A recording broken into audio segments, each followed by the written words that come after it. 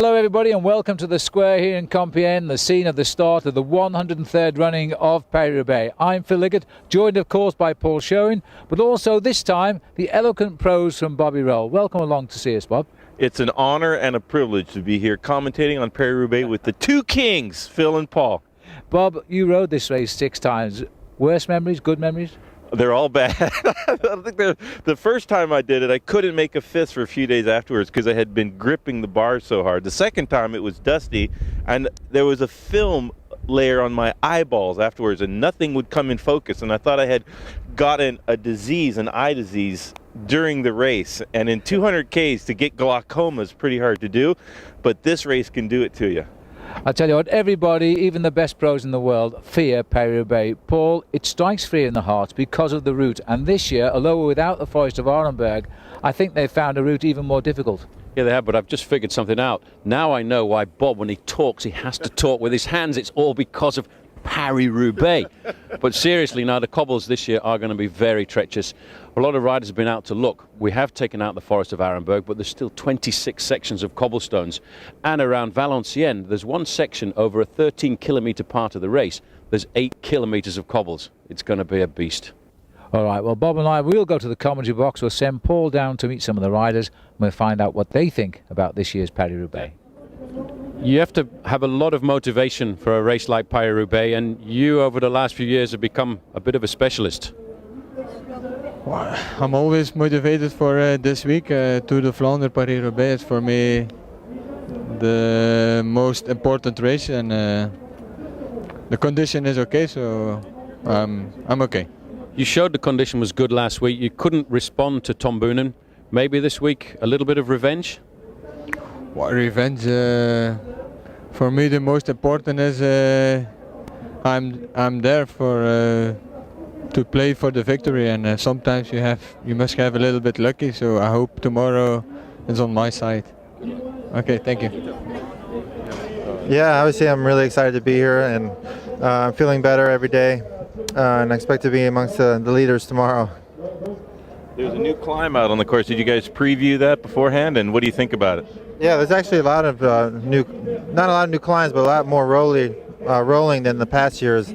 Not doing the forest this year is probably a good thing, but the sections that they added are as hard or harder than the Arenberg, so I think it's going to be even tougher Paris Roubaix. You've been fourth twice. You've been in the top 10 a number of times. Do you think this is finally your year to get to the top step of the podium here? That's what I'm hoping. Every day I dream about this race all winter long, and I try to work as hard as possible, so I hope that this year could be it. All right, George, good luck. Thanks. So it's just a couple of questions. Last week, maybe the team tactics based everything on the Mur de Grammont, but in Paris-Roubaix it's a little bit different because it's a question of survival. Yeah, last week we definitely made a bit of a mistake there, but this week, tomorrow is a totally different race. We have Life and Eki that are riding really well, so we don't really want to wait for anything tomorrow. And maybe we'll try to make the race when it gets hard. I think the advantage the team had last week was towards the end, even though tactically maybe there was a mistake, you were a lot of riders in numbers. Yeah, we were. Last week we had 6 guys, and I believe it was a group of 60 or 50, which we haven't had in the past. And if we have that this year or this week, tomorrow, hopefully we can take advantage of that situation. Okay, good luck. Okay, thanks. Good luck, George. Thanks, guys. Roger, you were third in Paris-Roubaix last year, probably one of your best results ever. What is it going to take to climb 2 steps on the podium tomorrow? I think the most thing is a little bit of luck, but I've had a bit of bad luck already this week, crashing in Ghent-Wevelgem, and I've broken my thumb, so it's a little bit of bad luck, so now I need an even bigger bit of luck tomorrow, so I'll just have to see how it goes. I mean, hopefully it won't be too much of a problem on the cobblestones, but I haven't been out on the cobbles since Ghent-Wevelgem, just because I want to give it every chance to recover as much as possible, and just going to risk everything on tomorrow, you know. We've just had lunch with your folks, and they said that you're in good form and very excited for this race. Really serious about it. Yeah, I am. I mean, this is my race. You know, this is what I think about when I'm out training in the rain in October. So it's my big motivation. I felt good in Tour of Flanders, but I worked for the team in Tour of Flanders because it's not quite my race. We have guys in the team that are much better at Tour of Flanders than I am.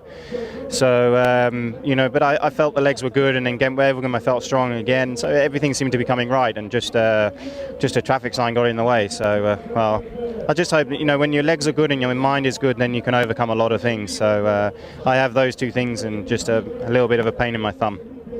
The classics come down a lot of times to a numbers game, and whichever team has more than one guy in the finale. Do you see a scenario like that with yourself and George Hincapie being played out tomorrow? Yeah, I mean, I think that was the idea with the team in signing me over the winter for Paris Roubaix. I mean, they have a very good rider in George for Paris Roubaix, but it's very difficult to win a World Cup on your own, however strong you are. And I think you see it numerous times with George, where he's chasing down a lot of breaks that using energy, and every time you chase a break, that's energy that you're wasting for later on in the final. So if we have 3 or 4 guys, then we can take it in turns to cover the moves, and hopefully George, myself, and Leif and Eki will. We have guys that will be there, and we'll come to the finish fresher because we won't have to chase so much. I mean, I was in the same position as George last year. The last 100 Ks, I didn't have any teammates left, and I was lucky. I guessed at which breaks would go and which ones wouldn't, and I guessed the right one. Whereas, George was unfortunate and guessed the wrong one. But if you have 5 or 6 guys, then the guessing work is a lot less. All right, good luck, Roger. Good luck. Give him hell out there. We'll try. Okay, cheers. Good luck, mate. All right. Yeah, Maggie, this is the race you've been waiting for, Paris Roubaix. Everything's good apart from falling off on Wednesday. Yeah, form is great. I mean, I've been absolutely flying the last couple of weeks, but I came off on Wednesday and I hurt my wrist quite badly, so I'm still having some problems with that. But we'll see tomorrow. Just get out there and give it my best shot and see what happens. What about the change in the route, the addition of that little climb? You said it's not too bad. You can ride up it on the big ring, but you've got to be well placed there. Yeah, you definitely got to be well placed, like you have on all cobblestone sections. If you take a section too far back in the peloton, you're going to end up in trouble, and might get some splits in front of you. And I'm just going to ride the race like I did last year, try and stay in the front all the time and stay out of trouble, and then see what happens when we get into the final. This is a crazy race. Why do you get so motivated? Why do some riders just think there's something special about Paris Roubaix? It's mad. I'm a crazy guy. No, I don't know why. I just love the race. It's the only race in the calendar that looks like this, and I don't know why. I just love it. I just absolutely love it. No worries. Thanks. Dirk de Mol, how has the season been going so far for the Discovery team? A new sponsor, a lot of expectations, and how has it been going? I think we have seen this year in our team good performance in the races so far, except of Gent-Wevelgem. We have won already Kuurne-Besselskuur, we have won the Trace of the Panne. And I saw last Sunday in Flanders that the boys are really ready for tomorrow. So so far I'm happy. If in the finale of the bike race you have a lot of great athletes that have been on the podium before, and George Hincapie, the American on the team, might there be a situation where decisions have to be made to determine which rider the team will race for, and might that be George compared to the other guys? No, George is our leader. That's clear. He's our leader already years, but we have a better team than ever before for tomorrow. And but George is the leader, and protected rider will be Leif Hoste, and we will see in the final. Also, communication is important. They have to be honest with each other, and the race will show who's the strongest. Because we went to see the course, and with the change in the course, it's going to be harder. I think an earlier selection, and it will be a hard race tomorrow. Looking forward a little bit, the classics oftentimes you need a little bit of luck to win, and you have Amstel Gold Race, Liège-Bastogne-Liège coming up, the Hillier Classics. What is the team looking forward to after tomorrow? No, it's going to be a different team. Popovic will be our leader for Amstel, for Flesch, and for Liège. And it's going to be almost a complete different team, except of Stijn de Voller. He's doing everything, but Popovic is our leader for the classics in the Ardennes. Okay, good luck. Thank you. Form's pretty good. We'll have to see. I mean, tomorrow's a race of a lot of luck, and race has changed a bit with obviously the Arenberg out, a couple other hard sections in, so it's going to make for a really different race compared to what everyone's used to. It's also a race where a lot of courage is required too. You've got to really fight back all of the time. Everybody has bad luck, but it's the man who keeps coming back ends up winning the race.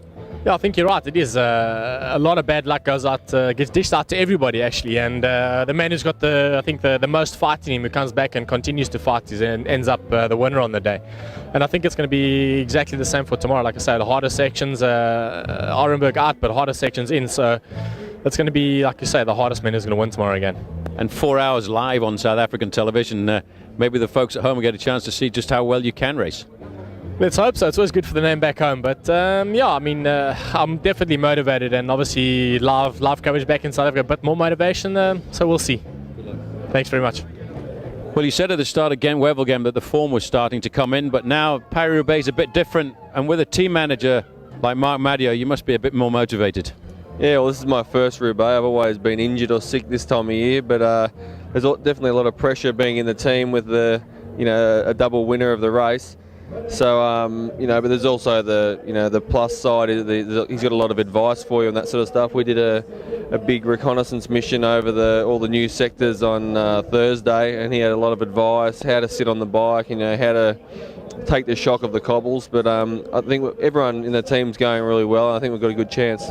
What about that new climb on the course? It's not difficult in itself, but it's actually the approach that makes it more difficult.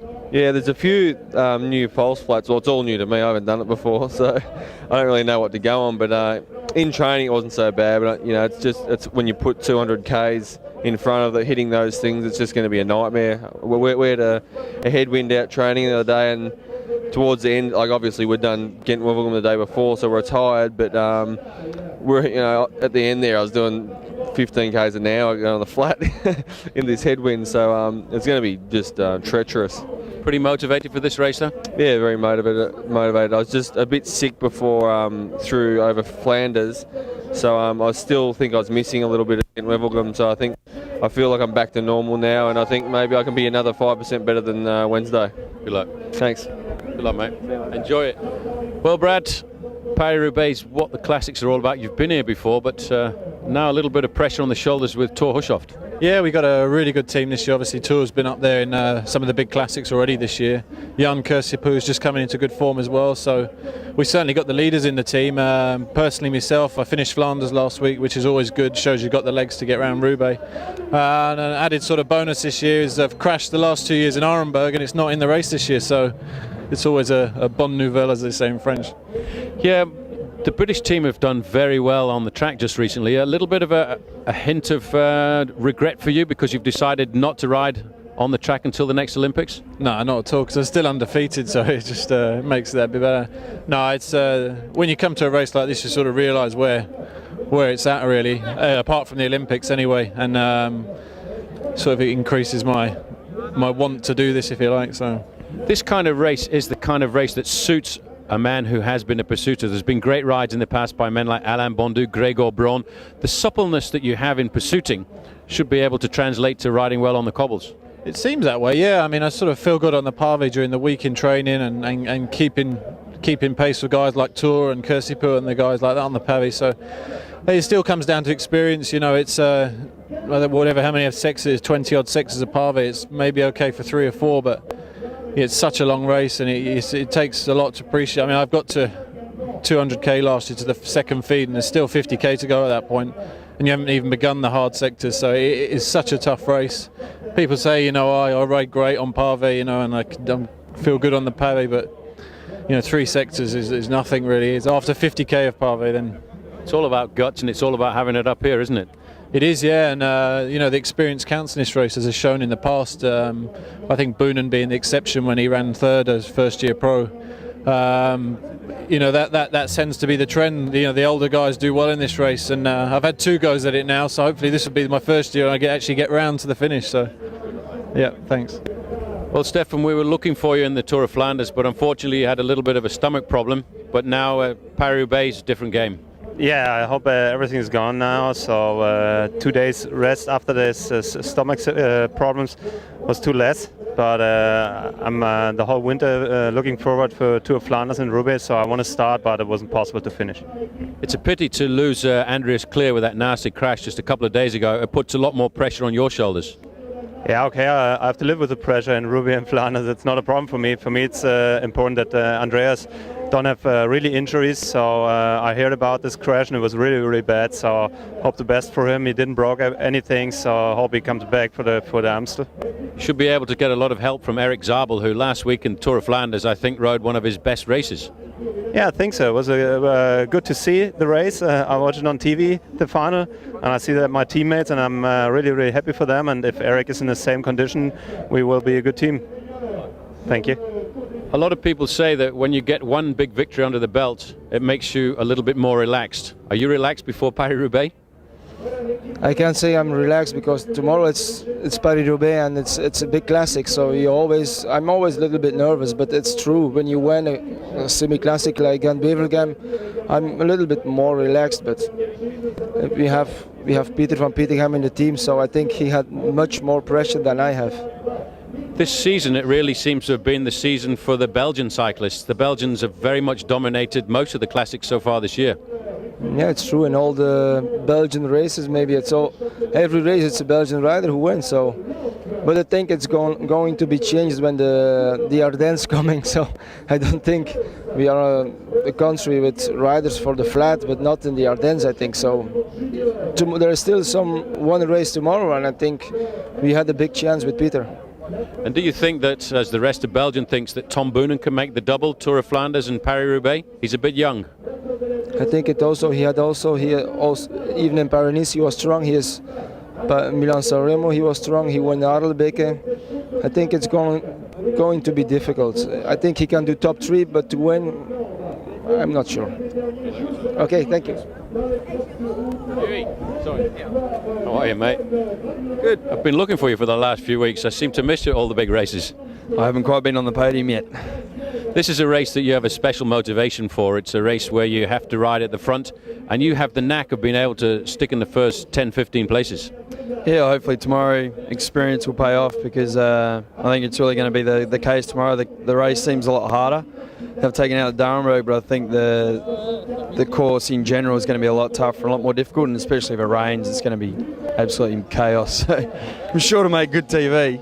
Why are you smiling? A lot of bike riders who get motivated by Paris-Roubaix think about the wet versions because it's always dramatic. Yeah, well, it's crazy, but you kind of like to hate it, I guess. It's a crazy kind of objective. You know it's going to be. You're going to finish the race wrecked, but at the same time, if you're on a good day and you win it, it'll be the biggest day of your life. Looks like you had a special haircut, just like Maggie Baxter for tomorrow. No, he's copying me. I'll be wearing the beanie at the start, though, I tell you. Yeah. Thanks. That's the form. All right. Ludo, it's hard to believe that you're 41 years of age and you're still here at Paris-Roubaix. Yeah, but the condition is good, and I hope to do tomorrow a good race. We've seen that the condition is good, and we hear you're going to retire, but when you're riding so well, why not do another year? No. This is the last year. I'm 40 years old, almost 41, and then it's time to think of other things, I think. My family and my children. A little bit sad, though, because Paris-Roubaix is one of those special races, and for the last time you'll be lining up tomorrow. Yeah, for me Paris-Roubaix is a special race, and it's a race for Flandrians. Yeah, for Flandrians, and I love it. Okay, thank you. Tavissimo. This is going to be your last Paris-Roubaix you've announced. Is there any sadness in approaching the race for the very last time after an incredible career here? Yes, this race for me is the big race, is the last. But after the race I go to USA, to Georgia, and after this race, no, maybe I'm stopping. It's the career for me is just very, very good, and I'm very happy. But I want to go tomorrow very, very fast. This is important for me. It's important for my team, and I try to win. It seems Paris-Roubaix, more than any other race, you need courage. And if you have bad luck, which is inevitable, to fight back to the front. Do you think that'll be a possibility tomorrow also? Yes, tomorrow I follow all team Discovery Channel and I go in front because Discovery Channel I'm sure is stay in front, and also I see Incapi and another guys when you stay in front because CU is in front is no matter to work for my team. Can I buy you a glass of wine in Georgia? What? Est-ce qu'il peut vous acheter une bouteille de vin en Georgia? Oui, possible 2 or 3, ça va pas problème. Dopo la gara. Dopo la gara. Okay, do it. Okay, no problem, no problem. Auguri per domani. Good Okay. luck for tomorrow. Thank you, and bye and see you later. Bye. Ciao. You start the season very well, and the team seem to be very motivated to look after you in Paris-Roubaix this year. Yeah, I started the season good with a third place in Milan-San Remo and going good in Ghent-Wevelgem. And now I have a team who will help me a lot, and hopefully on a good day I can be up there. It's going to be a different race without the Forest of Arenberg that everybody used to worry about, but the addition of more cobblestones is probably going to make the selection more decisive. Yeah, you know, without if it was arm, it was a hard section, but I don't think it would change that much because anyway, in the end, everybody will be tired, and this year it's even more cobblestones, and the couple of new sections is really hard. So I think the same guys will be in the end if Arenberg was there or not. So, what do you think about the addition of this small new climb at Le Bois? Nah, that's okay. It's I don't think that would make that much difference either, but yeah, it's getting us small like Tour of Flanders. Thanks. Just a few years ago, you left the U.S. Postal Team to learn from perhaps the greatest classics rider ever, Johan Museeuw. Any special instructions from Johan for tomorrow's race? Not yet. He still has to come to the hotel. We checked it out yesterday for the bikes and everything to get the feeling back. But I don't think Johan will give any special tips. You know how I race, and I know how his racing was, and I learned a lot from him. But he helps me to relax, and that's the most important. There's 2 races throughout the year that the Flemish riders dream about. Tour of Flanders that you won last weekend. Does that give you some special motivation for Paris-Roubaix tomorrow? Yeah, I still had to prove myself in that kind of racing. I was on the podium already in Roubaix, but winning Tour of Flanders, it was a dream for me. It came through pretty early in my career, so now the next objective is to win Roubaix and then see where it ends, but it gives a good motivation. Yeah. After winning Flanders last weekend, maybe a little bit extra pressure for Ghent-Wevelgem early in the week. How do you feel for tomorrow's stage that way? Tomorrow's race, excuse me. Tomorrow is a different race. For me, Flanders and Roubaix were the most important races, and in Wevelgem I had a little bit of problems with my hand. I crashed in the Panne, and I think after Flanders I got a little bit infected, and I was a little bit worried about it, and I wanted to stop in the feed zone, but then I continued, and it wasn't ready in my head. But then yesterday I checked it out on the cobblestones and it was okay, so normally that will be no problem for tomorrow. After winning Flanders, you said that perhaps you were even better suited for Paris-Roubaix, so maybe even a little extra motivation. Yeah, but I always been better in Roubaix than in Flanders.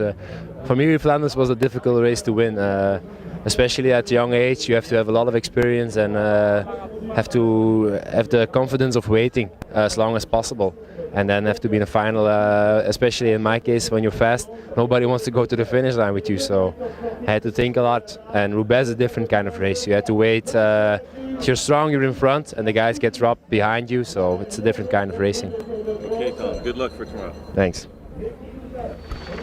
And as we look down on what is the main peloton here, they're going to find 8 riders have already made a very early attack, forming in a group of 4, followed by another group of 4, and we now have 8 leaders.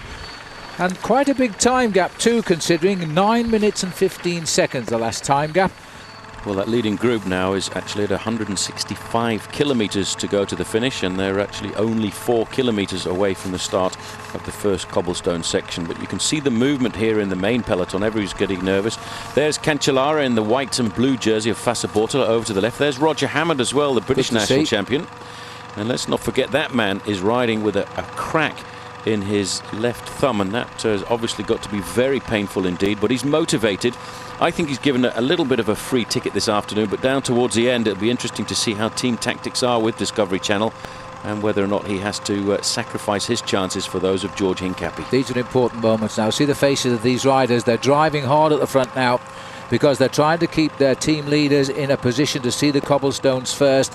These are the riders we call the domestiques, the helpers. They're expendable as the race goes on, but they try to put their team leaders in the right position. And the leaders here now at 11 minutes advantage are very, very close to entering the first sector of cobblestones. They will obviously not be under the same pressure. This is now the town of Troisville, and this is where the first sector is of 2.2 kilometers. And this breakaway group has been away for much of the day now, having built this 11 minutes and 17 seconds advantage. The thing about Roger Hammond is he's had this special cast made on. He's got his hand well strapped up, riding very well because he has good form, and he was third in this race last year. The ironical thing is he can't open the hotel room with a key, yet he can hold the handlebars. It's just a different action to the thumb, and he simply can't open the door with the hand. But he's really motivated for this event. You know, it takes a special kind of rider, Paris-Roubaix, because it's a crazy race. You're going to go over around about 34 miles of cobblestones before you get to the finish line in Roubaix, and you really have to be psyched up and motivated to come to this event.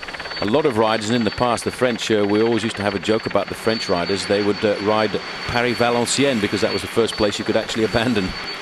That's right, and very often the riders will choose the second feeding station to call it a day. Well, they'll know exactly where they sit in the race by the time they get down to the second feed. We saw the gap briefly there. It's come inside 11 minutes now, and that's because the main field here now are protecting their positions. Riding at the front, Eric Putzep is up nearest camera as well, and the Latvian champion, and they're riding very, very fast now to try and stop anybody progressing up the peloton. And it's now when we should be seeing the big names who hope to contend moving towards the front here. Riders like Hincapie of the United States. Hammond, we've seen, is there. Also Tom Bonen, Peter Van Petegem, riders who love cobblestone races and always seem to excel in them. These boys don't have to worry about entering the cobblestones first, because they're in the leading group of 8, and 10:59 now the gap, and are very close to the first stretch. Not too far away. It's a long section of cobblestones at Troisville. It's 2.2 kilometers in length, and in fact looks very much as if this is it. This is the start of the Hell of the North. These little narrow farm roads, very rarely used by vehicular traffic all year except the odd farm vehicle. But at this time of the year, the organisers seek out some of the roughest roads in France and put the cycle race through. Many of the bike riders say it's inhuman. Many of them say that they shouldn't take part in this race. But I'll tell you what, they all want to say they've won it. And these 8 riders get there just on 11 minutes ahead of the field. They're very lucky. They haven't got the chaos that we'll see when the main field comes in here in around about 10 minutes time, because they didn't have to battle for position to get onto these cobblestones. These cobblestones are nice and dry, but I have to say that is a very threatening sky up there. It is bitterly cold. It was just over freezing this morning at 0 degrees Celsius, but it has popped up just a fraction to around about 8 degrees Celsius. Still not very warm. This is the man at the back who's been doing an awful lot of work. Berrido has been in great form over this last week, and it's good to see that Liberty Seguros, who in the past, when it was the former Once squad, didn't really support these top races at all, and maybe now with the Pro Tour there's an obligation that they have to come and participate. Therefore, they're actually, for a lot of these Spanish riders, discovering Paris-Roubaix for the first time. Well, this man rode a brilliant Grand Prix Pinot Cerami down in the Ardennes area of Belgium on Thursday. He broke away just after the start of the 185 kilometer race. He was caught, and he still hung on to the leaders. He was only caught in the last 5 or 6 kilometers.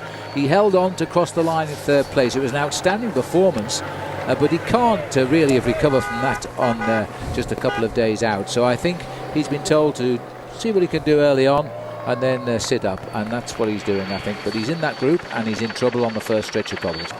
So it looks, I'm just looking to see if the rider from Liberty Seguros has managed to get across there, and I think he has. We're at 161 kilometers to go to the finish, and in fact the time gap is slowly starting to come down again, 10 minutes and 44 seconds. But it'll be completely different, the speed that the main field comes to this section of cobblestones. You can see and feel the nervousness now. Everybody wants to get into this cobblestone section in the first 15 or 20 places, but unfortunately there's only enough room for about 3 or 4 bike riders. Cancellara in the blue and white there, he's not too far away. Very nervous. Tom Boonen's not too far away. I haven't spotted him just yet, but Servais Kanavan's over to the left, so you can bet your bottom dollar that right on his wheel is going to be Tom Boonen, and there he is. There he is, just behind him. He likes Servais Kanavan as his main helper. Servais will destroy himself to keep him in the right position here. He won the race himself, Servais Kanavan, back in 2001. He was the last Dutch winner of this event, and it's interesting if Fassa Bortolo are pushing on here. Cancellara is on that squad as well. Very difficult now to move up. They're more or less going to go like this to the first stretch of cobblestones. Well, at the velodrome where we're commentating, the rain has started, so these boys, I think, as they race north, we're heading towards the Belgian borders, by the way, so that's why there's a lot of Belgian spectators at this event. They are in fact going to head into the rain, and those cobblestones will really become skating rinks. Well, the big problem is, Phil, that it's not going to be a massive rainstorm either. I think it's just going to be a little misty rain, and that makes the cobblestones even worse. When you've got a thin film of humidity on the top of the cobblestones, which are made out of granite, it really does become like a skating rink. And I've seen sections of cobblestones in the past where riders have found it almost impossible to keep the bike upright. Magnus Bags is the second line green jersey here, indicating to the riders just keep it fast and keep circling here. Try and look, he's doing it again now to try and command the head of the field. This first stretch, it's rather like a horse race, like the British Grand National, you know, because there's 26 sectors. They can be construed as fences. These riders race flat out for them, fall off or puncture, and then continue. It is amazing just how these boys can take the knocks and continue. It's a crazy race. It's a race that I've always got very motivated for myself. There's the town of Troisville, the church. The riders would have been looking over the last few kilometres to see if they could see that spire, because they would then know the cobblestone section of Troisville is just around the corner. That's why you can see the main field stretching out into that big long line. Even not participating in the event anymore, I still get nervous the morning of Paris Roubaix, because I know we are in for a huge battle. A battle right between all of the top men in the world, the big specialists. The men who come to this race really do want to do something rather good here this afternoon, and they only really get 2 chances in the year to have a good crack at a cobblestone classic. Telecom, the boys in mauve, unbelievably without a race victory this year, when normally they are the boys on the block. And this will be a great way to start for them. They have the firepower in Stefan Westerman, Eric Zabel, but they've got to look after them now and get them safely over these first of the 26 sectors of cobblestones. The leaders are through now. They're heading out towards sector number 2, which will take them on to Villy, and that's a 1.8 sector, but our camera's staying with the main field, because I think this is where the excitement will be once the riders race through the village of Troisville and out onto that sector of cobblestones. You can just see the speed there at the moment by these riders as they try to pick their way through. There they are. So we look down now on the field as they enter the first of 26 sectors of cobblestones. 8 riders have gone through with a lead of 11 minutes. None of them we will talk about as a likely winner of this race. This is the crucial part. The only rider of note, Victor Hugo Peña, seems to have retired, a former teammate of Lance Armstrong, but everybody else is here in a big field of more than 180 riders. A lot of cobblestone sections are looking down there. You can see all these guys trying to stay at the front end of the main field. We're looking to see if we can spot Fabien Cancellara, the man who last year finished in 4th place. He wears number 11. That's what the road looks like. Those are the cobblestones that would have earned themselves over the last few years and over 103 editions of this event as the Hell of the North. They are unbelievable roads which, in fact, for the majority of their life are only used as farm tracks. Well, nervous moments now for the field as they go over the sector of cobblestones, and we're looking now at the head of the field. So we're just seeing now riders from France here, and we will show you the leaders when we can get to them, but I think quite rightly now our French producer is keeping his cameras on the peloton just to see what sort of a ride they've got.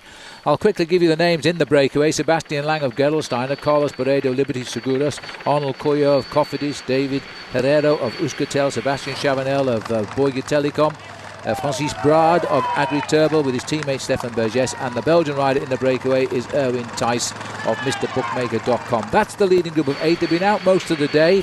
They pushed the lead out to 11.25 minutes. It's back to inside 11 just as we speak, and here they are now with Barredo, who was in a little bit of trouble at the first sector. We're now on the second sector for this group at Villy, and it's an 1800 metre section. He looks as though he might have recovered from the earlier shock, I think, Paul. He seems to be okay this time. These riders now just getting themselves into a rhythm. Oh, but there's the first crash. This is where I expected there to be a problem, which when they came over just a few moments ago, there's a little bit of wetness, a little bit of humidity on here, and somebody's gone straight into the ditch. Ouch. And this is exactly why, Phil, you have to ride in the first 14 or 15 places. This guy here at the back is certainly not going to see very much more of the race. He rides for the Air IGT team, Ludovic Martin. And the trouble is, what we've had, you see, we had quite heavy rain the last couple of days, although the weather today is cold and threatening. There is rain, just a little bit of light rain at the finishing line. They're expected to ride through. The forecast is heavy rain this afternoon all over France. It hasn't come yet, but you see they've hit the mud stretch and riders started to fall off. Ironically, it's a teammate of Martin who's setting the pace now at the front. Well, this is why you really do, in these first sections of cobblestones, have to find yourself at the front of the main field. T-Mobile are doing a great job there. They've got 3 riders pretty much up to the front end. Eric Zabel is there. Stefan Weissermann is also looking pretty good. In around about 8th or 9th position, I can also see the lime green jersey of Maggie Backstead, the big Swedish rider. And I think not too far away there, Henk Vogels is riding pretty well for Australia. A little bit of dust storm blowing up as well now. Remember that out is the Forest of Arenberg and in are some extremely cruel sections of the course, which includes drags and a small hill, something that's never been in Paris-Roubaix in all of its history since 1896. And we're waiting for that stretch of cobbles with great interest because the road is all so narrow. Telecom are definitely coming here to try and put matters to rights. The boys in the mauve jerseys, perhaps in favour of Weissermann or Zabel. Looking at the leaders again now, and Berido has gone up 1 place to the front now, so he's beginning to settle in a little bit now, because the rider here on the back is MrBookmaker.com, Erwin Thijs. He's a good rider and he's got good form. This is the second sector of Pavé for the leaders. Then the banner indicates they are leaving the sector. The first 3 riders, I think it is, as they leave each sector, get special points. There is a special prize for the king of the cobblestones, but basically it's doesn't bother to carry a great deal of interest. Everybody wants to just know who's going to win the Battle of the Hell of the North. Meanwhile, life here for Nicolas Reynaud. I don't think he was the rider. Well, he wasn't the rider who fell, but I was just saying, where is he on the course now? He's right at the tail of the peloton, which seems to have split up under the pressure of that shunt we had down at the start. This race will be split up into a number of groups right now, and many of these riders at the back will have a hard time actually ever seeing the front end of the peloton again before they get down to the finish. Domino Vacanze at the back here. They've come off that first section of cobblestones at Troisville, but very shortly, and they don't have to cover very many kilometres before they get to the next section, which is 25 sections to go to the finish at Viely, and that's a 1.8 kilometre section. This is the mayhem that is created by the first section of cobblestones. The main field is very much split up. Very much. We've just passed poor Ludovic Martin, who's the victim of that crash. He's now way at the back there. Our camera Moto is trying to get through to the main pack, but you can see the chaos that these cobblestones leave behind them. It also blocks the race cars, of course, so if the big boys at the front, important riders, have flat tyres, they've got no cars to give them wheels, and these riders at the back, likely is the fact they will not rejoin this peloton because the wind is quite strong today and it will rip them apart. They're wasting energy now. It's going to be a very difficult Paris-Roubaix. One has had that feeling all week, and the rides themselves are predicting it. You can just see little channels of water on the right there because we have had some quite heavy rain. That's going to be very dangerous when the main field comes in because everybody's battling to get up to the front. This is the third section of cobblestones for the leaders. It's a 4-star section. The easiest section is a 1-star. The most difficult section is a 5-star section. And this section of cobblestones is 3.7 kilometres long, or almost 2.5 miles. Just to explain how difficult these cobblestones are, that's not so hard when you're riding it, but the following day when you get yourself off the bed after Paris-Roubaix, the joints of your fingers are actually sore, something that never happens in any other bike race in the world. And the blisters are all on the palms of your hand. A lot of the riders do put amendments on the bicycle. Tom Boner, for example, his bicycle is approximately 3 centimetres longer than normal to allow for the passage of the mud between the wheels and the frame. And they use padding on the handlebars, etc. Now there's the chaos at the back here now as the echelons form, these diagonal lines that indicate the direction of wind as the riders lean on the wind and they try to work on the lee side of it. They're bringing some of the cars through now to try and get the services up towards the front bunch, but I'm not so sure. It might not be a bit early. It'll help these riders back for sure. I think that is a little bit early. The race referees over the last couple of events have made some rather strange decisions, and I think that one, to get into that gap quite that quickly, could actually falsify the race a little bit. But the team managers are pushing all the time behind the referees because they want to get behind their leading group of riders as soon as possible, just in case somebody has a mechanical incident. So there are actually two races here. There's the race of the riders, and there's also the race of the team managers, who want to be as close as possible to their best riders. Well, these riders now at the front are going to find that their 11-minute lead will come down rather quickly now, because they can't hold back the cavalry charge anymore. These cobblestones coming now thick and fast. The riders will work flat out if they can to keep the pace high, to try and stay at the front as long as they can. They can. Once they get onto the cobblestones, one rider is actually just setting the pace at the front end of the main group. As we get confirmation of that group again, Lang is up here. That's him on the right-hand side for Gerolsteiner. Herrero, Chavanel, who's the brother of Sylvain Chavanel, who just recently, in fact, won himself the Circuit of the South. They're at 151 kilometers to go, but look how that time gap has now plummeted down by a couple of minutes to 8 minutes and 46 seconds.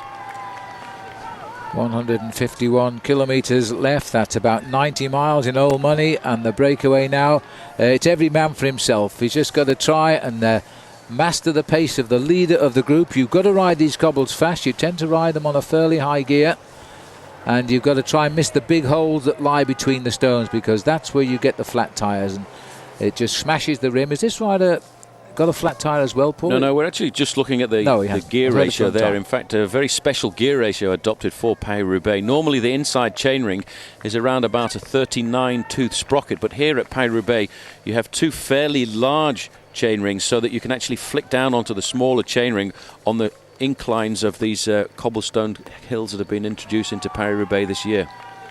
They're talking of 15, 16 tooth back sprockets up for the climb today. We'll see. Of course, if you get stopped on them, then you need a lower one to get going again. And that inside sprocket, in fact, the inside chain ring at the front will be a 46th tooth. So the difference between the two is really not very much. It's the 25th section of cobblestones to go for the main field. 1.8 kilometers. They seem to be fairly calm here, but they won't be when they get to the next section. And that says, I think, once again, where we'll see the main field start to split. The Euskaltel rider here certainly not enjoying this section of cobblestones, and I think fairly shortly he'll be back in the main field. The Basque rider from northern Spain, he's not used to these roads. They have much better services on the roads in France, I think, and it looks as though he's being slipped away from the breakaway here. Try as he might, he's being ridden off by the vibrations, I suspect. One of the 6 men. And sitting here near the back also in the danger seat now is Arnold Coyot, the other young rider on the Cofidis team. He'll be thinking more about Stuart O'Grady. I think O'Grady looked pretty fit yesterday when he came to sign in, and he certainly is one of those riders who has a special motivation for this event. And for the people who are interested in the technical side of the broadcast, in fact the motorbikes that the race television uses on a day like this are completely different to the big motorbikes that are normally used. They're much more of a cross-country type motorbike, and that's definitely very much required on some of these cobblestone sections. It's quite a long stretch too, this one that they're on the moment. Only 3-star. There's the peloton. They just clattered their way over their second sector. Looks as though they're regrouping a little bit at the moment as they head up towards the nasty portion, which now is only about 30 kilometres ahead of them. Riders here, the boys at the front are the lucky ones, but they've had to work so hard to claim these first positions and see the cobblestones, because they can keep out of trouble. The stones, as you can see, are still dry, a little bit dusty. Dust in itself can be an absolute nightmare because it flies into the eyes, causes conjunctivitis, and can be very, very nasty. But the field, unusually so, extremely compact here. Although having seen a rider just jump a cobblestone then, I wasn't sure he was falling off. Well, there's 1 or 2 riders still will be trying to get back in, but this is a lot of cobblestones in a space of around about 20 kilometres. You can see the race referee's car is right behind there, that red car, but the most sensible place to try and ride here is at the front of the race, because you've got that much more chance of picking a smoother section of cobblestones if you can. And the safest place to ride, as every old professional will tell you, is right in the middle there, because there's less chance of the race being split up and there's less chance of the cobblestones being demolished. This is the back end of the race, the arrière de la course, and you can see here one or two riders now really starting to suffer. This is Ivan Santos at the back there for Liberty Seguros. As we have a look here at the tête de la course, you can see the rider here from Euskaltel is having a very difficult time trying to get himself back onto the group, but he has actually recovered, having been over that cobblestone section. So he's rejoined. That still makes 8 riders at the front end of the event. We're looking now at 148 kilometers to go to the finish and another 23 sections of cobblestone. So look at the way he's moving his hands there. What he's trying to do here is just to loosen them up a little bit. It is very cold as we look down at the main field. You can see the expansion at the front end of that group there. That was where everybody is battling to be. That is the safest place to be. And while at the back you can see Ivan Santos here is not very happy at all with his incursion into the cobblestones. Yes, now it's hard riding at the front that causes elimination from the back. Pavé, sector 24 now. This is for the main field. We're looking at the head of the main field now. They're on sector 24, which is the third section for the pack. The 8 riders are still clear, although we've seen they are in trouble. One or two of the riders has tailed off. The Euskaltel rider, David Herrero, has been dropped by the leading group.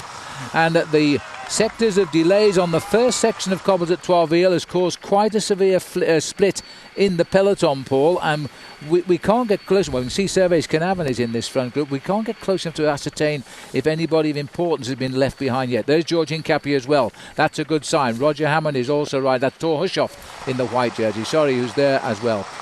Well, it's good to see Hincapie riding up to the front, but I'd also noticed that one or two riders are taking a very serious ride to the front end of the peloton, and Stefan Wesemann already there in the pink jersey of T-Mobile. He's already riding right at the front end of the pack. These guys want to get into the difficult section of cobblestones in the first 3 or 4 places. That way they can see where the danger is, they can see where the pitfalls are, and with a bit of luck on their sides, they can avoid going down in some of the nasty accidents which normally happen at the back end of the group. Well, it's good news for the moment for the race, because although the clouds are heavy, the rain is staying away, and it has been forecast all afternoon here in France. And the narrow sectors of the new sectors are to come, and that is going to provide us with a real insight as to who the strong men are. A lot of work has been done by the Fassa Bortolo team, by the T-Mobile team. They've been working extremely hard at the front. They've all got their own agendas today, of course, as we're looking out across these bleak fields here in northern France, and when the wind sweeps across there with rain. And would you believe we had even flakes of snow here in France yesterday morning as well. This is the rider who has been dropped by the breakaway, leaving 7 men up front now. This is David Herrero of the Euskaltel team, as we're now a few seconds down the road now. And as we look here now, it's been a tough start to the day, not just for the riders up front, Bob, but look at the chaos at the back of the race here. From the very first section of cobbles, absolute pandemonium breaking out in the peloton. Huge gaps because of a big crash in the field. Riders struggling to get back. This is the war of attrition that Paris Roubaix is all about. Yes, and that's why the public are here, because they're able to move on to the next segments of cobblestones after the race passes through. They know this route better than most. They know all the back roads to how to reach other sectors of the cobblestones. Good to see George Hincapie riding very much to the front. Maggie Backstead very omnipresent at the front end of this group and very much supported by the rest of his team. This is Stefan Wesemann. Looks nice and comfortable. Pulled out of Tour of Flanders just 7 days ago with a stomach infection, but he seems to have bounced back, and he will be very motivated at this race. He's finished second in it in the past. There's a little slowing down, I think. There's Roger Hammond. Now, this is really pretty amazing to realise that this man is riding Paris-Roubaix with a cracked left thumb, and whatever anti-inflammatories he could take or whatever painkillers he could take, that pain is still going to be going right through his body. Oh, he's a tough boy. I mean, he's been a former world junior cyclo-cross champion. This is about as close as a road cyclist will get to racing across fields and mud in the cyclo-cross sport. And he loves this race. And as he said after the accident, he said, unfortunately for me, there's only one Paris-Roubaix a year, so he's had to give it a go. And I think his team, the Discovery team, have really done well to put him in and take a chance with him. He's riding extremely well. Tactically, he's just about perfect right now. Perfectly placed right there at the front of the peloton. George Hincapie tucked in just behind. And the Discovery Channel, so far, they're trying to reverse the bad luck from last Wednesday in Ghent-Wevelgem, and they're doing a great Paris-Roubaix so far. Yes, only one rider finished from the team there, and that was Tony Cruz. There's Andrea Taffy at the back wearing number Former 81. winner. Now, Arrière de la Course is not a good sign for Andrea Taffy, who says here that he's actually trying to ride his last Paris-Roubaix. He said, I want to ride very fast if I can, but a lot of riders will be riding fast. And if you just check him out here, you can see that he's actually overtaking a lot of riders on this cobblestone section, so he's moving up through the field. Difficult in situations like this to know just exactly where he is, but when you get a caption that says Arrière de la Course back of the bike race, it's not good news for Andrea Taffy. Yeah, and don't forget, we're following the last Italian to win Paris-Roubaix. Andrea did it in '99. He's certainly riding his last one, because I think at the end of this year he will finally call it quits. He wears number 51, which, as many of us know, number 81. It is in fact on the screen there, but he's coming back. You know, he's obviously got delayed on the 1 or 2 sections of cobbles, and he's fighting his way back in. That's hats off to him, eh? Good, courageous ride. The riders in Paris-Roubaix talk about 2 things: the courage to come back into the front, and the bad luck that gets you off the back in the first place. Of course, Andrea Taffy has both of those things at this point in the bike race, and he's putting up his hand for another maybe word or some bike change, perhaps. Let's hope it's not a flat tyre. Well, I'm not sure what it is, but the problem is with Andrea Taffy, just looking at his jersey there was no dirt on it. It doesn't look as if he went down. I think he was probably stopped by one of the accidents just a little bit earlier on, but he will have to do something very special to pull himself back into the race. Now he's slowing down a fraction. Riders are starting to come by him. If we could just tilt down, we get a chance to see if he has got a mechanical problem. But the way he's riding, the bike is still staying fairly straight, and that's probably just the back end of that group that he needs to make contact with. Hard to say whether his tyre is flat or not there, but anyway, he's getting back into the tail of the peloton. He'll live to fight another stretch of cobblestones at least, as this is now the rear of the main pack. There's a rider on the right from Fassa Bortolo with a flat tyre, and he's going to have a long wait. I don't know who it was. Well, what's nice to know about Andrea Taffy, I was talking to him just yesterday, by the way, Phil, and this is definitely going to be his last Paris-Roubaix, but not his last race. He's actually said that he's going to go to the United States after this and ride the Tour of Georgia, which will probably begin this farewell tour. I tell you what, a lot of good riders are going there too. Robbie Hunter said he's going there too from the Phonak team. Robbie today amongst the favourites here, if things go well. There's the banner indicating the end of this sector of cobblestones. Good news for Andrea Taffy. He's still got a bit of racing to do to get back in the action, but the peloton for him is just around the corner.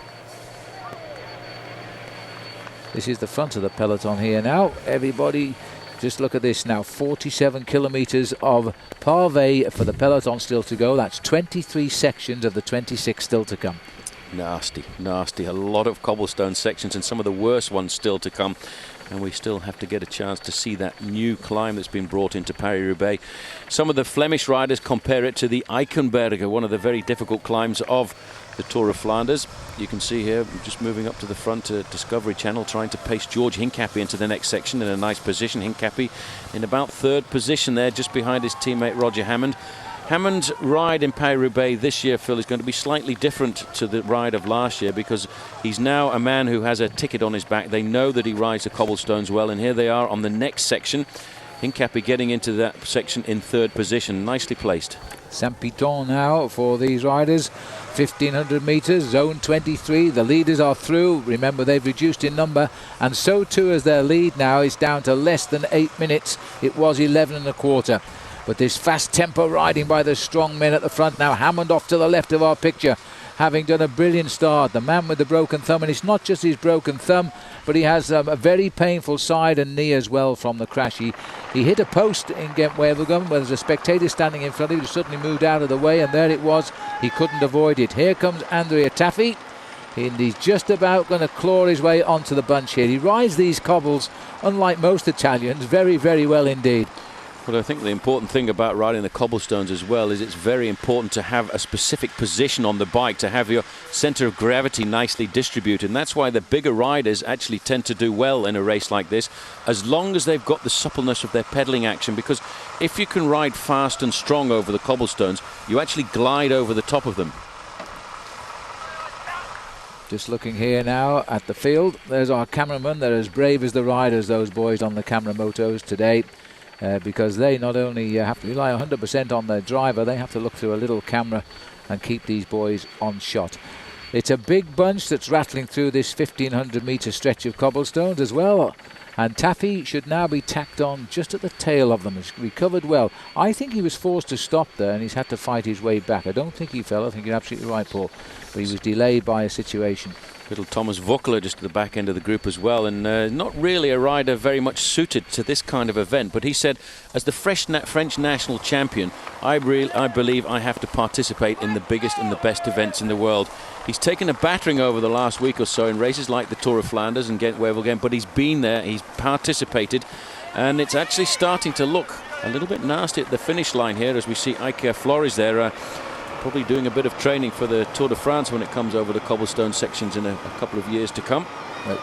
It's a fine misty rain that started to fall at the finishing line now, and it's just what the riders don't want because it just dampens everything on the surface. I can't see them escaping the day without rain. To the spectator, of course, they'll be delighted, but to the riders it just highlights the dangers of Paris-Roubaix. This big field here coming now towards the end of the Saint-Piton stretch, which takes us to 111 kilometres done of the scheduled 259.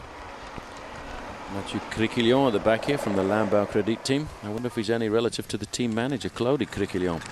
And we get a chance to see Edgy Touar moving to the front. This is the worst possible kind of rain, I think, that we could have at Paris-Roubaix, because it's a very misty, fine rain, which will put a real coat of humidity on the surface of the cobblestones, and that will make them very nasty indeed. And the wind is coming with the rain as well, so that doesn't promise for a great finale for the riders, but it probably makes for a very exciting finale for the viewer. Well, they've entered the 5th sector here, sector 22, Escarmin, 1,500 metres. And looks as though they're quite happy to just ride together here, sensibly so at the moment.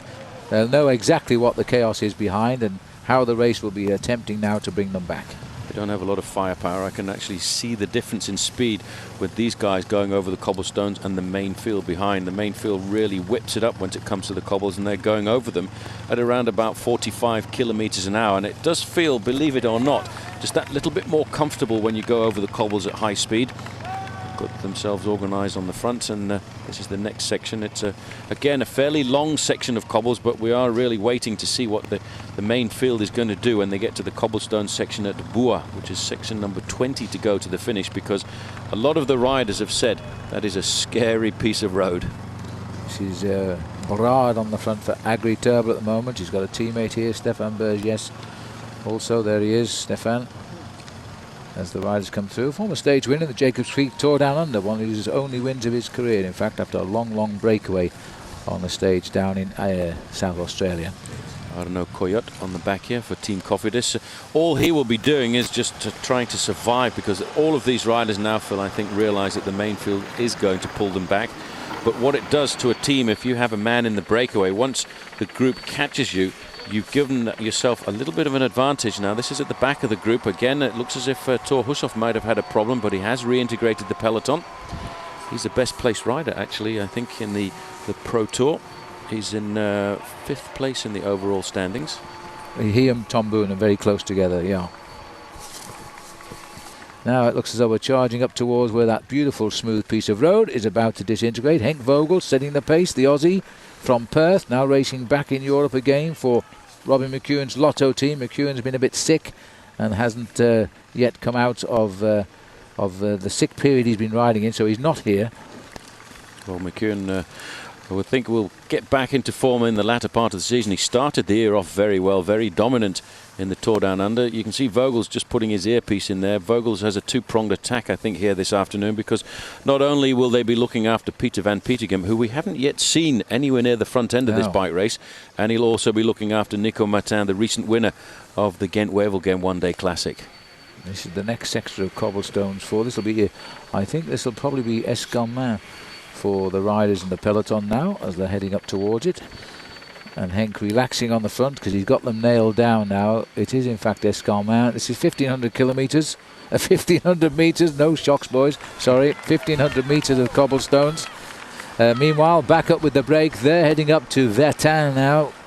And very soon they're going to see the climb first. They're well clear of trouble. And there's been a bit of a shunt here at the back now. Riders shot off to the left of the field here now. And that rider is Ludo Dierksens lying.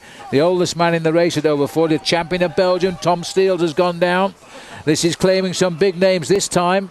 Crédit Agricole rider on the right as well. That's pretty sad for Ludo Dirksens, because this is the last time he'll be participating in Paris Roubaix. He's been a great battler over the past in races like the Tour of Flanders, and this is a very slow remounting here. I think he must have pretty much hurt himself going down in a crash like that. It really goes to show why the riders battle all of the time to ride onto these cobblestone sections in the first 10 or 15 places, because these guys here, Phil, probably don't even know there's been a crash at the back. No, Dirksen's 40 years of age now, and almost certainly his final season. Professional riders simply don't go on till they're 40 years of age, but Dirksen's is such a popular guy. He started quite late in life as a professional, and that's probably the reason for his longevity. There's another rider who's got a lot of bother now as well. Flat tyre for him. I've got a feeling that's Roman Luhovi, a rider from the RAGT team. Oh no, it's not, it's his teammates. Martin again. Well, that's bad luck. That's his second stop, and he's getting a bit fed up with this now. Looks over his shoulder, no sign of the cars. Well, this is a professional cyclist lot here. If you have bad luck, there really isn't much you can do but hang about and hope you can race back. That's the tough thing about it, really. You know, if you have the puncture at the wrong time, you can be waiting at the side of the road for 2 or 3 minutes for the team cars to come alongside, and your Paris-Roubaix basically can finish there. And it probably will finish for him when he gets to the next feeding station on the road. He'll take a shortcut back to the finishing line and to try and get himself an early shower. Davitamont Lotto on the front here, looking nice and controlled. They've got the race exactly where they want to have it. Stuart O'Grady's not too far away, but look at the time gap. It's coming down consistently. 130 kilometers to go to the finish. That time gap now down from the maximum of almost 12 minutes down to just 7. It's a long way to go, isn't it? 130 kilometers, and they know that the worst cobble is still to come. Looking at the peloton now, they're saying goodbye to the cobbles of Escarmin, which means that they have only 21 more sectors to go, 130 kilometers still to ride, and this breakaway of 8 is hanging on, but clearly coming back. The lead now just 7 minutes.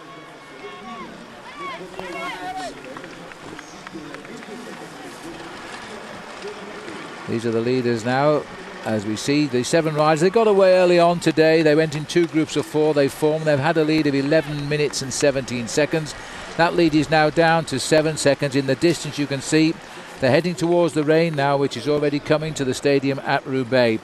We've seen out with a crash, Dirksens, Tom Steele's delayed, the champion of Belgium, other riders too. But the gap coming down regularly at 7 minutes. Well, if you get a chance to see the flags here, you get an indication of just how difficult the wind is here in the north of France at the moment. It really is a tough cross headwind, which is why I think we'll see a lot of riders getting tailed off on the latter sections of cobblestones, because when you hit those sections of cobblestones with that very strong crosswind, there's nowhere you can hide, there's nowhere you can get shelter, and you just get popped off the wheel in front of you. This is Erwin Thijs, number 236, and then Stefan Burgess just ahead of him, the Agri Turbo boy, moving off Sebastian Lang. These are the breakaways. Here's the main field. So as the main field are now heading, they still have ahead of them now all of the major sectors of cobblestones. The early action has claimed Dirksens and Steels, and we've also had the group now close down what was a gap of 11 minutes 17 to just 7. Those 8 riders getting together very early on. And the problems are continuing here now as the grit works its way through these small tyres as they hit over the cobblestones. Poor old Jimmy Engouvon is now the rider from Cofidis who takes the problem in hand. Got a good wheel change. He was lucky, Paul. The car was on hand there. Very lucky. That's the important thing. You have to have a little bit of good luck in a race like this if you're going to keep yourself in with a chance of getting the wind down towards the end, and his car was there very quickly indeed. That's Vesserman off to the right, George Hincapie bobbing in and out to the left of our picture. Hincapie motivated, it's good to see. Ekimov is right alongside him. You can't have a better man to help you out than Vatishav Ekimov there in the centre. Tony Cruz is here as well. These boys are beginning to look pretty sharp. Absolutely. They're looking great so far today in Paris-Roubaix. George Hincapie, very motivated for this race. He's done it for 10 years. He's always been right in there. He's been so close to the podium in 2 occasions, getting 4th place twice. And even his very first Paris-Roubaix, he finished near the top 20. So he's a great talent, and this is the perfect race for him. Let's see how Big George, if he can finally take out this great classic. I think what's also very interesting there is the fact that the whole of the team, you could see almost into the depths of their eyes there. They were very concentrated, very alert. They wanted to make sure. Look at the chaos here. Everybody's trying to take a shortcut to get around that corner. In fact, sorry about that, boys, but there's a little rope there that you might not have figured into your equation. That wasn't the way to go. Indeed it wasn't. Sector 21, it is nearly 2 kilometres long, this. The reason Hincapie and the boys from Discovery Channel have got near the front is because they know now they're not far away from the new sections of cobblestone, which includes the climb, and they want to keep out of trouble. They certainly want to keep out of trouble, but Stefan Weissermann has been very much present at the front end of this peloton, but we're now getting into these sections which are new sections of cobbles. Many of the riders say they are even harder than the old Forest of Arenberg, which may well be brought back into Paris Roubaix in the future once it's been renovated. But I've heard something like around about $500,000 is required to renovate this small 2-kilometre section of road which goes back to the Napoleonic times.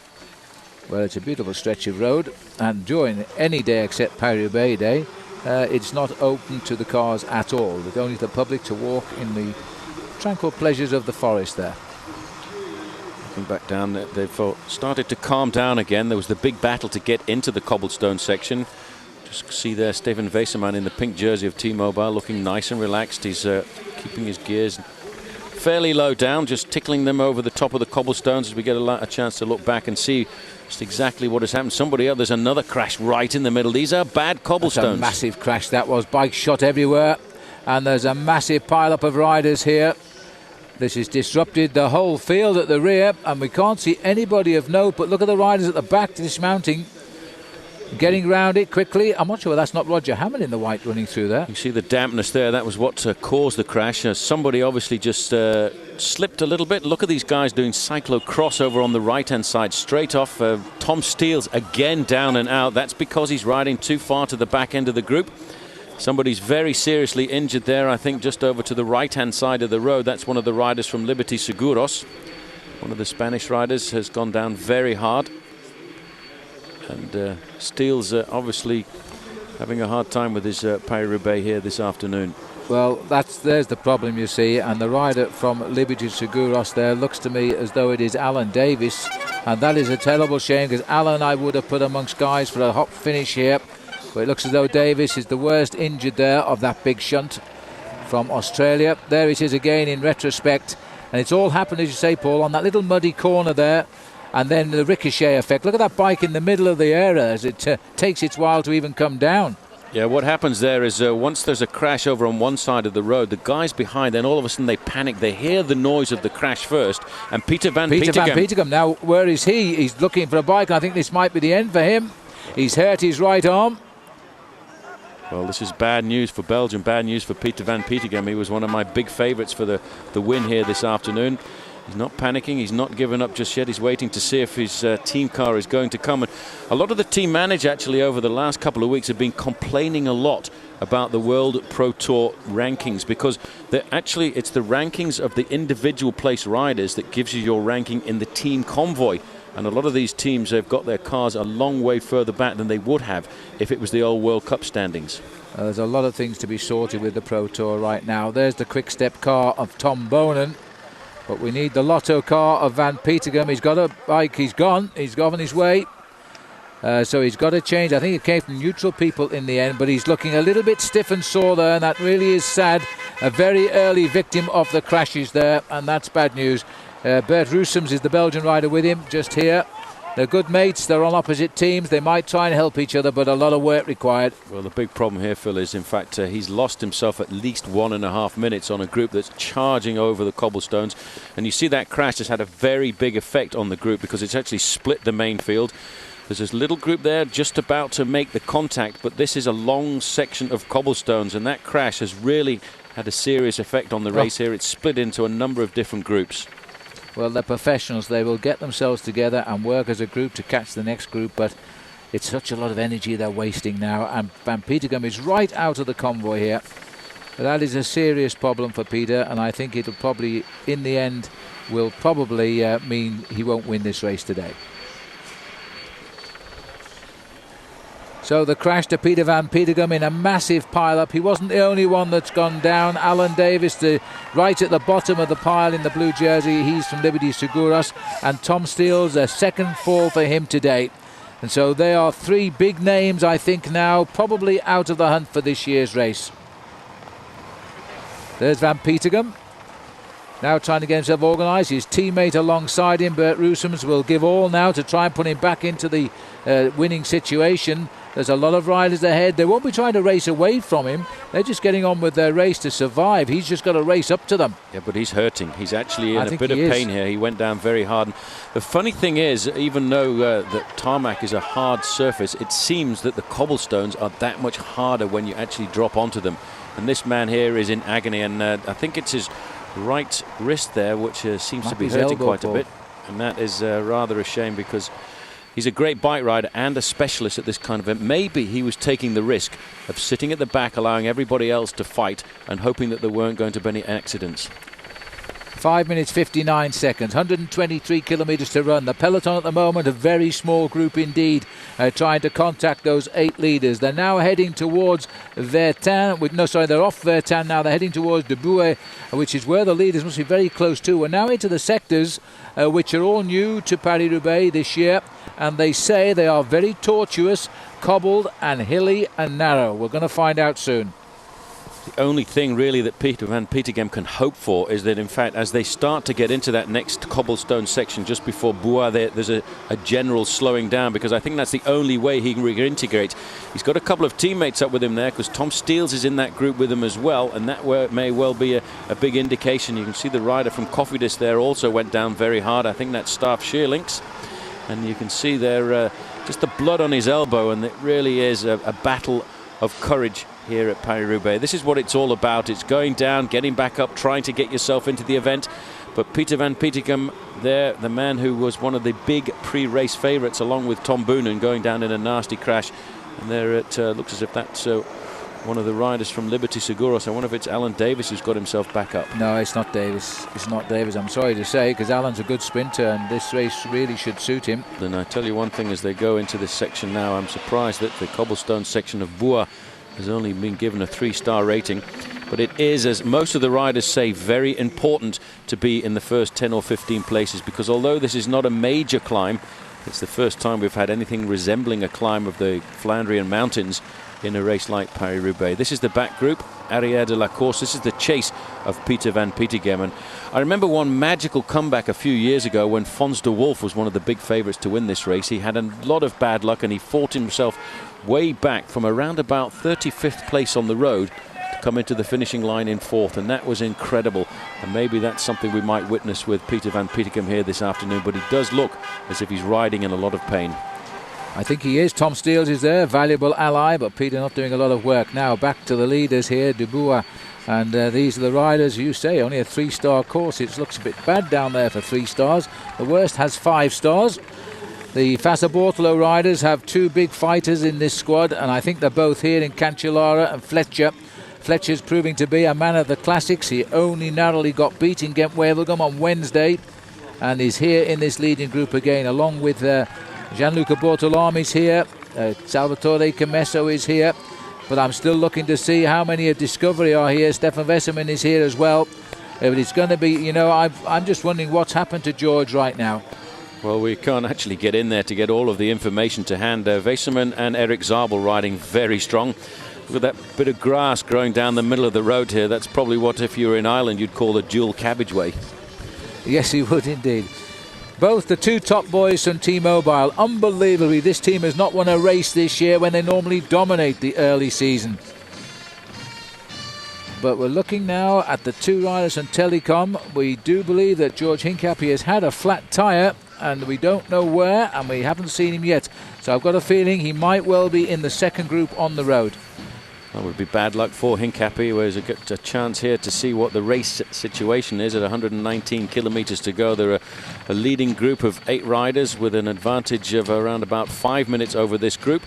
and another group 2 minutes further back, and I presume that must be the group that contains Peter van Petegem. So he's still got a good chance of pulling himself back into this race, because the impetus, Phil, seems to have gone out of that little cluster of riders there. They just seem anxious to hold their positions once they get to the front. But that is the stretch of Bouat. We're moving on to Presso and then Aulnoy, and it's at Aulnoy where we get the big climb, and it's a 5-star rating. It's not far away now. These are new roads for the Paris Roubaix. They're all up and down as well, which surprised the riders. And we're looking now at the main field here. News reaching us as Alan Davis, in fact, has now been taken away to hospital. I hope he's not too seriously hurt, but he really came off the worst of that massive crash at Vertin. Peter van Petegem here. Tom Steels is not liking the climb either, as they slowly but surely crawling back into this group here. Not sure if it's actually the main peloton, but he's trying to come up, and let's hope he can. Well, Van Petegem is trying to get back onto the end of that group, but you can see the pain written all over his face here as he just tries to keep in contact with the group. But you know, when you're riding over these roads, any little pain or any little problem that you've got is absolutely and utterly exaggerated and gets amplified right through your body. The crowd there shouting this man on, a man who in the past was one of those very rare riders to have won not only the Tour of Flanders but also Paris-Roubaix in the same year. His teammate Roosem looking over his shoulder, trying to encourage him. He will just utter 1 or 2 words of encouragement here to try and keep his morale high, try and get him back into the race, but you know, it's a very difficult thing to do. Well, Van Petegem, as you pick through riders, you look ahead and you've still got more ground to make up. You can't make up a lot of ground on the cobblestones. You fight and hold your position and wait desperately for the cobbles to end, and then try and move quickly forward as best you can. Just now, though, this is Staff Schierling. He had a nasty fall. He's passed through and gone to the back, and he's getting a lot of help here from Bert Roesems, his teammate, trying to pace him up to that group. They're getting there slowly, but it's not the front of the race. That's the problem. He just needs a few deep breaths, and he's got to keep on pushing on to try and catch up with that leading peloton, who are not driving quickly. They're just letting it come routinely at them, fighting to hold their position in that front peloton at this stage of the race. There is still an awful long way to go. More trouble here as a rider from Crédit Agricole, and I think Agri Turbo, but I'm not sure anymore because they're covered in mud down there, trying to get going again. Big, huge chase being put in by the Lotto de Wiedemann riders, because their man, Peter van Petegem, who's won this race in the past, won Tour of Flanders in the past in the same 7 days of time a couple of years ago. A great bike racer, had some horrible luck to be caught in one of the big crashes very close to the front of the peloton. These are the leaders back with them now as they're heading up towards the climb of the day. They'll be on the section of Presso, 2 kilometers. And they've done pretty well here. I didn't catch the orange jersey there, Buscatel. He may have been at the back, but we'll see if we can see him. Herrero, he was in trouble early on. Let's have a look at the breakaway now. Erwin Thijs on the front, setting the cobblestone sections, and not surprisingly, because Thijs is a very experienced bike rider. There's the Euskaltel rider just tacked on the back there, starting to ride himself into some kind of form on these cobbles, as these riders now are on the next section. This is the section of Presso.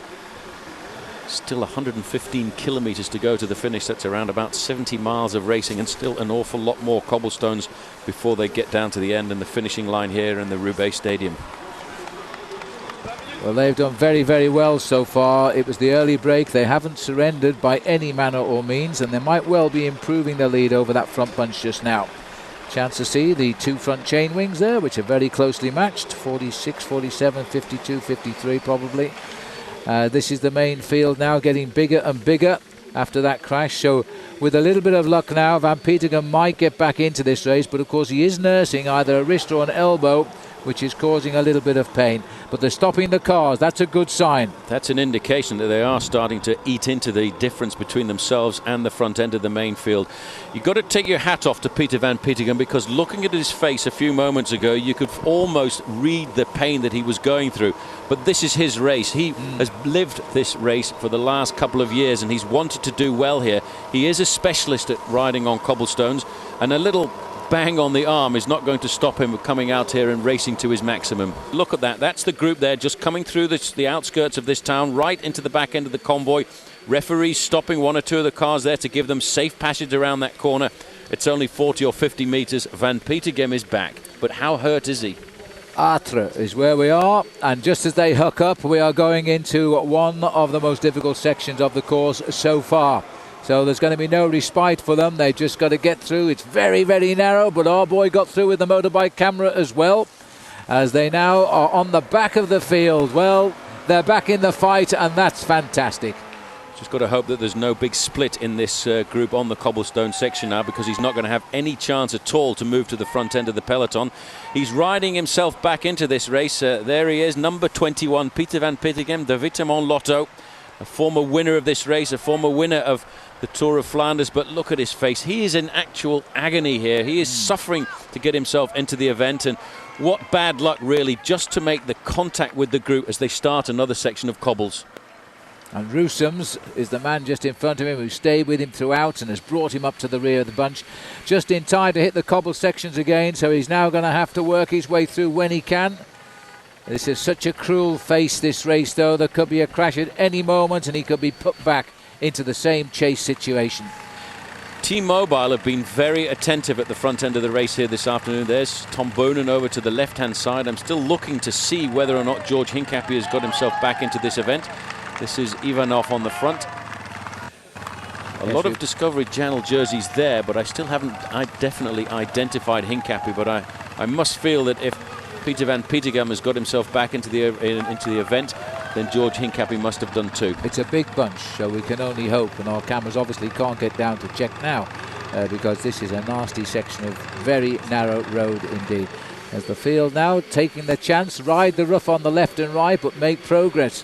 Magnus Bagstedt also pushing himself. Rabobank looking, there's a lot of Discovery guys down midfield. I think George is there, so too Hammond, and I think Michael Barry was still there, Tony Cruz. That's a good group still there. Just caught a glimpse of George Hincapie. He was riding in around about 25th place, so he's back comfortably at the front end of the peloton, and he still does have a lot of teammates there to help him down towards the end. This is the sharp left turn. This is the next sector. Sector 19, this at 5-star, very, very nasty section with the drag on it. This is going to be a tough one as they start up the climb here now. And wait till the peloton gets here. Look how narrow it is here. The crowd wisely standing up in the fields. They better watch out. One or two riders might join them up there shortly. This is a hard section. This is why a lot of the riders have actually opted to put a large inside chainring on, so they can actually flip off from the 53-tooth chainring on the outside down into the inside chainring of 46. The Dutch there, you can see the Dutch flag flying very high there, and gives an indication that this is a very complicated race because the road zigzags along. In one section you'll have a wind coming from the left, another section you'll have a wind coming from the right, other sections you'll have a headwind as we zigzag around the north of France, not too far away from the Belgian borders, looking for these treacherous roads that have been around for more than 100 years. 2.6 kilometres this stretch. A little bit of reasonable road surface there. 108 to go, 5:20 the gap on 5:45. I think Glenn Dollander is likely to be brought back very shortly in the melee as they race for this narrow stretch. He might just about get here ahead of that main group, which now contains George Hincapie, Pieter van Pittegem, Tom Boonen, Eric Zabel, big favourites before the race started. The crosswind showing there it's quite strong. Slight downhill and then we kick up the climb. These boys will have no problems with it, but what about the back group?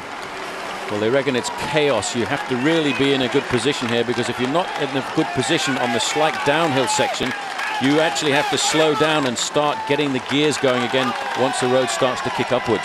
Well, you know you're in trouble when they start putting barriers up to keep the crowd back, and that's what they've done just there. Flag of the USA flying alongside the flag of Flanders, which is the black line on the yellow background. Now it does look like there might be a hill haunting the area now, because there's the other side of the valley. And these, remember, this is virgin territory for Paris Roubaix. We've normally shot off through the forest of Arenberg. Not today, we're just south of Valenciennes right now. Forest of Arenberg just on the other side of Valenciennes, but there's been a lot more cobblestones thrown into this section of race here before we even get to Valenciennes. These riders now will be going downhill in a few moments' time before the race then kicks up to what, as one or two of the riders have said, a climb which resembles very much the Eichenberg of the Tour of Flanders just 7 days ago. Very long section here, and the steepest part of the climb coming at the very end of it, almost 3 kilometer section of cobbles. It's given the highest rating as being probably one of the most difficult stretches in the whole of Paris Roubaix right here, right now. And you can see the breakaway trying to get themselves across this long section of cobbles, and they're going to get up to a climb here in a little bit of a descent. It's incredibly narrow, so you can imagine what kind of pandemonium is going to break loose when the whole of the field gets into this. Little bit of gaps there. The Euskaltel Euskadi rider, Herrero, doing a good job to stay on. He's been having some very hard times in the breakaway on the cobbled section. He's doing a lot better on the regular tarmac out on the road, but he's not going to have a chance to get back on that for another 1.5 kilometers after a tough little climb. Best place for these guys to be is at the front end of their race, but when the main field comes in a few moments' time, I wonder if Peter van Petegem will have had the chance to get to the front end of the main field, because I think he needs to be there if he's going to stay in Paris-Roubaix today. Look at the face now as they grit their teeth. This is the little drag up. It doesn't look much through the trees, but believe me, it will hurt the legs of the riders. The breakaway having the best shot at it, of course. All 8 men still together. Still hanging on by his shirt tails is David Herrero of Euskaltel in that orange jersey. The others have a little bit more of an advantage. The black and white flag of northern France, the Breton flag, in fact, also flying here now. This is the first big challenge of the day as they now race towards the summit of the climb and onward. 5-star as they continue to push on. Well, the difficult thing for me about this section is a problem there over to the right-hand side. Somebody just pulling off there. The difficult part about this section of course here, Phil, is not just that we've got this long 2.6 kilometre section. We've actually got, in the space of about 8 kilometres, 5 kilometres of cobblestones. And Herrero here not feeling very comfortable at all. And even though this is a new section of cobblestones, you can see the crowd have certainly found it quite easily. They exactly knew where it was here. We can hardly pick the riders out. It's almost got the scene of the Forest of Arenberg there with all of those people. And stopping on the other side of the road there, it looks to me as though it is Seb Chavanel who's gone. Yeah, he's broken his saddle actually, and that's a bit of bad luck for him. There's a rider down here, and this is a Phonak rider who's gone down, and this doesn't look too good at all. This is Martin Elmager. He's also, so just as they've entered the stretch of cobblestones here which will lead them to the climb, Martin Elmager has gone down on the corner. Yeah, the chain, they had a hard time getting his chain back on there, the Swiss rider from Team Phonak. A lot of help coming from the spectators at the side of the road as they push him off, and he's now going to be in the chaos of the team cars. On this slightly uphill part of these cobbles, it's very difficult to actually get the bike going again because you have to pick up speed quite quickly, and he's not too happy there. He's got a problem. He actually can't get his foot back in, and that's because he's got a pair of socks over the outside of his shoes just to try and keep his feet warm. Well, it is cold enough today. This is the rider detached from the leaders. We should have now 6 riders up front because we've lost Sebastian Chavanel with a broken saddle. Herrero has been dropped. These are the front runners now, remember, with just on 5 minutes lead. We're at Aulnay-les-Valenciennes.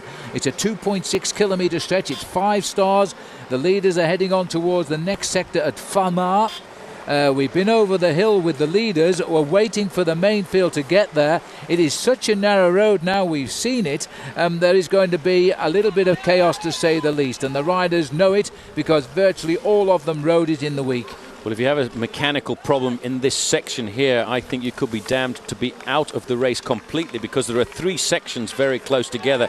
Lang, Barredo, Coyot, Bra and Berges are still in the leading group there, as well as Erwin Thijs has still managed to stay in contact with this small group now, which has been reduced to 6 riders. But there's a lot of cobblestones here with not very much tarmac in between them. This is a big battle now. 6 riders left to the front, a couple in between, 5 minutes the gap, and they're closing it down. And they're just over 100 kilometres now from the finish. Lotto are riding now because Van Petegem has got back after an incredible chase to bridge a minute and a half from his accident back into the bunch. And now they're free to ride again for their captain. That's what this bike race is all about, having the courage to have bad luck, to pull yourself back into the race, never to give up, never to surrender, always to think about the fact that the race could slow down a fraction in front and you could pull yourself back into the fold, and that's exactly what Peter van Petegem has done. And also George Hincapie, who had himself that little mechanical incident, a quick change.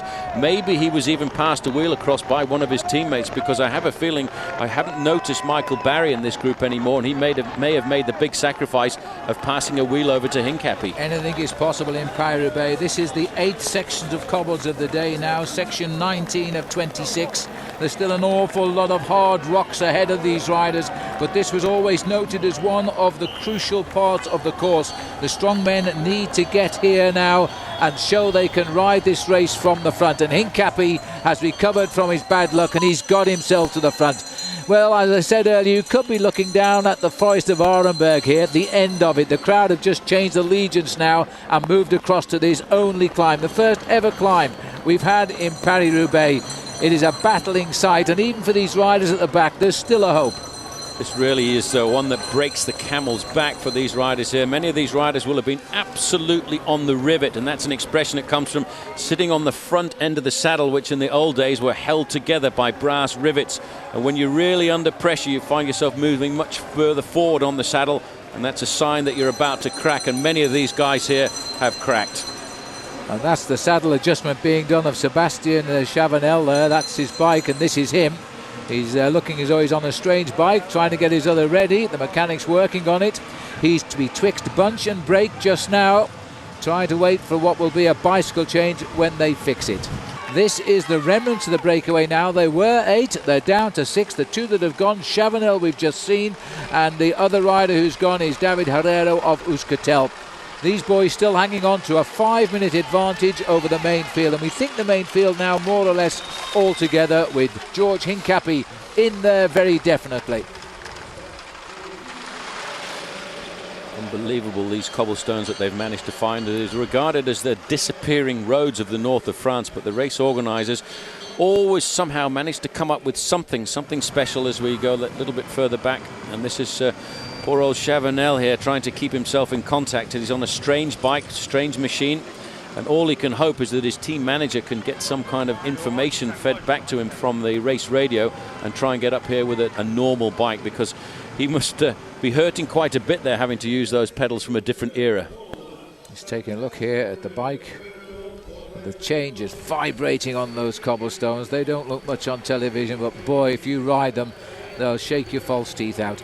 This is the main field now, the Swedish flag flying there, no doubt for Magnus Bagstedt. He's the only Swede in the race, last year's winner. And talking of him, Paul, I haven't seen him for a while, but surely he's got to be in this front group. We haven't seen anything of him. Let's just have a look here. This is Lotto, this is Nico Martin, very close to the front, looking over his shoulder. Leon van Bon in there as well. They're looking to see whether or not their big man, Peter van Petegem, has recovered, and I would think that he has. Everyone's just trying to take an idea on exactly who has managed to get themselves back into the race, and I've got a funny feeling I just caught a glimpse there of Baden Cook as well. Cookie, by the way, despite the fact that he's been a professional for quite a number of years, is participating in Paris-Roubaix for the first time. I find that amazing, and that's what he told us yesterday. Yeah. There's the long line of a very angry peloton now, trying to recover from the bashing they just had over the climb. There's more to come now when they enter Famar, 1.2 kilometers of it. Again, the general regrouping at the back. They live to fight another day as they get back up to the heart of the peloton. It's been a real tough race this last hour or so, and we've seen 1 or 2 riders suffer badly. Alan Davis, the Australian, gone to hospital. We don't think seriously injured, but certainly gone a possible broken bone or 2. Van Petegem has come back despite a heavy crash. Tom Steels has come back despite falling twice so far. He's riding like the true champion of Belgium he is, and talk of him, there he is now, having a chat with Peter van Petegem. Van Petegem doesn't look very comfortable though, because this is at the back end of the group, and I wonder if Van Petegem in fact has been dropped again, because these guys are not going very fast at all. They're having a little chat. Van Petegem sitting up there, I think he may well be pulling out here, because they're not in contact with that peloton anymore, and that is rather a sad day. You can see him bowing his head down. That's almost a sign that he's about to give up, and a sad day for the Flemish, because he was a massive big pre-race favourite. But I think you're right. I think he's hurt his arm, although he got back into the group, and Tom Steele surprisingly has gone with him. So they've both given up on the climb itself and decided to call it quits, and it's a sad sight. 2 big names from Belgium are going out here for sure. Yep, and that really is rather sad. There's another crash on the left-hand side. Somebody went down there rather rapidly. That was Van Dijk, Stefan Van Dijk of Holland, MrBookmaker.com. And he's a promising rider, but he's had a nasty tumble there. You see, in Belgium and France rather, the police are even helping out here to get him back on the road again. But he's not looking as though he's too frisky right now. He's just checking the bike, checking to make sure everything's okay, and again, he's had a problem I'm not sure what that was all about, but he's trying to get his bike onto the large chainring. He's obviously hurt as well as the main field. Don't know anything about this. And you see how they've taken either side of the road. They're looking for the smoothest part of the cobbles if they can as they charge away down this very long section of stones. We're on Farmar now, which is 1.2 kilometres. And out one or two big names there. Stefan van Dijk is also a very good rider at this type of event. They're specialists for the Paris Roubaix course. And just look at the way the rider's a bit low down there, dodging now, looking for the smoother cobbles, trying to get in the corner, keep out of the way, see where they're going, which is imperative. Otherwise they place all of their faith in the rider in front of them. This is section number 17A. There's two sections here. There's a lot of cobblestones in this part of the world, and this section is actually the section of Atre à Kernin, followed by a short bit of respite when they go on to the next section, which is at Kernin to Mang. And these two have been brought together. This is Peter van Petegem's group. The cars are all going by him, so this is the end of Paris-Roubaix this year for Peter van Petegem, who at 33 years of age must be wondering whether he'll have another chance to come back and try and get himself the victory one more time. He's had a win, he's had a second. He was fifth, I think it was, last year in this event, but this year not to be for him. He's had that sort of season so far, Peter van Petegem. He did have one good ride, though, in the Tour de Flanders, and that's been a favourite race of his as well. But it looks as though he's just looking for the chance to turn off the route or get a lift in one of the cars behind, because he's in quite bad pain here, and I think he's hurt his elbow myself. Yeah, he went down very hard, and I think Bob will agree with me. The cobblestones, when you fall on the cobblestones, they don't give any mercy at all. They just seem to be just that bit much harder than anything else you can fall onto. It's like a meat grinder chewing you up, and Peter van Petegem, no exception to the rule that you mustn't never fall on the cobbles unless you want to get seriously injured. I think that he's put paid to his chances in this year's Paris-Roubaix. He will be back in this event. He loves it so much, but for this year, and it was very close to the front of the group where he did crash. It's a place where you expect to stay out of trouble, but there was a puddle on the course, and it was very slick, and down went one of our big pre-race favorites, and we see all of the rest of them still in the front, but racing very quickly now, and Quick Step at the front. T-Mobile, look at Vesselman right there, right in the front of your picture. Tor Hushovd is there. Of course, George Hincapie just behind them, and riding a great Paris-Roubaix so far, even despite a little bit of bad luck for George with a flat tire. Lars Mikkelsen there for CSC as well, another Scandinavian rider who fancies a chance. There's Magnus Bagstedt in the lime green colours, just popping in and out of our picture on the left as we look. And this is a very, very interesting group. Somebody from Rabobank stopped there with a problem you may have seen left on the corner. Meanwhile, back up with the leaders here. And this is Carlos Barrido, who had a brilliant Grand Prix Pina Shirami the other day. Finished third in the end. He led for virtually the whole race, and he got caught by a couple of riders just before the finish. Very bad luck, but he did stay up there for third. These guys are doing fairly well to hold on to their advantage. They are riding at a fairly steady pace all of the time. That's the cobblestones. That's the hell of the north. That's what this bike race is all about. Sebastian Chavanel still trying to get back. Still trying to get back. This poor guy is caught in absolute and utter no man's land at 99 kilometres to go to the finish. And it's 1 minute and 23 seconds, his gap there, back to the group. And this is the abandon here of Peter van Petegem. I think he's going to pull off. And I think sad day for Belgium as he takes an exit off to the right-hand side. So Peter van Petegem abandons the race. He raced back up to the leaders and he couldn't hold his position. We think he's got a damaged right arm, possibly an elbow. He'll be off to hospital as soon as the race finishes. He's on the right, going with him on the left, the champion of Belgium. 2 crashes too far. And just look at the chaos here now. There's the car for him. Time to leave the course, but it's absolute traffic block here. But he's turned off the road here. That's his dad just over there on the left-hand side, so he must have known. There you can see once he's actually getting off the bike, you get an indication of just how badly hurt this man was. He fought well to get himself back into the main field, but I think now he'll have to move away from here and come back and fight another day. But what a battle it was to get himself back into the race, and rather a sad day for Belgium. Yes, it is, and poor old Tom Steels fell twice. Meanwhile, back with the race, that peloton is still large, isn't it? It's slowly been recharged by riders coming from the rear, the crosswind of the Italian flag indicating that these riders are competing with a lot of problems out there today. This is the second sector of the zone 17 at Kerang, 2.5 kilometres long, and it's a question of how long can they keep going before they too have a problem. This is ranked as a 3-star event. The most difficult is the one that carries 5 stars. That's Leon van Bon now of Davitamon Lotto, a team which has almost been decapitated really with the loss of their leader, the man who many expected would take the win out for a second time, Peter van Petegem. Van Bon now will have to try and ride for himself. The Lion of Flanders flag is there, and it used to fly for Johan Museo, but there's a new Lion of Flanders now. His name is Tom Bonen. And Bonen has been riding very much to the front end of the main field, well protected by his team, and so far he hasn't had very much of bad luck at all, Bob. Tom Bonen riding a great Paris Roubaix after a fabulous victory last weekend in the Tour of Flanders. The 2 races that most Belgian riders would most love to win, coming within 1 week's time here in the very early parts of the season. And Tom Bonen is the big star now of Belgian cycling, and it's a long tradition of great champions in the event Paris Roubaix. We mentioned Roger de Vlamingh, the Gypsy, as he was called in his day. Eddy Merckx was great, Rick van Steenbergen, and of course the most recent one, multi-winner from Belgium, was Johan Museu. Museo, the king of the cobblestone classics, the king of the Tour of Flanders, and the man who very much loved this bike race as well. But I do have to feel a little bit sorry for Chavanel here, because he's having a hard time on a bike which is not his own bike at all, and it is very, very difficult to go back to these old clip and strap type pedals for this man. And very shortly I hope that his team car can get up to him to get him a new bike and to get him a bike with the correct pedal combination on there. At the back here you can see the rider here from Liberty Seguros is doing a pretty good job staying in contact. This is Barredo.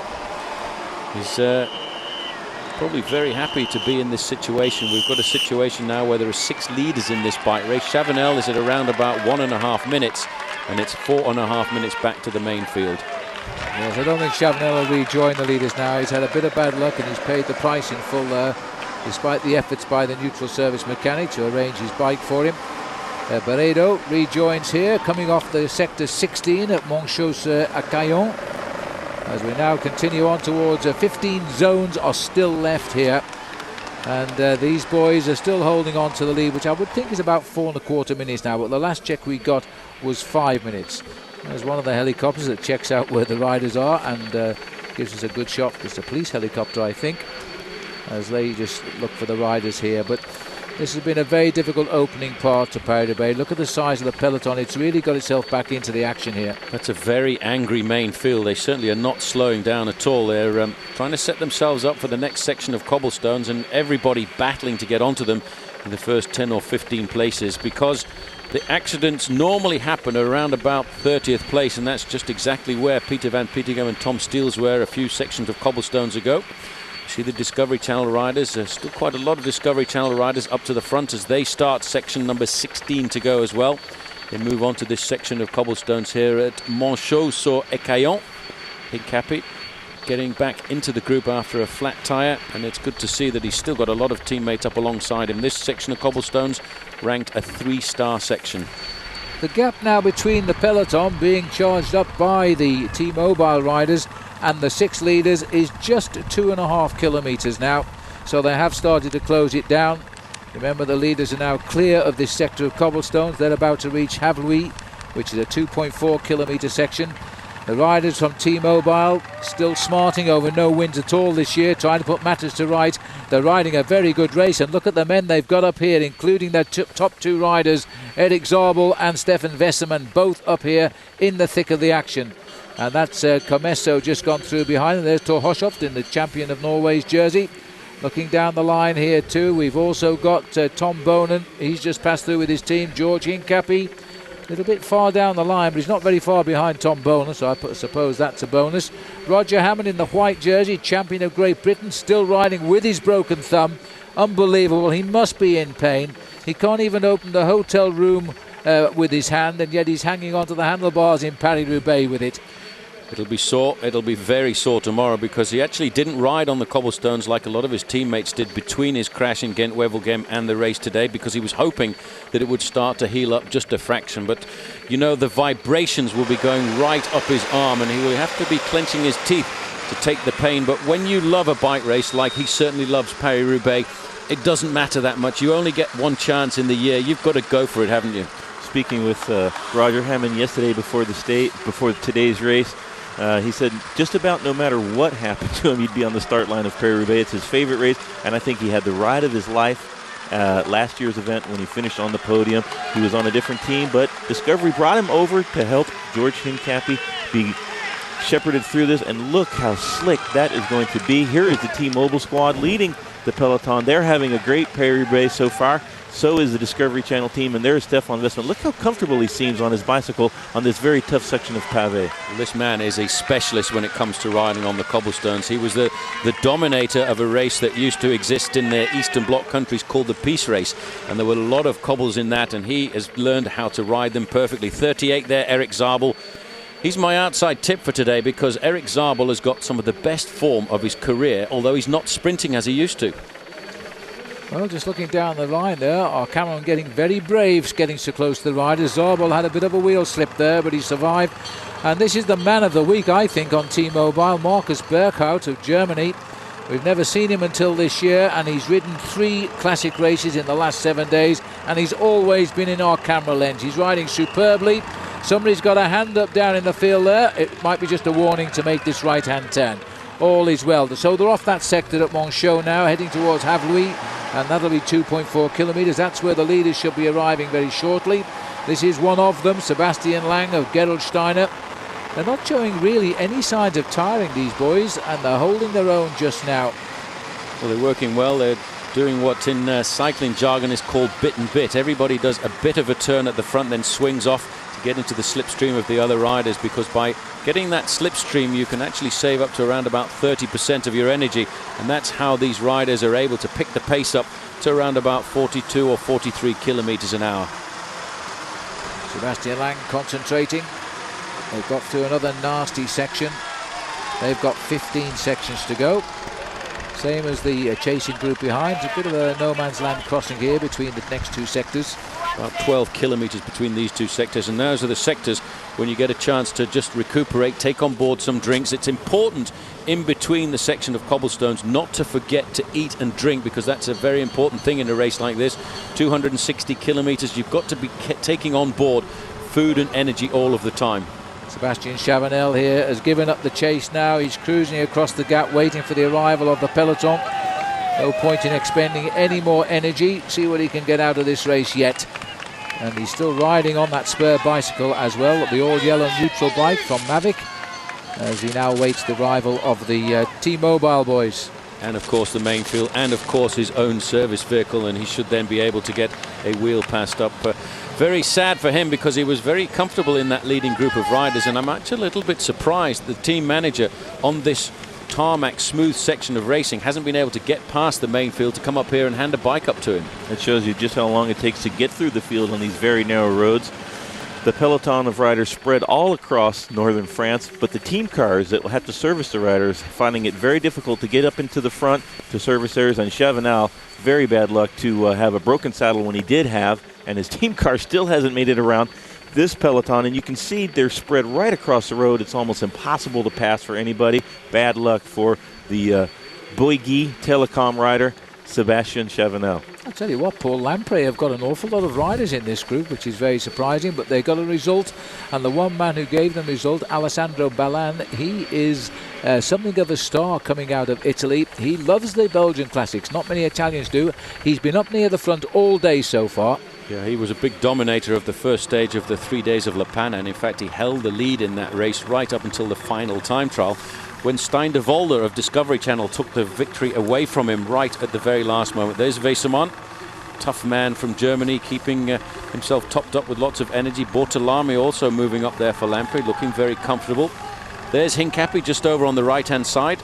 He's up at the front, keeping himself nice and out of danger. He's got a very interesting teammate to look after him towards the latter part of the race, Yaroslav Ekimov, and it's good of course to see Jean-Marie Leblanc there, who's up alongside the leading group of riders. Jean-Marie Leblanc, probably the director of the Tour de France for maybe one more year before he hands that across to a man by the name of Christian Prudhomme, who had his baptisms of fire this year, I suppose, when he had to look after Paris-Nice and they were shortening every stage because of snow. Yes, and it's still chilly here in northern France, very unspring-like, I have to say. It's just on about 48 degrees Fahrenheit just now, as the riders race towards the stadium in Roubaix, where a local amateur race just arrived here.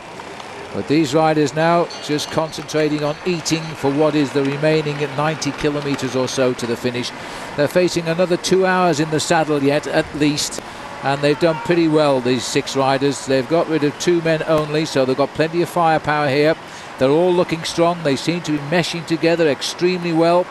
And they're not afraid of what's to come. They're looking now for Havluy, which will take us to 172 kilometres covered, and this sector of cobbles is 2.4 kilometres. Long section of cobblestones, a very nasty section of cobblestones around the outskirts of the small town of Dunat. And this man here, Chavanel, is waiting for the team car. He may well be in communication with them right now, saying, look guys, I was in the leading break, I did my job, and unfortunately the bike gave out on a situation like this. And what a place to road test machines, because if a bike can get through Paris Roubaix without falling apart, it's got to be a pretty good one. What do you reckon, Bob?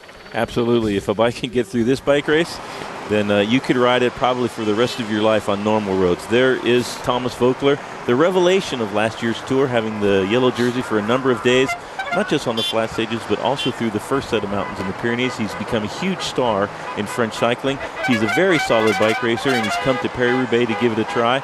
And taking his arm warmers back to the team car, and they're the Discovery team, driven by Dirk de Mol. He will have won this race way back in 1988 after a very long breakaway with none other than Tommy the Tank Wigmuller.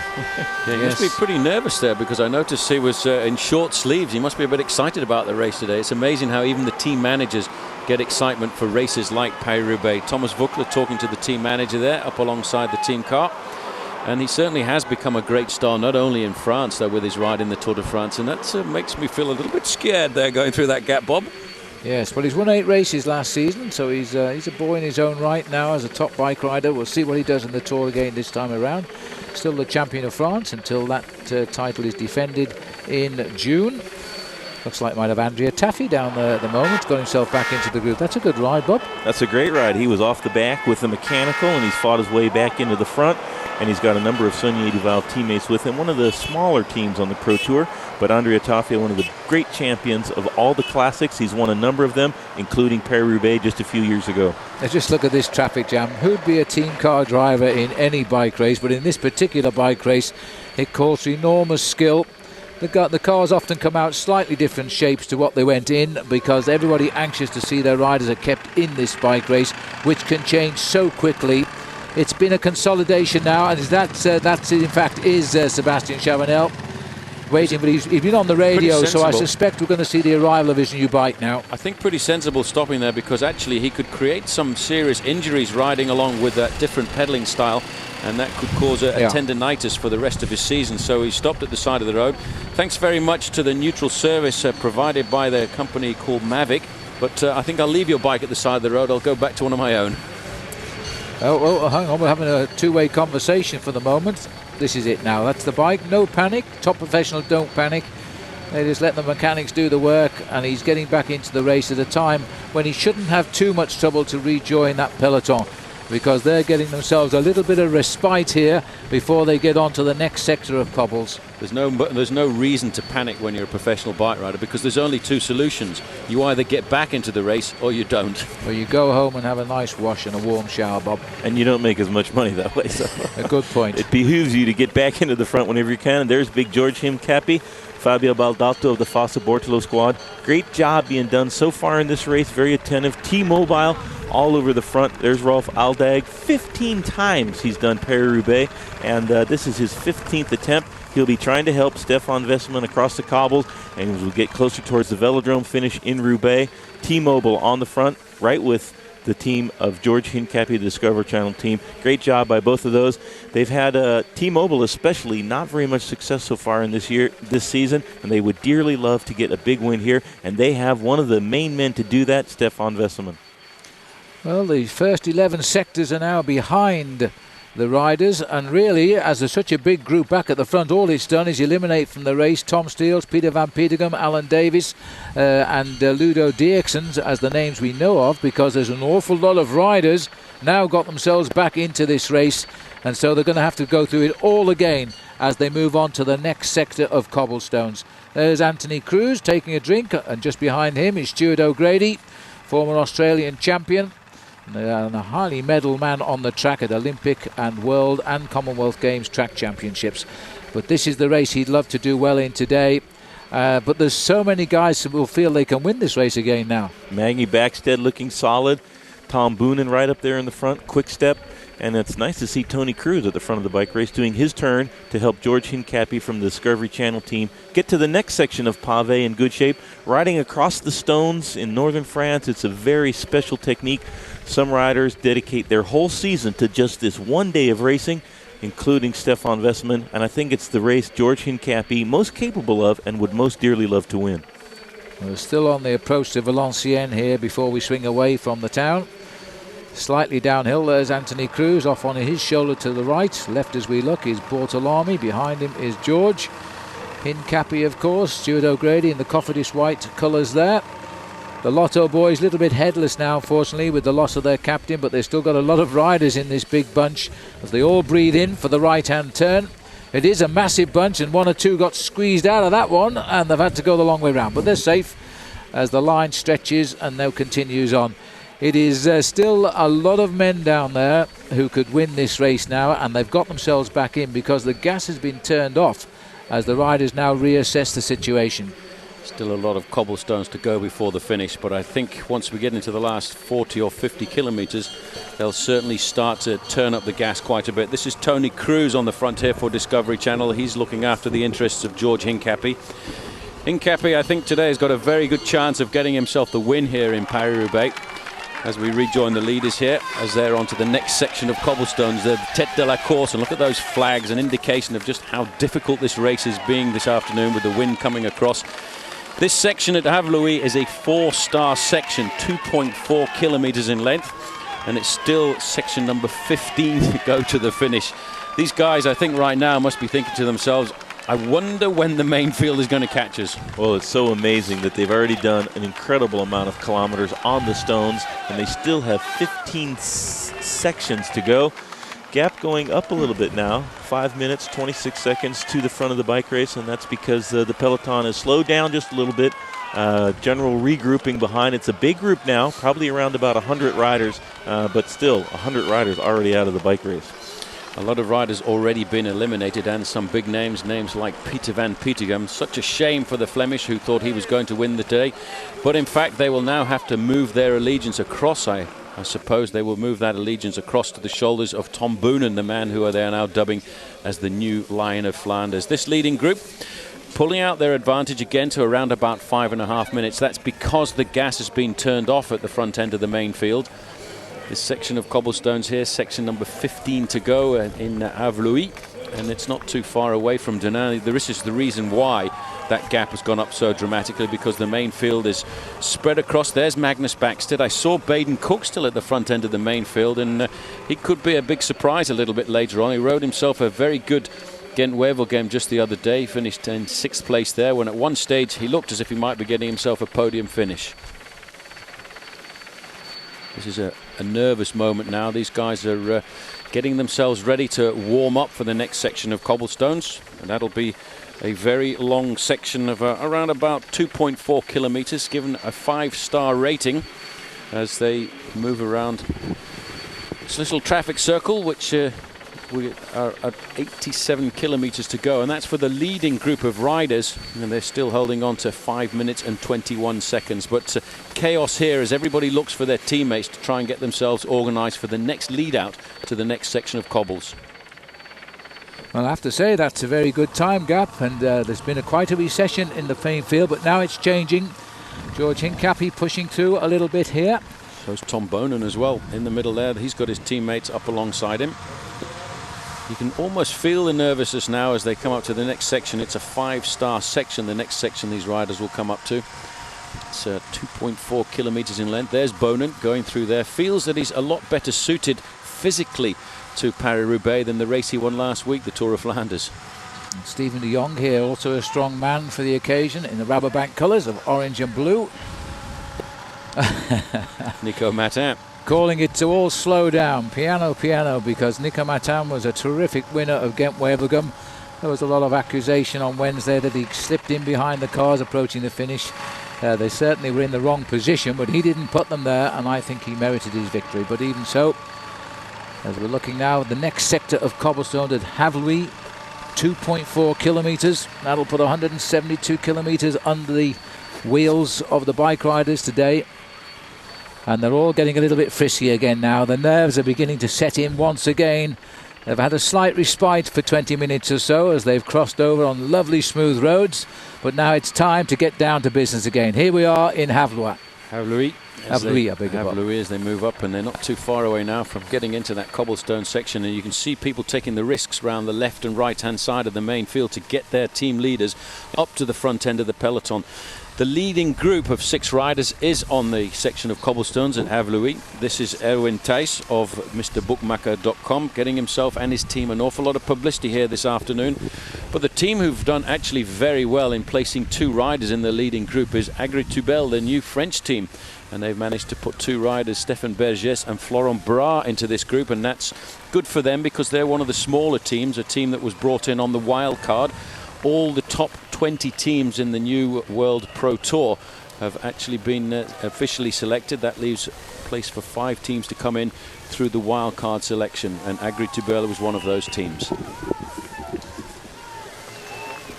Organising themselves here. They're off the cobblestones now, but not too far away from starting that cobblestone section of Havluy is the front end of the main field, and you could almost feel everybody starting to get just that little bit nervous because there's only about 6 kilometres in between the section of Havluy and the section of Ornain, which in itself is also a very nasty section.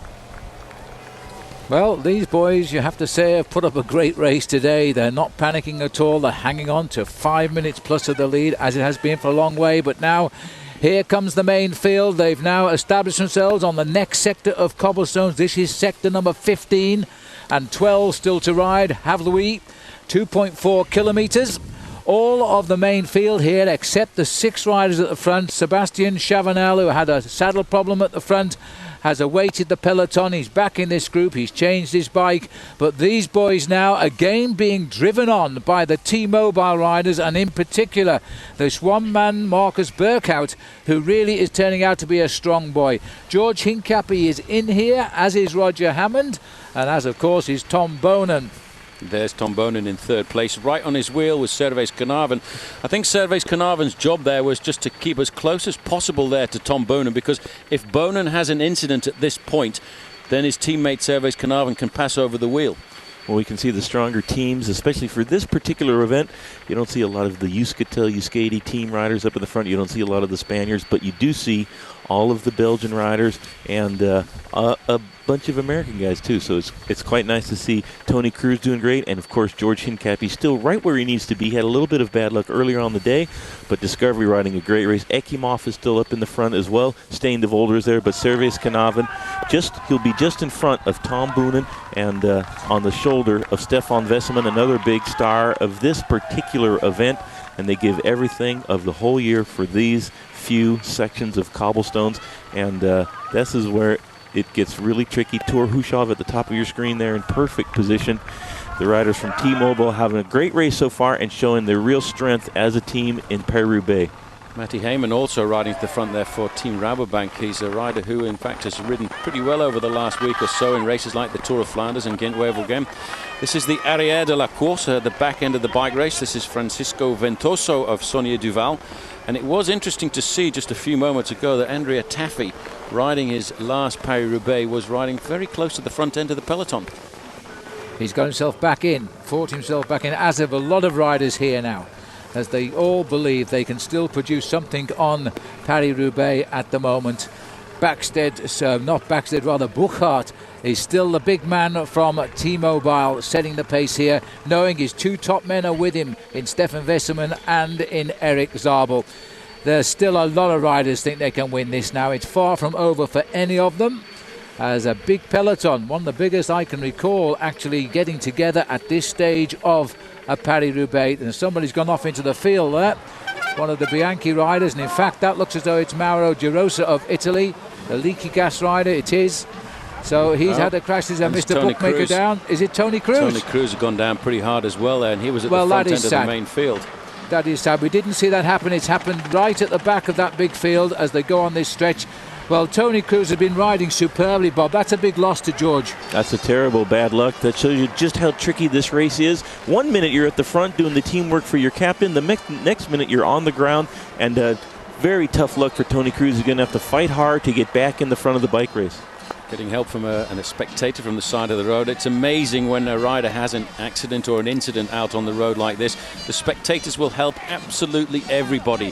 The front end of the race is still at 82 kilometers to go, and Tony Cruz has in fact got a mechanical there. He's waiting for the team car to come up alongside him, whereas in the main field the pressure is still very much on.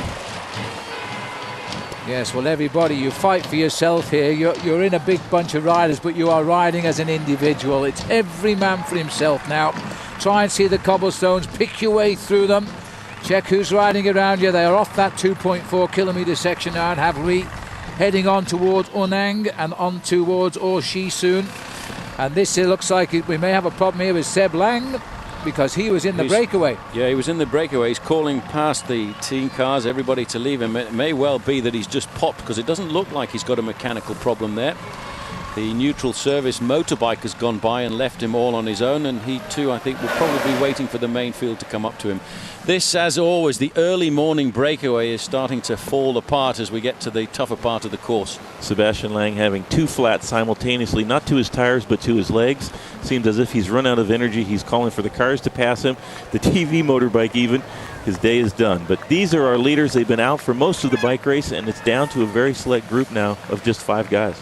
So 5 riders stay in the lead in Paris Roubaix. The main field with George Hincapie still in it are at 5 minutes. Well, there's the breakaway. As I say now, Burrido is still there as we head on to the next sector here. And this is now the sector to Onang. Looks a pretty ropey old sector. How many stars for this one, Paul? This is a 4-star section, 3-star section, 3.7 kilometers. It's a long one. I don't think it should have been given just 3 stars, because this is one of the longest sections. Goes past the 2 water towers you can see there, and it actually gets to those water towers. You turn to the right, and it's a big, long section where in the past we've seen pressure being put on the front end of the main field, and it could well be that if the peloton attacks this at full speed, we'll see a splitting in the peloton here. This is actually the section which in the old days would be the second section after the old Forest of Arenberg. And it was usually here where the riders were all chasing to regroup after Arenberg, and many of them didn't, of course. Looks as though Burrido there is having a little trouble with his bike as well. He's having a problem with his hand. He's been clenching his fist for the last 15 or 20 kilometers, as if those cobblestones are really sending a lot of vibrations right the way up through his bike. Pushoff in the red jersey there and red shorts at the front is riding a very good race. He's not got too many teammates around him anymore, but he seems to be keeping himself out of any danger. Well, it's continuing to drizzle out on course and at the finishing line. 81 kilometers to go. The gap's down to 4:41. Reaction coming on the pavé again. And sadly, that pavé has claimed now Antonio Cruz from Discovery. And we don't know his whereabouts as yet, but let's hope he can get back. Certainly Hincapie would have appreciated him, because Cruz was riding well today. He was riding very well, and he looked injured when he went off to the left-hand side of the road, but I think compounded on top of that when he had to call for a new bike or a new machine of some kind. That was going to make it very difficult for him to get back into the peloton and look after his team leader. That was just giving you an indication. If you look at the angle here, it gives you an indication of just how fast these riders are going over the cobblestones. They're riding at around about 45, 46 kilometers an hour. This is Erwin Thijs here. Now he's coming into his own. The Belgian's a great bike rider on cobbles. He's now having to take on the role as leader of the breakaway now. Most experienced man in it. I'm surprised we saw Seb Lang drop back from this. We presume it was just the legs that went, but he certainly fell back quite quickly. I think he was in a situation there where he said bridge to engine room, more power, and there wasn't any more power, so he just had to pull over to one side. That's the way it hits you sometimes if you're not attentive, if you're not sensible and keep taking on board food, just eating a little bit every 10 or 15 minutes or so. As the main field now takes the left-hand turn, they're not very far away from starting that difficult section at Ornay themselves. Well, conditioning is getting worse at the finishing line. pity the poor commentators, because we're sat in the open here as the rain starts to come down. All our computers have had to be shut down. The television has been put, a plastic bag has been put over the television by the organisation. And it's a very upmarket plastic bag, though. Oh, it's true. It's quality plastic. That's quite right.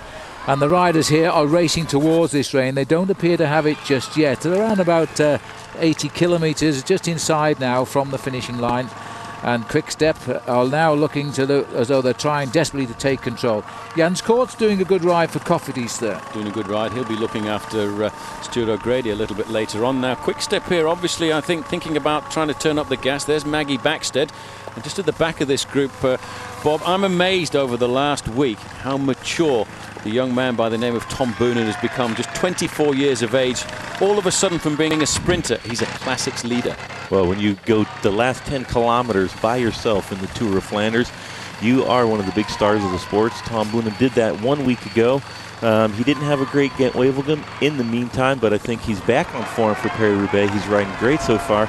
Interviewed him in the at the sign-on yesterday afternoon, and definitely looks straight into your eyes, and it's quite a fearful sight when Tom Boonen is staring you down, telling him his agenda for today's race, and that's to win. That's him just there, just coming straight across there. Wants to be right at the front of this section of cobblestones as he comes in here.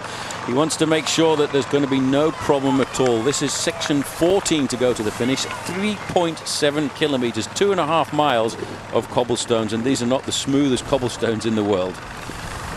So these are the riders now on section 14, and this is the main field eating into the lead of the breakaways, as they're down to 5 now, and the gap is less than 5 minutes. And it looks as though Tom Boonen has decided right now it's the time to be seen at the front here and get out of trouble. He's forced the pace to move right up to the head of the field, which is still a very large field. It's a very large field. I thought it was starting to rain out on the course, but it's actually little spots of water on this television screen in front of us. But I'm sure before they get down towards the end, they will have some damp sections of cobblestones, and that could be rather nasty, because they won't have the big storm that come and wash all the mud and slime off. It'll just be a nice little coating, enough to make it dangerous. Now this looks like Kretskins who's doing the driving now for the Quick-Step team. As down there, the peloton stringing out once again. Look right around the horseshoe bend there as they stretch out. Everybody anxious now to try and get to the front if they've got the legs, because it's not just the cobblestones now, it's the hours they've been in the saddle. Oh, there's another bike onto the side. And that doesn't look, I'm not too sure whether that wasn't Baden Cook who went down there. Went down pretty hard. It's the same colour hair as Baden Cook. And that was a very nasty crash, and it is an indication now these guys are really starting to push this race forward. Well, there's still no indication as to who that rider is, but I think it was Fredrik Guedon, is it? It looks like it might be Guedon. No, it's Christophe de Thiou who's gone down. I thought it was 121, 124. Well, he went down pretty hard right at the side of the road. That's an indication to me that they're actually putting the pressure on this section of cobblestones. It is a long section of cobblestones, and if they go at it as they seem to be at full bore, and this is full bore, they're opening up the gap. This is a huge effort now. Huge effort now. Quick-Step are deciding this is the time to make one decision. There's their man in second wheel. This is the most interesting ride, and I think the CSC rider there might well have been Lars Mikkelsen who's got in there. It is. He's also a man for the cobbles. This is time now. Hincapie's got to move up. It looks like they could be moving up. Hincapie was in that group. He was just on the back of the group, actually. He was nicely placed there. You can see the reaction now coming from Fassa Bortola and Fabian Cancellara. He too has been caught out by that acceleration. This is a very long, difficult section of cobblestones. One man caught out there, Thor Hushovd. He's trying to pull himself back into the event, and they really have now on this section, 3.7 kilometres in length, opened up the gas. There's desperation in the wheels now as the riders just grab anything they can to try and hold position. This is the push that's been causing the trouble, and tucked in there is Hincapie, second from the back. He's done well. Mikkelsen has got in there too, another strong man. 4:15 the gap. This is a great move being put in by the Quick-Step team. Tom Boonen feeling very strong, telling his teammates, first it was Pipo Pozzato that made the big move, made the big acceleration. Maggie Backstead right on the wheel of George Hincapie. These are the big stars, the big pre-race favorites, and they are all together in the front. A couple of guys missing out, and including Vesemon and including Thor Hushovd are now in a desperate struggle to get back on terms with our leading group from the peloton chasing the breakaway. 5 riders here, Paul, and there's another crash at the back here now because this rider also gone down. De Groot, Thierry De Groot, another little shunt on the dikes, and somebody else just ahead of him there too, and I think the other rider there has gone down with him is Gilles Canouet. This is because of the pressure. This is the first time that they've really hit a section of cobblestones hard, and everybody has been on the rivet of their saddles trying to stay in contact. Look at this, you've got 2 riders here from Fassa Bortolo trying to make the junction. This is obviously going to be Fabian Cancellara, and I think Pozzato has just got popped off the back of that group. He was the man who made the big pressure on the front to try and split the field, but then all of a sudden he was looking for air. That was a big effort to get Bonen out. It was almost as if Bonen said, look, this is the section of cobbles we're going on, and we need to drive, because we saw how he came over the grass on the edge to get himself in position. Now he's got himself on the front here, Mikkelsen on his back wheel. Hincapie has read it right this time so far. He's read it right. He's been very attentive. He's been looking to see when the move would come. Former teammate of his on the front here, Tom Bonen. What confidence this young man has got. He's actually isolating himself, but you can see the main field now starting to recover a fraction moving forward. I think that's Leon van Bon over to the left-hand side. Davide Monlotto, he can ride a free ride now because most of his top men have been pulled out of the race. Tom Steels and, of course, the abandon of Peter van Petegem. Fletcher and Cancellara from the Fassa Bortolo teams trying to struggle back to the leaders, making a big team effort there. The 2 of them relaying each other. I think Pipo Pozzato, who used to be on their team last year, who's now on Quick Step, who opened up this acceleration, is on their wheel. And look at that, chasing peloton in a big long line.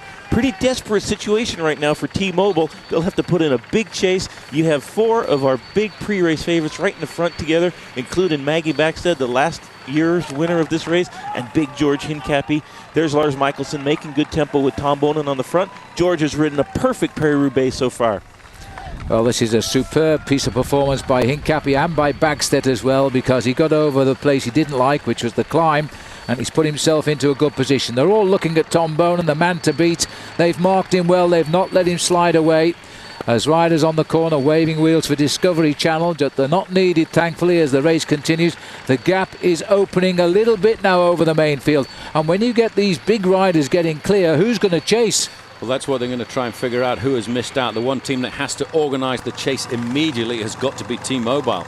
They were omnipresent in the early part of the race on the front of this group, and right now they're very noticeable by their absence. Here's Andrea Taffy, he's on the cobblestone, so he's obviously lost again a fraction of time because he's off at the back end of the race, arrière de la peloton. Yep.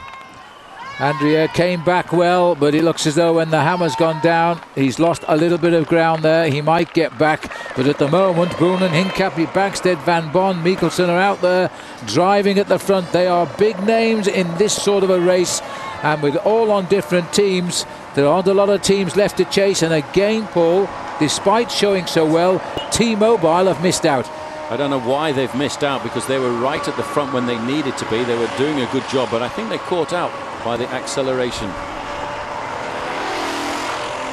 So we're looking at Andrea Taffy now trying to get back into this race, or at least the peloton, because the attackers come from Tom Bonen, George Hincapie, Magnus Backstead, Van Bon and Lars Mikkelsen are the men setting up the chase now after the 5 leaders. That's a nice tight shot on the concentration there of Andrea Taffy, former winner, last Italian in fact to win this race, as we rejoin the Premier Chase group here now. 74 kilometres to go, and the action now suddenly has opened up, and the question is, who will chase these riders down? It has to fall to T-Mobile, Stefan Westermann and Eric Zabel. These are the leaders on the next section of cobblestones. 4 stars for this section from Wallin-Briand, 2.4 kilometres in length, and it's section number 13A to go to the finish. This is section again, 2 sections very close together, and you can now start to see that little film of humidity coming onto the surface.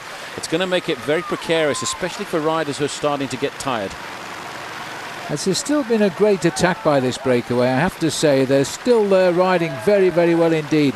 Will they have the legs, though, to hook up with the express train when it gets across here? Because it will come across in the next 20 minutes or so, I suspect. There's the leaders as they bounce away. 5 of them left of the original 8. Weather's starting to change now. You can see the weather starting to appear onto the lens of the camera, and you can also see the slimy surface starting to appear on these cobblestones. Paris Roubaix, I think, in the last couple of moments has just really turned into its nickname, the Hell of the North. It's about to get very unpleasant, Bob, and when they get down to the finishing line at Roubaix, they're going to find the velodrome is now very, very wet, and the banked velodrome will not be for the nervous in any sprint finish that may ensue. I think it's possible that the Quick-Step team got the report from out on the course that the rain had started to fall on the cobbles. Tom Boonen having Pipo Pozzato, his teammate, go to the front and make a huge tempo. You have got to be in the front, because inevitably on these cobbles, once they start to get wet, they are absolutely slick as anything you can imagine. It's like marbles on top of linoleum. If you put one pedal stroke wrong, you can go down so quickly. Tom Boonen taking no chances. George Hincapie saw it unfolding, got right on the wheel, and that's a great move, and they have put T-Mobile into serious difficulty behind. An important thing in a situation like this and a race like this is also to make sure that you've got the tyre pressures right. If you think it's going to be dry, you might put your tyre pressures just up a fraction so you've got a very hard wheel. But what's happened now, if you don't have the right tyre pressure, the hard tyre pressure will actually force the back end of the bike to slip and slide around, and that's something you certainly don't want. Well, the pressure should be about 8 bars if they've got it just right today. These are the chasers. It's getting a little bit bigger down there now. 3, 6, 9 of them, and here they are. Cancellara, 4th last year, has joined. Fletcher, who got 2nd in the week in almost won Gent-Wevelgem, is there as well. Van Bon, always a solid, reliable man from Holland. Lars Mikkelsen, a former winner of Gent-Wevelgem. Tom Boonen, winner only 7 days ago of the Tour de Flanders. Pozzato, who has been threatening to do something all week, is in the break. And Sebastian Lang, I can't believe he'll stay here for long. No, but you get a chance to see the heads of state of a race like Paris Roubaix. There's Tom Boonen, and certainly I think Bob could be very right. This was a clever move by Team Quick-Step. They knew that the weather conditions were about to change. They knew the surface, the road was about to change. Put the hammer down, because when we come into this section of cobblestones, we won't have to battle quite so much. Now they're on to the next section of cobbles. This is a long section, 13A to go to the finish. This is the section of Waulin to Brion. A long section, dangerous section, and as you can see there, it's a very long way in this 4-star section. Now, this is where they've got to be very careful now. The surface of the roads now are treacherous, and these boys are still well out of trouble here. One of their erstwhile breakaway partners, Sebastian Lang, is now back in the group.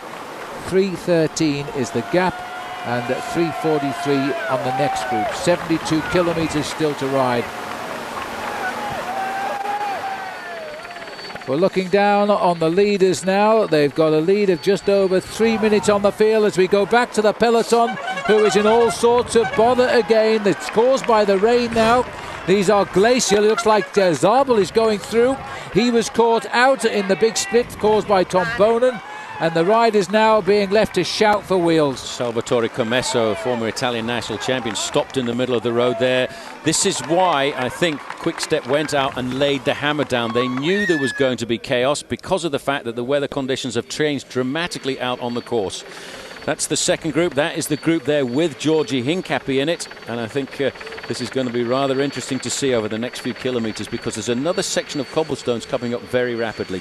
7 riders now trying to get on terms with those 5 leaders, but this is a decisive group now. It contains Cancellara, who finished 4th last year, Lars Mikkelsen, Leon Van Bon, Pozzato is also in this group, and George Hincapie should be in the group, but I haven't caught sight of him. I'm just wondering, he's still there. He's still there, just ahead of Magnus Backstedt at the rear, so he's still there. It's very comfortable for the moment. This is an ideal situation for George Hincapie, but it's also an ideal situation for Tom Boonen. Obviously, the reason they went out there was because they knew it was going to get pretty precarious over the next 2 sections of cobblestones, the section of Waulin to Brion, and of course the section of Tilloy to Sarre-et-Rosières. The 5 leaders now are starting to get themselves organised, but they know the race is unfolding behind them. The race is starting to get that little bit more difficult. We mustn't forget that these guys have actually been leading the race for around about 150 kilometres. Yes, and I think the riding's superb. We're not showing any real signs of being tired by the distance so far. It's 5 chased by 7 just now. There's number 1, the man that won it last year, Magnus Backstedt, and he's rising to the occasion. He said his form, if anything, is better than 1 year ago. He really fancies his chances to win again. He's reading it just right. It's a rather nasty stretch of cobblestones, this, and they're slipping and sliding on it. Remember that Hincapie is just ahead of Backstead in this group. Very surprised to see T-Mobile missing out on this group, and they are a long way down. Juan Antonio Fletcher, Fabian Cancellara saw it going up the road. They made the juncture across, working together. Pipo Pozzato, who did the damage, was able to get in there. Very tough chase now being put in. Leon van Baan did a great ride. His team leader, Peter van Petegem, went down earlier in the race, was knocked out of Paris-Roubaix, so he's representing the team well. There was Vesemon just coming in.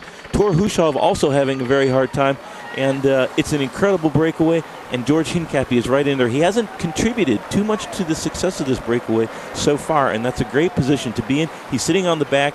There's 2 quick-step riders. There's 2 Fosse Bortolo riders. It will be their responsibility to do most of the work in the breakaway, and George in the perfect position, along with Magnus Backstead, but very treacherous out on the roads of Paris-Roubaix right now. We're now on zone 13B at Tilloy here, where the cobbles get bad again as we head towards Orchy. This is the group now who are trying to get on terms with the leaders. There are 5 riders up front. These are the leaders here. The 5 survivors of the all-day breakaway of originally of 8 men. We still have here Beredo, Coyo, also Brad, Burgess and Tice. They are the leaders, but the cavalry are coming. And in this group is George Hincapie, the big favourite Tom Bonan, last year's winner Magnus Backstead. All the big guns are beginning to fire. The big losers at the moment are T-Mobile, both of their men not in the hunt.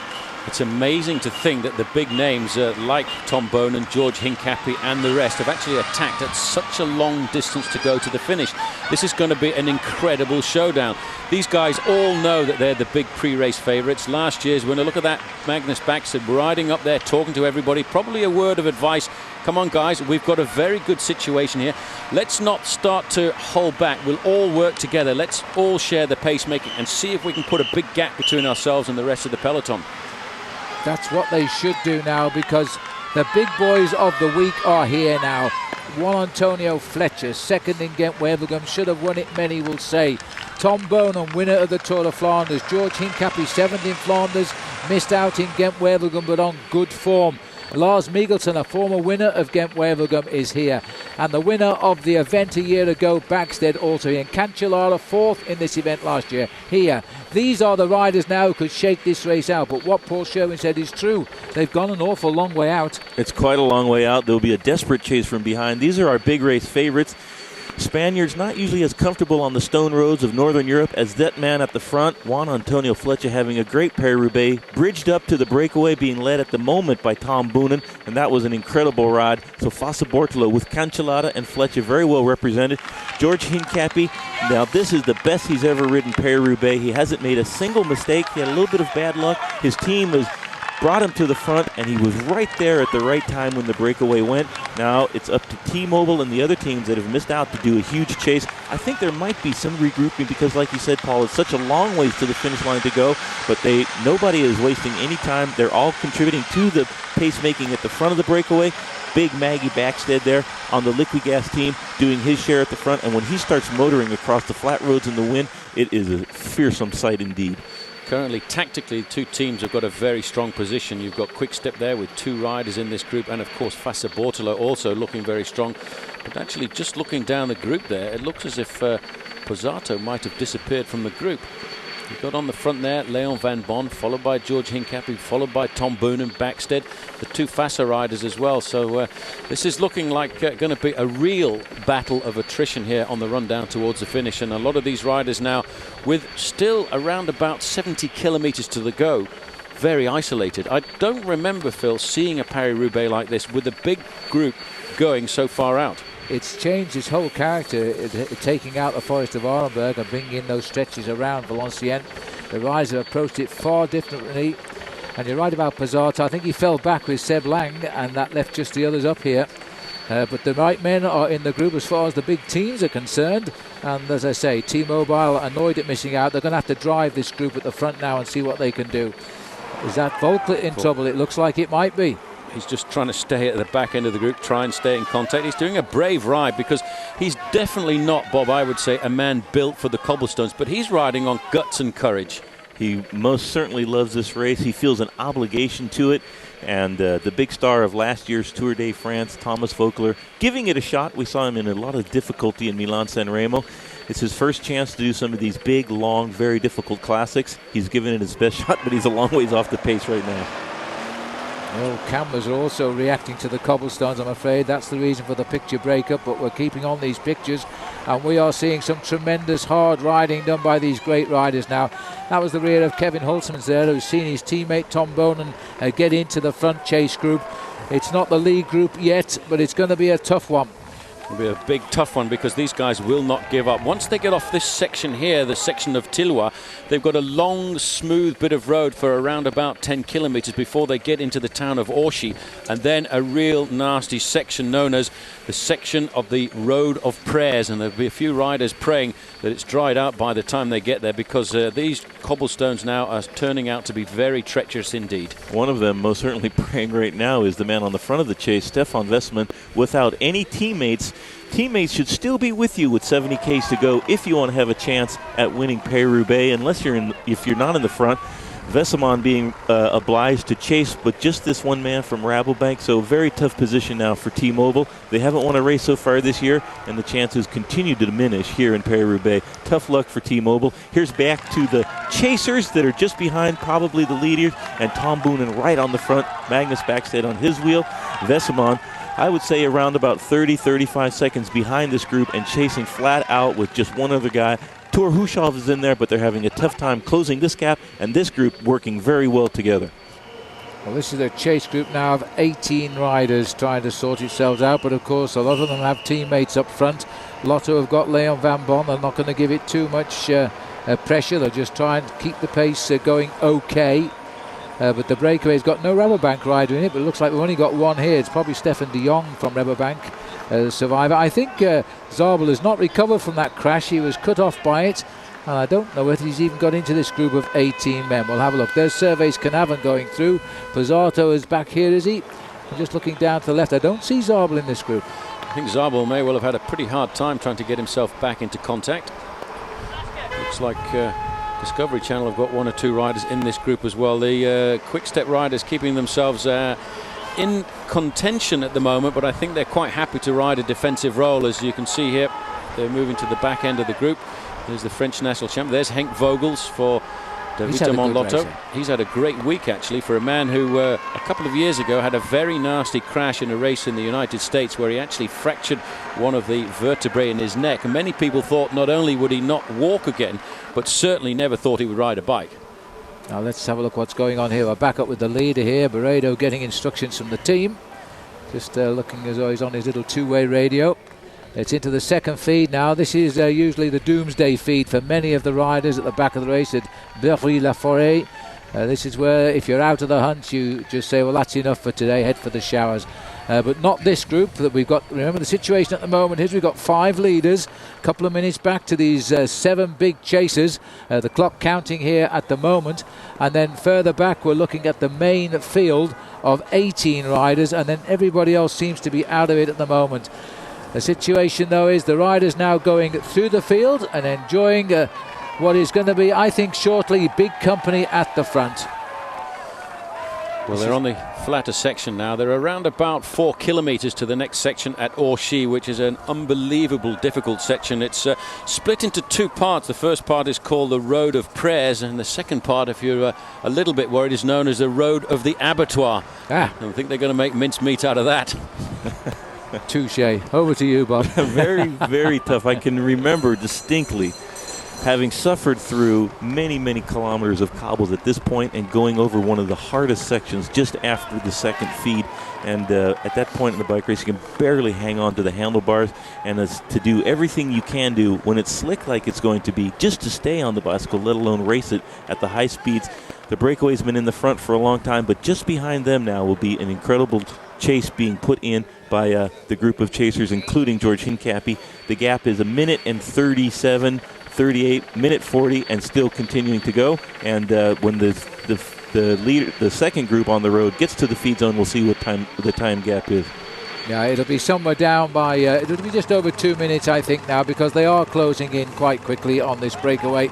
Lars Mikkelsen off to the right of our picture, Cancellara, Fletcher, George Hincapie tucking into the tuck bag there for the last time, just loading up for what he knows is going to be a big finale for him here. He's again in the decisive move of a Paris-Roubaix. He's twice finished fourth, twice been sixth. This is his race to lose, I think, today, George Hincapie. This is the man who won it last year, living up to his form. He's promised us all week. He's shown good form. He says his form is better than ever, and here he is right in the move. Magnus Bagstedt looking on the good defence of his championship right now. This is a great group that's formed here as a counter-attack to try and get across that leading group of 5 riders.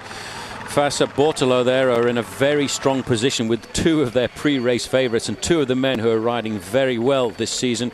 Cancellara and Fletcher riding exceptionally to be in a group like this. They will be able to play tactical games down towards the end of the race, while the other guys now are all isolated. Boonen is alone, Hincapie is alone, Magnus Bagstedt alone, and Lars Mikkelsen. But it really is still an awful long way to go, and an awful lot more very precarious cobblestones to try and negotiate. Well, 131 is the gap now, and that it seems a bit tight to me, but that means they're running down those leaders pretty quickly right now, and I just wonder how much speed is left in that front group and whether they can hang on. They're pulling away from this chasing group of some 18 riders. There they are. There's only a couple of teams willing to work now. The rest are passengers. A lot of passengers starting to appear, but you know these guys have got to do something special. This is Wim de Vogt in the group. They've got Nico Martin in this group as well, and not to forget Henk Vogels, who's moved to the front. Vogels is having a great ride. Let's not forget a couple of years ago Henk Vogels was second in the Gent-Wevelgem race, and you can also see the gap is not really all that much. It's around about 35 seconds between that group of very, very big names and the rest of the main field, or what remains of the main field, I suppose I have to say. Yes, nice to see Matty Heyman riding well there for Rabobank at the front of this group of 18. There's Thor Hushoft, one of only 2 riders taking part in the top 10 in the Pro Tour Series just now, and set to lose that position. I think if Boonen were to win today, he would actually become the Pro Tour leader, at least for today. Goodness knows what happens next week, because the Pro Tour races will be on all around the world again. Well, this is the leading group of 5, and I think they're about to get caught, Phil, once we get into the section of cobblestones known as the section of prayers. They don't seem to have the energy in their pedaling style as the riders who are coming up behind them have, and I think having led the race for such a long time, they're about to get reinforcements from the rear quite rapidly. They've got to have been in the lead now for around about 160 kilometres. That is an awful long way in a Paris-Roubaix, and so they've got to be tired now. Coyot is the guy just slipping off from Cofidis. He looks pretty tired just now, and the other riders casually coming through. The big question though is when those 6 riders come up, can they hold on? Here they come, and they are driving now. This is Tom Boonen being marked by Magnus Bagstedt, who in turn is followed through. There is George Hincapie, then Lars Mikkelsen, and the 2 riders behind from Fassa Bortolo, Fletcher and Cancellara. This is a talented move. This is a strong move. These are all strong boys in the sport of professional cycling in this group, and it was not easy the way they rode off the front, because they certainly just turned up the gas and blew the race apart. It meant that Bagstedt there just pushing Hincapie onto the wheel of Fletcher, who's going to move forward and do his pacemaking at the front. And if we look back through the history of this race, I don't think a Spanish rider has ever crossed the line in first place at Roubaix, and what a start he would be if he came here to win. 2 second places in years gone by Spanish riders, but we've never had a Spanish winner of this race. In fact, the last place by any Spanish rider, Paul, was Hugo Poble in 1958 when he got second. I tell you what, the Spanish have got a great classics rider now, a man by the name of Juan Antonio Fletcher. We first saw him come to the fore in the Tour de France when he got himself a stage victory just in the outskirts of Toulouse, and he crossed the line making the signs of a bow. This is the Chemin de Prière, the cobblestones just outside of Orchy. This is the leading group of 5. They must now know that not too far behind, some of the biggest names in the sport are gunning them down. But look at this section here. Yeah. Look at the dampness to the left-hand side of the road. This is where we had the rain earlier, indeed. It's cleared away again. Well, the heavy rain forecast at least hasn't arrived in this part of France, which is something of a relief to the riders. But this is a very, very nasty section, even though they only give it 3 stars, which always amazes me. We're very close here to the main Paris-Brussels auto route, just off to the shoulder of the riders. 58 kilometres to go, about an hour and 20 minutes, maybe a little more racing left. And these boys have been out front virtually from the flag today, and they're going to feel very tired right now.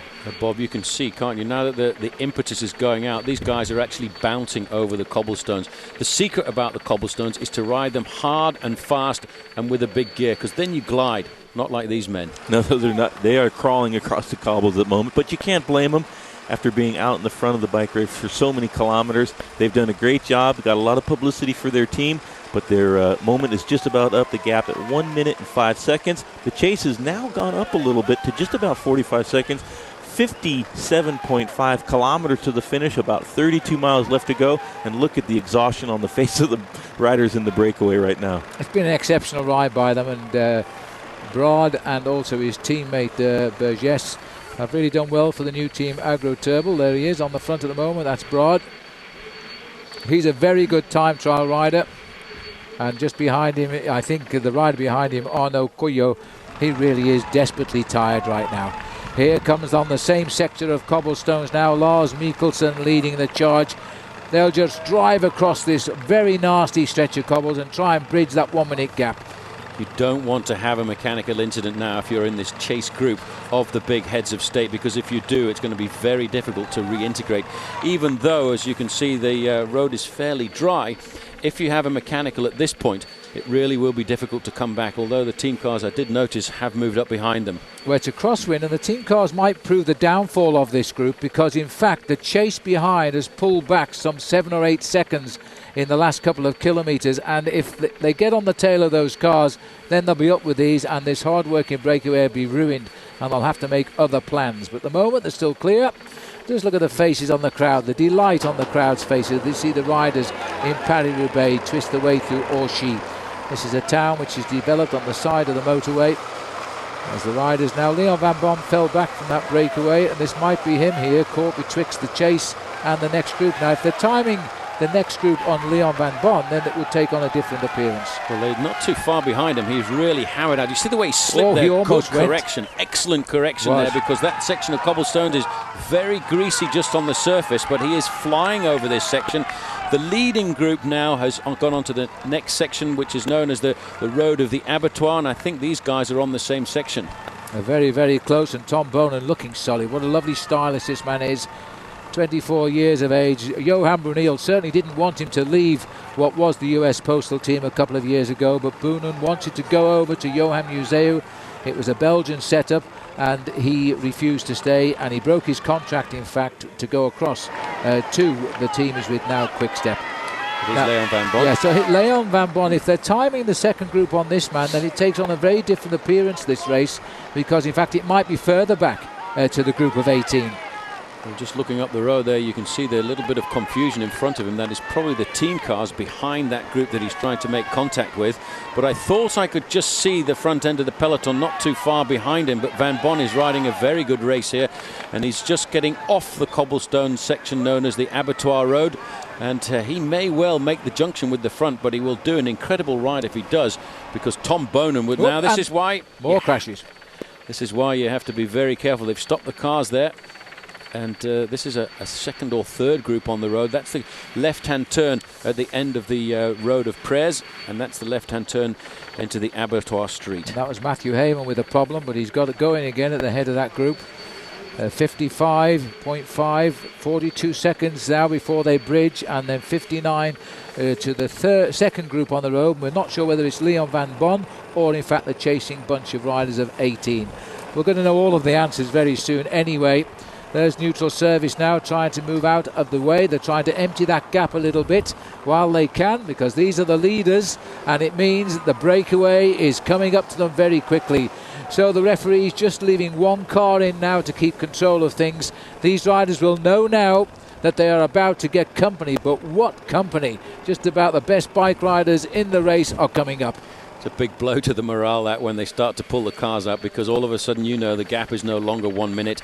The gap is probably less than 30 seconds, and that the big boys and the big guns are about to turn up to the party. Especially when you turn around and you can see Tom Boonen, Magnus Backstedt, Lars Michelsen, and Big George Hincapie chasing you down. It's a sinking feeling you get, but they've done a great job so far in this race. Fletch is still in there with his teammate Cancellara. Fossa Bortolo looking very good. Quick Step is a little bit of a precarious situation for George, Maggie, as well as Tom Boonen. If they did have a mechanical right now, the team cars haven't been allowed to come through. It would be a long time before they could get a wheel change. They have no teammates there, so Fossa Bortolo sitting pretty right now with two very strong guys, Cancellara and Fletcher. But Backstedt, Hincapie, and Boonen looming large in Paris-Roubaix this year. This is probably the chase group behind George Hincapie's group, containing Stefan Vesseman. They've missed out, and that's quite a big little gap there. These are a couple of riders in between, I think. And Paris-Roubaix is full on right now. This is the race we've been waiting for. That looks like perhaps Vesseman and Pozzato caught in between in no man's land, desperately trying to get across the gap. That's Servais Kanavan there on the wheel of Stefan Vesseman. Hulsmans, excuse me, and he's realizing now that if he does not get across to the gap to our leaders, George Hincapie's group, excuse me, he is not going to make it. So now Vesseman having to put in the maximum effort all by himself. He's got to do it now, because coming up are two very nasty sections of cobblestones. The cobblestone section at Bercy, which is a long section, but the one that I think a lot of riders are fearing this year, the section at Mont-Saint-Pével, which is a very long, difficult section of cobblestones, which they've pulled back in this last 12 months or so, which many of the riders believe could be the turning point. Stefan Vesseman has to make the contact with that group before the cobblestone section, otherwise he's going to be chasing them all the way down to Roubaix. Well, these boys will get company soon. In fact, there were 16 riders in the peloton, so those two riders getting away on the last sector of cobblestones and now trying to bridge their own, and that would put the curtains on the race for everybody left behind. If a T-Mobile rider did contact the front runners, then there really are no teams left to chase down the breakaway, and it would all work out in their favour. But Vesseman, the only man left of T-Mobile of note back there, knows he's got to bridge the gap. 53.5 kilometres, 25 seconds. That's all it is now. And Vesseman go back about a minute, and then you'll find him here under escort from Hulsmans. Hulsmans is not going to help him because he wouldn't take Vesseman up to his man Tom Boonen, because this man is a serious contender. Best placed German since 1896, a couple of years ago when he finished second. He's a great bike rider. He loves the cobblestones, and now he knows he won't get any help here from Kevin Hulsmans. In fact, he won't even ask him to help because he understands the tactics of the race. Hulsmans in the blue jersey there knows that he has to defend the position of Tom Boonen, who's in the group up the road. And also they may well join Leon Van Bon, who's caught in no man's land. And it's a very important moment, Bob, here for Stefan Vesseman, because he could see Paris-Roubaix disappearing away from him when he's in good form. It's a very tough situation, and I'm very surprised that he missed out on the breakaway. He was well placed across the section a few sectors ago, and the acceleration coming from the Quick Step team, Vesseman missed out on it, but George Hincapie, Magnus Backstedt, and Juan Antonio Fletcher and Fabian Cancellara saw that happening, bridged across, and it's Vesseman that's missed out. He will get no help from Hulsmans, whose teammate Tom Boonen is in the second group on the road, and it's going to be a very tough chase. He'll have to have some great form to close this gap. And there we see Leon Van Bon, who got dropped from the leading group with Pipo Pozzato.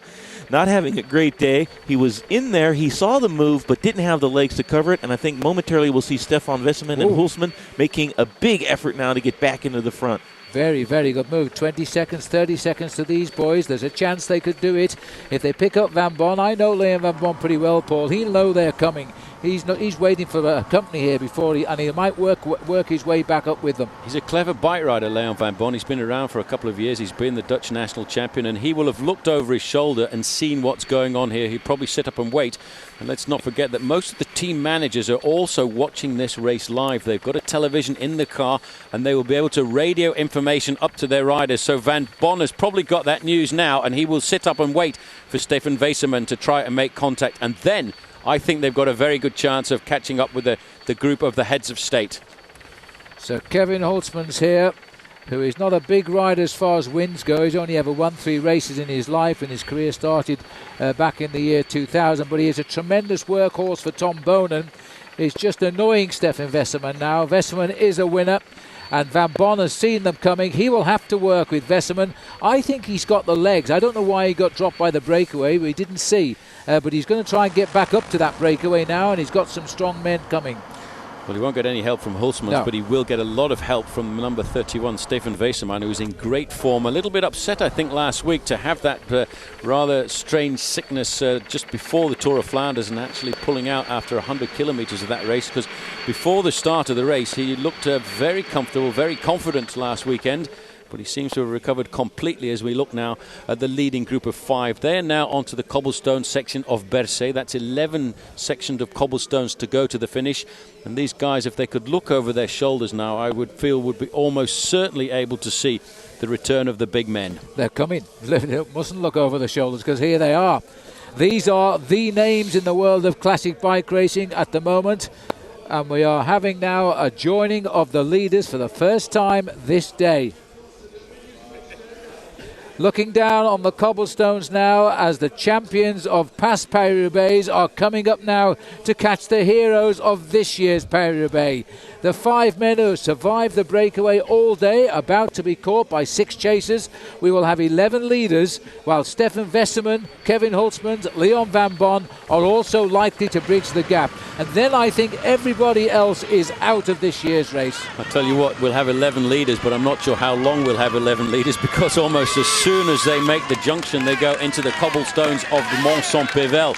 And I think 1 or 2 of these riders from the leading group of 5, Bob, are going to be put under a spot of pressure. It would be very tough, very tall order to stay in the lead group once they get caught. And I would be very surprised if any of the guys from the race-long breakaway will be able to do that over the next couple of sections of cobbles. But you never know. One rider might be incredibly strong that we don't know about in the front group, and could perhaps make the stay in there. And Barredo, it looks like, is being dropped there across this very tough section. And right there, Cancellara on the front, George Hincapie on his wheel, on his shoulder Magnus Backstedt, and Lars Michelsen just tacked onto the back of what will be the second group on the road, but only for a few more moments. Well, what an amazing race this is going to be now. George Hincapie has put himself in a position here from which he could become the first American to win Paris-Roubaix. Magnus Backstedt was the first Swede to win it last year, could go back-to-back, and that would be another first, of course, for Sweden. Here's the coming together now of the 6 champions, catching up with the men who have tried to run away with this race. 5 of them ridden brilliantly today. We're now going to have 11 leaders, and I think it might swell to possibly 14. Well, I tell you what, they're about 4 or 5 kilometres away from the section known as Mont Saint-Pével, and that's a 3-kilometre section. It really is an unbelievably bad section of cobblestones, and they're about to make the junction. The 5 leaders are just there because it looks as if Paredo actually managed to just get back onto that leading group of 4. Looking up there, we can't be too far away from Lille-Lesquin, the airport in the north of France here, not too far away from the border with Belgium, but most of the men we're looking at are the planes and the flying machines of the Paris-Roubaix here this afternoon. This is the man who was in the early morning breakaway, Paredo. He's lost and on his own now, a lonely ride to the finish for him, but what a great story he'll be able to tell the folks back at home in Spain. You're looking at a rider of real quality. He's only a youngster, and he's going to be a superb bike rider in the next couple of years. He's not afraid of attacking. He did it in the Grand Prix Pino Cerami on Thursday, and he finished 3rd after a breakaway of over 180 kilometres, and he's gone again today in Paris-Roubaix. He's going to be a good star for the future. Well, this is a problem here at the back, and I wonder if this is a psychological problem. He may well be trying to adjust something there to make sure that he doesn't do too many turns. It's an adjustment to the brakes. Now, this is a pretty precarious thing to do here.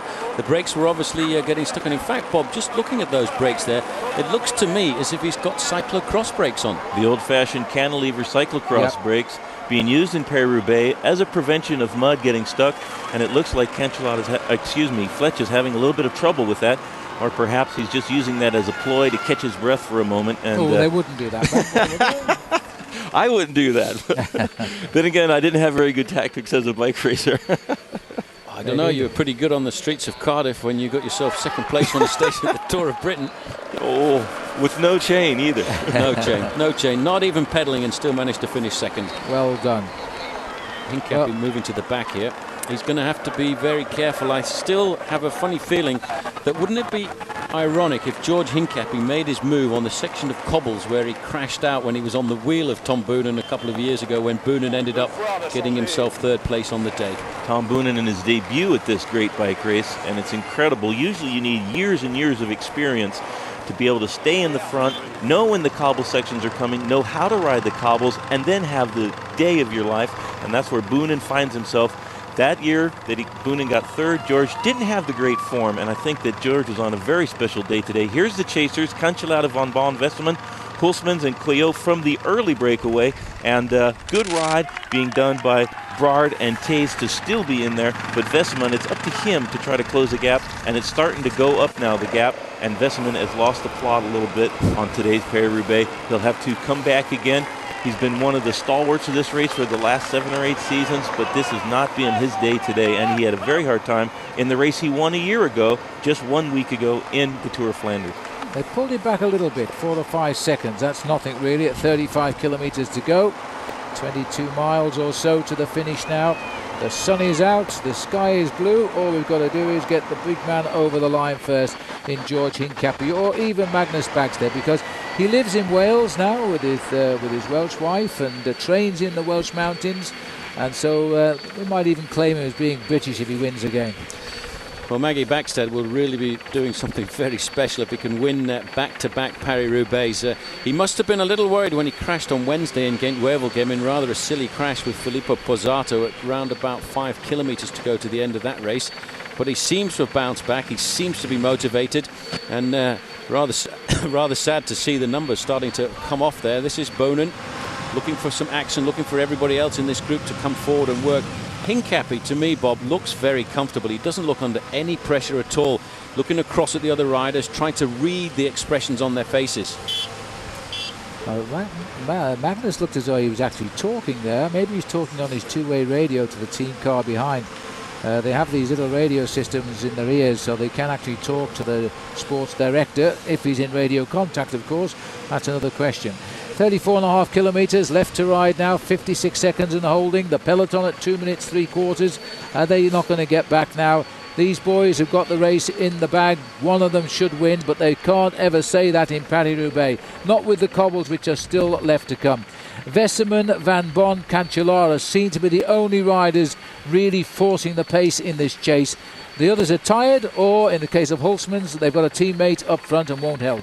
But just looking at the pedalling style there, they don't have the energy in their pedalling action at the moment. I think they're starting to become demoralized by the fact that they're not really closing down the gap. At one stage, they were within 30 seconds of that leading group of riders, but now it's stretching out. It's locked in at around about the 1 minute mark.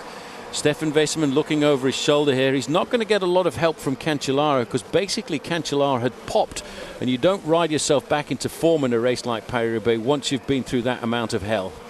Unless he knows that Fletcher, I think, is getting tired up front. I'm not so sure he's going to get the result that the Fassa Bortolo team will want. They are the team leaders in the Pro Tour competition as well, which counts on the first 3 riders are finished. Obviously, they've got an advantage getting 2 of them here. They've also got 2 quick-step, of course, with Hulsmans. And of course they lead the Pro Tour as well with Alessandro Petacchi, which is why they're very luckily here in Paris-Roubaix riding with car number 1 in the convoy, which I think on a number of occasions has been a real bonus. This is the small town of Templeuve, which means we're coming up to another couple of sections. That'll be the section 7A and 7B, which is the section of Épinette and the section of Moulin de Vertin. So this is the group now, still being led by Tom Boonen. If he wins, he will be the new leader in the Pro Tour, as 5 riders hang on to a 56 seconds advantage as they run into the last 20 miles of the race today. George Hincapie still very much in with a chance of winning Paris-Roubaix. You know, Hincapie could win Paris-Roubaix, because I'm just thinking about his approach to the event here. You know, he had a rather bad bronchial infection leading up to the start of these classics, and that may well have brought him into Paris-Roubaix just that little bit more rested than he has been in the past. Not making the front split in Ghent-Wevelgem forced him to abandon the race. Maybe that also took a little bit of pressure off the stress that his body's gone through over the last couple of days, and he could be right now in the best condition of his life. After all, he won himself Kuurne-Brussels-Kuurne at the start of what we could say is the classic assault of the Belgian races. This a mere 500 metres, 3 stars for the pavé here at Templeuve. The names of the French towns now resembling more the Flemish names because we're very close to the Belgian borders, and these towns pass in and out of different ownership over history. With the French at the moment, that's a very slippery right-hand bend, but they're off the cobbles and onto the smoother road. Next destination now, we're heading up to Bourgel, and that'll be 1.4 kilometres round past the Moulin de Vertin there, which we saw working. And this next sector, Paul, might be a bit harder. Sizouin is a nasty section of cobbles. I remember a couple of years ago when Johan Museo decided he was going to try out a double suspension bike by his sponsor, and he actually got to within 10 metres of André Schmil on what was a very dirty, wet and muddy Paris Roubaix, and he popped just at the point, and André Schmil went on to get the win. And I think if you can remember, Bob, Johan Museo on that day, he threw that bike into the gutter at one stage, not very happy with the suspension. Also, the pedals, I think, were malfunctioning a little bit for Museo that day, and he couldn't clip in or out after he got a flat tire, and very tough. A lot of equipment being used differently in Paris-Roubaix than the rest of the season. Some suspension on the bikes, much fatter tires, a little bit longer wheelbase and wider chain stays to accommodate the larger tire. And the longer wheelbase gives the riders a little bit smoother ride on the bicycle for these very tough cobble sections. These are still some of the riders from the early breakaway in the second group on the road, being led by Stefan Wesselman, Leon van der Bon, and Fabian Cancellara, interestingly enough, has had to do a little bit of work in this chase group because I don't think they're too confident in Juan Antonio Fletcher's ability to win this race. So Fossa Bortolo looked to be sitting pretty just a few kilometers ago, and now an absolute disaster for them because Cancellara was dropped while his own teammate made the tempo at the front. Looking down at the second group here, and they're losing ground now, and I think they've gone out to over a minute. Most of the work being done by Wesselman, but I think the spirit has been broken of this chase group now. Seems to have been broken. They're riding through and off, but they're not riding through and off with big energy to try and eat into the advantage that those 5 men have. The 5 men at the front of the race now have to try and get it into their minds. How are they going to win this race? The man who looks the most confident is Tom Boonen. He's already had the big classic win that he wanted, the Tour of Flanders, and he's been very confident in his whole approach to the race here. It was he and his team that blew this race apart on the cobblestone section about 50 kilometers ago. But since then, he's never missed a turn, he's never looked under pressure at all. I have to say, Bob, looking at these 5 men, I would still give 4 of them a very good chance of winning, and especially number 71 here, George Hincapie. George is just sitting perfectly where he needs to be. He looks to be in no trouble whatsoever. He's able to rotate through. He's been riding perfectly on the cobbles, very smooth, just the right position in each section. His teammates helped him so very well early in the bike race, and now he has made the right move, recognizing the acceleration from Quick Step. Tom Boonen also riding very strong, but look at George Hincapie having the best Paris-Roubaix of his whole career. He's been very close on a number of occasions. This is his best chance yet to take out the great classic, the queen of the classics, the most beautiful and epic one-day race of the year, Paris-Roubaix. Well, Tom Boonen here, he's looking extremely confident, but this could go either way now because there's such a mixture of riders here. They all have great reputations built over years of hard work, not just in Paris-Roubaix but in professional racing around the world. We know that Hincapie has a love affair with this race. It is his day, and it has been on many occasions his to lose, and so far he's always lost it. But he's had 2 thirds, he's had 2 fourths rather, and he's had 2 sixth places, and he's finished others in the top 10. Today he has the real chance now to be a podium finisher, and that would be a great result for the United States. I don't think he wants a podium finish here. I think he wants to win this bike race, but to do it he's going to have to do something very special. I have a gut feeling that the best place to move if you want to win this race is on the cobblestones after this section here at Sizouin, the section that goes over Bourgel, and that's the section where he crashed a few years ago while riding in the slipstream of the man who is his rival today, the man just at the back there in the blue and grey jersey of Quick Step, Tom Boonen. No American has ever podiumed in Paris-Roubaix. It'd be nice to start at the top, wouldn't it, George, as he starts to lead them through here. Fletcher, I'm a little bit worried about. I think he's feeling the pace most of all of these 5 leaders.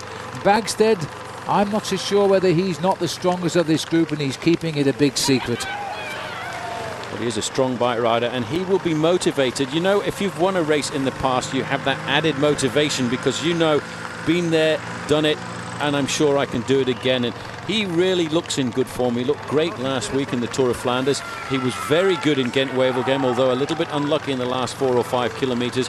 But he will have the confidence of knowing he knows how to win a sprint on this little ring here in the outskirts of Roubaix, because at the end of the day, it's a very difficult sprint finish. And I wonder if George has the track knowledge to come down and leave it to a sprint at the end.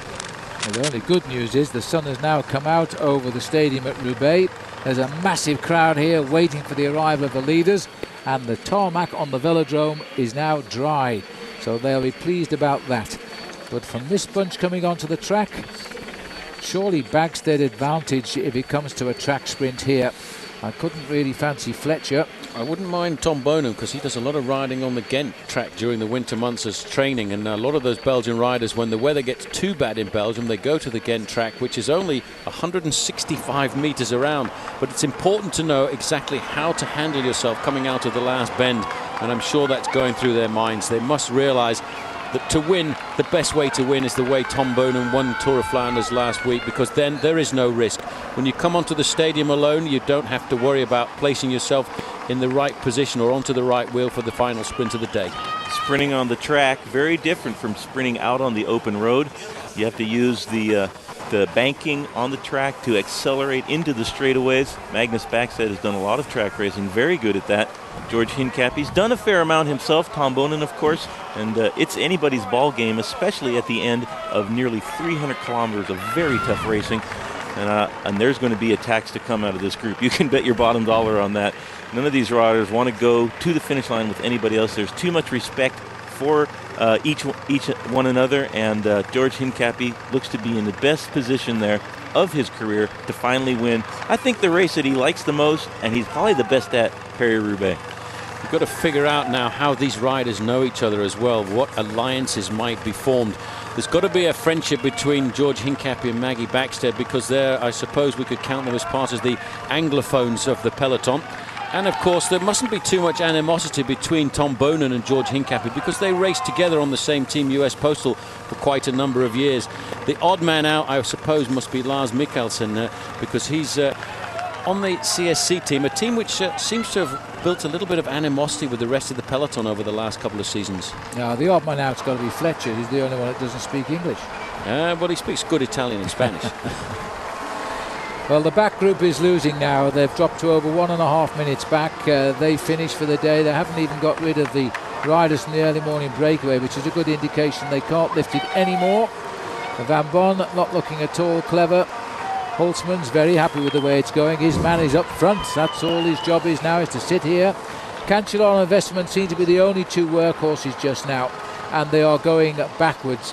They're probably still pulling away from the main field, mind you, but they're going to fight out now for the 6th place finish. I'm pretty sure of that. The Cobblestones may yet have another word or two to say, because they usually do at this stage of the race. We're heading up now to the next one, which will take us into Seeswang and then on to a very nasty section just as we leave the town. Yeah, that's a section where last year, I think it was Leif Hoster got a wheel, a flag, a Flandrian flag, actually caught in his wheel, and I've absolutely no idea how he didn't deck it, but he kept it upright and managed to keep it going. And I hope the Flemish flags are kept under control here this afternoon, because not one of these riders deserves now to have a mechanical problem or an incident out on the course as they head through the town of Seeswang and onto this section of cobbles. On to the next section of cobbles now. This is pavé number 6, 4 stars at Seeswang, Bourgel, 1,400 metres. And they haven't done anything to attack one another yet, but they're running out of opportunities. Tom Bonen is riding superbly. Magnus Bagstead, little bit suspect Fletcher. George Hincapie looks absolutely great. And we're all worried about Lars Mikkelsen, because he could be the big joker in this pack. 25 kilometers to go. I'm amazed at how confident Tom Bonen is there riding on the front. He has not asked anybody on any of these sections of cobblestones to come forward. He feels like a man possessed. He feels like a man who can walk away with this race anytime he wants to. Bob, this is a young man of just 24 years of age, but over this last week, he's no longer a boy, he's a man. When you break away in the finale of a World Cup Classic like he did 1 week ago, then you are a full-grown man in the peloton. Tom Bonen saying to me yesterday before today's race No one wants to go to the finish with a sprinter such as himself, and he's won big field sprints in the Tour de France, so no mean sprinter. So he knew he had to win on his own. No one would cooperate with him. So far, this group has worked very well together, so Tom Boonen will feel comfortable that if it does come down to a sprint, he's perhaps the fastest man in this breakaway. In 3 years of racing, he's won 26 races. Already in his 4th season this year, he can add on another 6 victories. He's a remarkable man. But is he riding too confidently? He's clearly advertising now just how good he is. He's opening a gap. He's making them grab his wheel. This is important, but look at Bagstead. That was Fletcher. Fletcher was the one who was letting the gap go there. Tom Boonen swinging off as they get off the first part of the section of cobblestones here at Sizouan. But you know what? That was an indication that Fletcher is the weakest man in this leading group. This is a section where we had the little incident with Leif Hoste last year. Another section of cobblestones before they move out onto the smooth road once again. And George Hincapie, for me, was in the wrong place there. He should have been just that little bit closer to the front and Bagstead's wheel. I think he's got to watch out riding close to Fletcher right now, because he could get blocked if Boonen does decide to go. I just got a feeling that the first man to attack might be Lars Mikkelsen here. He's a wily old bike rider from Denmark. He's won Gent-Wevelgem. He is a guy we've known a long time. This is the second group now. Time slipping away for them, and I don't think they're going to catch up. Those are the cobblestones that make the stories of the Hell of the North and have made this race earn its nickname as the Queen of the Classics. Hincapie must have been listening to a little bit of advice there, because he's gone to the front and decided he is going to take control of the pacemaking. Getting down to the last part of Paris Roubaix now, it is probably more important to dictate the pace that you feel comfortable with on the cobblestones. They're off this section now of Sizouan. They've got a little bit of respite before they go down towards Bourguel, and then after that, the very difficult section, the section which George Hincapie, I'm sure, will be thinking about as we go down now to 5 sections to go, the section of Canfin-en-Pévèle, and it's on that section that 2 years ago George Hincapie hit the deck. Well, let's hope that isn't the case today, but we're all getting quite nervous here now, because time running out for the riders. You can see the threatening rain ahead, and you can also see the sun reflected on the road surface here. This is very typically April spring showers. Boonen, number 1. Yes, we saw that sign on the very first stretch of cobblestone, so that gentleman's made the switch very quickly, and he's still in a chance of being number 1 today. This is the second group. Familiar tale now. Westerman warning of the turn, grabbing the bottle, and Van Bon and Cancellara are the only 3 workers in this group. I take my hats off, though, to the boys at the back there. Those 3 riders at the back were in the breakaway, and they're still in the second group on the road. Is this the face of the winner? We're going to know pretty soon. Well, he doesn't look too tired, but you can never tell. These guys are aces at poker as well. They're all trying to hide their feelings right now. They're all trying to hide any telltale signs of fatigue. Like Boonen and Hincapie will know each other pretty well, having ridden on the same team for a number of years as US Postal Service. Sometimes it's a little flick of the knee that indicates that's where the fatigue starts to come in. Some riders, the way they hold their head will be an indication that they're starting to go through a bad patch. And I wonder if that's what Hincapie is thinking now, wondering, looking at these other riders, have I got the strength to ride alone to the finish? Takes a brave man to make that decision right now, I think. Here he is, George Hincapie, flying the new colours of his team, Discovery. And I wonder just what he is thinking right now. He knows how he feels. He knows what's left in the tank. He'll be trying to equate what's in the other riders' tanks as they approach the last sections of this race. They're heading now to Canfin, then they've got the dreaded Carrefour de l'Arbre, and then 3 more smaller sections as they run into the finish in Roubaix, where the stadium now is absolutely packed with people awaiting the arrival of Paris Roubaix. 103rd edition. These guys will try to assess each other's strengths, but to us looking in, we've got 4 strong guys and a slightly weaker man in Fletcher, but he's working. Fletcher's working, he's gone to the front, he's doing his turn, making all the pacemaking in this group. They are all working very well, and still at this stage of the game, you can't put the name of a likely winner at the top, because they're all looking good. Nobody's shown any telltale signs, apart from the slight weakness there on that last section to Juan Antonio Fletcher. That's Erwin Tice at the back of the second group. Coyo is also there. And then we get to the front and find the same man doing all of the work. He got within 30 seconds of that leading group and then faded away. Van Bommel was with them, and whatever happened, he got left behind, and he's in this group now. Got caught in no man's land. That's Van Bommel there, 1 minute and 44 seconds. It's going away. It's finished for these men. All they can think about now is 6th place, and they'll just have to keep turning around, and the main field has completely disappeared off the radar. We're about 25 minutes now from the finish. Scheduled finish here in France is 5:30, and they're going to be pretty much on schedule. Might be just a little bit ahead of that as they race up towards the finish. The boys at the front are going to have to think, what are they going to do? They won't want a 5-up sprint on the track. That could put it to anybody's chance. So they're going to have to try and attack one another before they get to the finish. These riders are fighting out 6th place, and I think they will now. And the early morning breakaway could find themselves still making a top 10 finish. Could find themselves making a top 10 finish, but they certainly now, if you want to win this race from that leading group of 5, the strongest man is going to have to play his cards soon. And is he the strongest man? Tom Bonen, 26 wins in the first 3 years of being a professional. He's won 32 races. Fletcher has shown us that Spanish riders can ride classic races. He won the championship at Zurich a couple of years ago. That's a one-day race, but he's shown us he loves racing in Belgium. No Spanish rider has won Paris Roubaix. You can go back 50 years to the last Spanish man who got on the podium in 2nd place. So looking here now at George Hincapie as he brings them through. Time for a little bit more food. Keep those energy levels high now, because George Hincapie is moving into the area of his best shot at a podium finish in Paris-Roubaix. There's 5 riders here. Only 3 will be acclaimed at the finishing line. And which 3 will they be? I have to say, Paul, I have no idea which 3 it'll be. And that's what's great about this race here this afternoon, because not one of these riders has shown any telltale signs. They all look strong, they all look comfortable, they are all looking very relaxed when they ride over the cobblestones. I'd like to see George Hincapie win, because he's been so close on so many occasions, twice finishing 4th as they go there inside of 20 kilometres to go. The face of Fletcher off to the right now. Then comes George Hincapie. A little bit of a puff and a blow, but he looks good. He's licking his lips in anticipation. This is now Tom Bonen. I wonder if George took a good look at his face. This young man of 24 looks as though he's relishing every pedal rev here.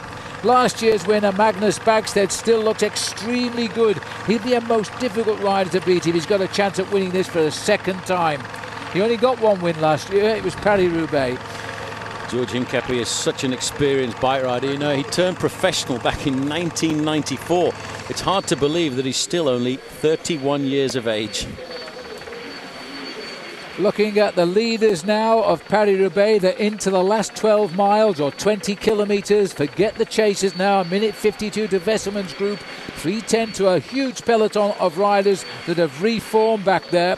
But these riders attacked 70 kilometres from home, and they have shaped the race. And George Hincapie, last as we make this turn, he better watch it now, because this is a dangerous stretch. This is the Quinfin-en-Pévèle, and it is a nasty stretch of cobbles. 4-star, 1,800 metres.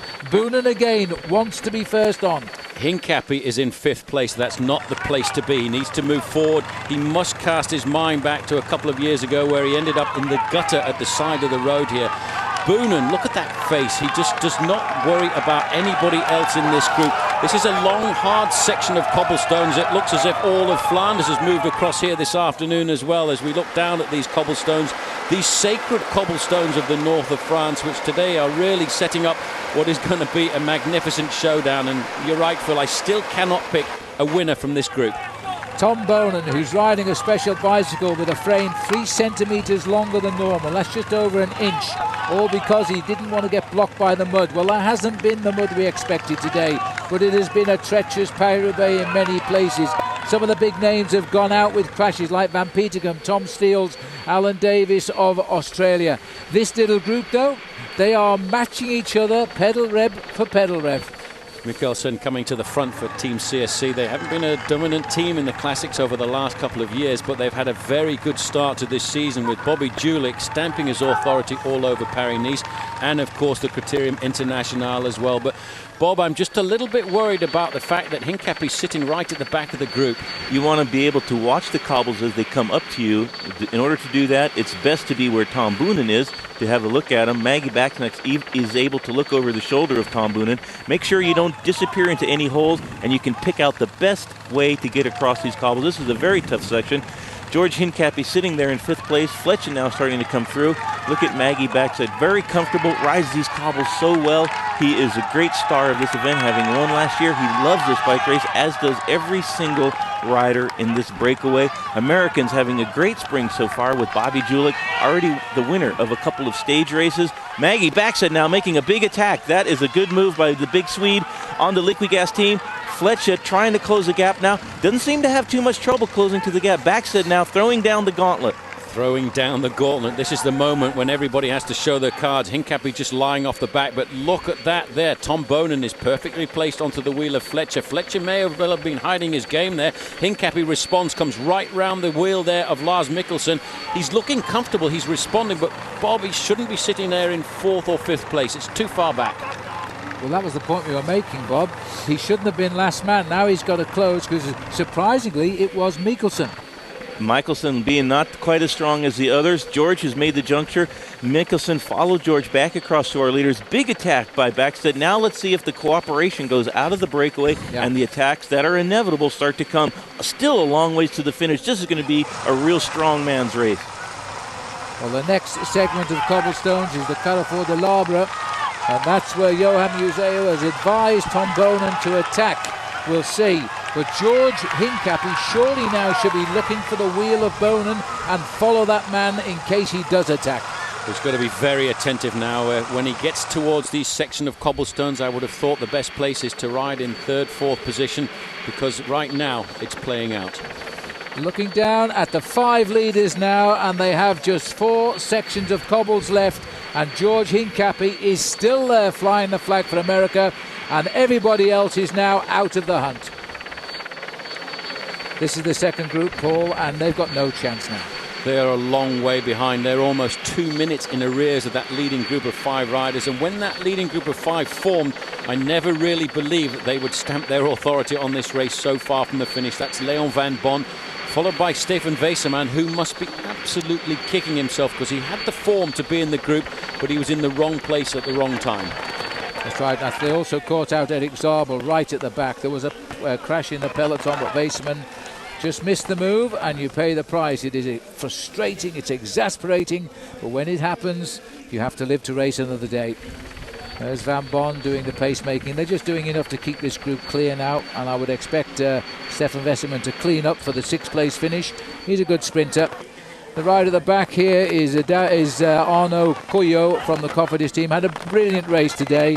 One of the original 8 men, and he's still in with a race for the 6th place on the road. So he's had a wonderful day in Paris Roubaix. He'll be super motivated because his team Cofidis is from not too far away from here in Roubaix as well, and that's probably why he's finding something just a little bit special to stay in contact. Fletcher now goes to the front, turns up the gas. Hincapie obviously heard the advice coming from us here, because he's moved up into 2nd place, and this is the Pavé de l'Arbre, the famous Pavé de l'Arbre. 5 stars. 5 stars. Pavé number 4. We count down to number 1, remember, which is a mere 300 metres long outside the stadium here in Roubaix. Hincapie taking second wheel here of Fletcher. Watch out for Boonen. I just don't know whether he's got it or not right now, because look at that gap he's opening as Fletcher, the man we thought didn't have it, Bob, now seems to be turning the screw. Well, he definitely put the hammer down a few sections ago. He has a free run to look at where he wants to ride. George following him so well there. Fletcher looking quite strong. Baxted having a little bit of trouble, having put in the first attack just a little bit ago to stay on the wheel of Tom Boonen. This is a great group of riders, all of them very deserving. It's kind of too bad that only one man can win this bike race. Psychologically a big blow there, I would say, for Maggie Baxted, because, you know, he thought he was going to ride away with this race when he attacked on the previous section of cobblestones, and now he's taking up position number 5. Hincapie is actually moving into a very nice position here, because very shortly this road will turn to the left and it will kick up, and it looks as if Baxted is really suffering there. Even Boonen over to the left. Bonen's in trouble there. He's trying to find a little bit of a road. This is a huge turn by Fletcher on the front here. Well, this is how he got rid of his own teammate about an hour ago when Cancellara was dispatched off the back. Now he's found his legs again, Juan Antonio Fletcher, showing us that Spanish riders can adapt to the tough northern Belgian, northern France races here at this time of the year. And Bagstead, I think, is in trouble. He might just hang on. It's a tough crosswind, but the crowd protecting them. Well, you can see the Scottish flag up to the side there alongside the Belgian flag as we come very much closer to the Pavé de l'Arbre. This is a long section of cobblestones. It starts with the Pavé Beur. There's a bit of a gap there between Bagstead and Boonen, and in fact Mikkelsen has pulled off. Boom, and he goes out the back. Mikkelsen's in big trouble. I think the legs just exploded together at 15 kilometres to go, and Bagstead needs to grit his teeth now because that gap is opening. Disturbed by the rhythm. I'm not sure whether Lars has a problem. I don't think so. I think he's just cracked big time, and now we're down to 3.5. 3.5. It really is amazing. 41, Lars Mikkelsen has gone off the back, and when you go on the cobblestones, you go just like that, as if somebody's turned off the lights. We're moving forward here. Here is the shape of Magnus Bagstead. Has he got another rider in front of him? I think not. We're down to 3 men because Bagstead is going to have to find something very special if he wants to win Paris Roubaix for a second year in succession. He won't give up without a fight. He just wants to get off these cobblestones now, which are long, indeed nearly 2 kilometres. Watch out for Bonen, who moves to the front. This is the big push now. They've got to take his wheel. Now, has Fletcher got any legs left? This could become one-on-one. Hincapie Bonen now. Well, don't discount Juan Antonio Fletcher because he is still very much there and present. And in fact, Hincapie now has found himself on the wheel of Tom Bonen. That's a good response there, but sandwiched just in the middle. The man from Spain, Juan Antonio Fletcher, he was very dominant, but right now he seems to have ridden himself back into this event. Phew, well, we're off the cobbles at last, and there'll be a big sigh of relief. It might see the return of the big man coming back up now. We go sharp left very shortly, and we're back onto zone number 3, and this will be Gruson. And this looks as though this may be the part for Bonen to now really turn this screw and ride away. And it looks as though we might be blocking Bonen here. Our motorbike a bit too close as he's gone again, and there's 3 riders left now. Bonen, George Hincapie. No Americans ever made the podium in the Paris Roubaix ever. These are the 3 left. It's showdown, boys. Look at the face here on Tom Bonen, 24 years of age. He is confident. He actually doesn't care right now because he reckons if he can get to the finish with this group, he can still win it when it comes down to the front. He would like to go away and win this race alone. Look at the confidence. Looks over his shoulder there at Juan Antonio Fletcher. What he wants to do is see the face of Fletcher. He wants to know what Fletcher's body is going through. Hincapie doesn't look too bad at the back there. He's in 3rd position. But what a way to do it, to leave it down to the sprint, the final sprint of the day. Look at Bonen. Oh, he's digging deep. This is a huge effort now. This is the last ounce of strength to see just how. Look in the distance. That is Bagstead. He's not done for yet. The big Swede could be back in this fight. This is total commitment now by the best bike riders at Paris-Roubaix. It is how much strength do they have left for the finish. Bonen is testing them to the full. Look at the face of Hincapie. I think he's still cool. He looks good. He looks cool. He doesn't look as if he's under any stress at all. He's got his hands right on the top of the brake levers there, nice and comfortable.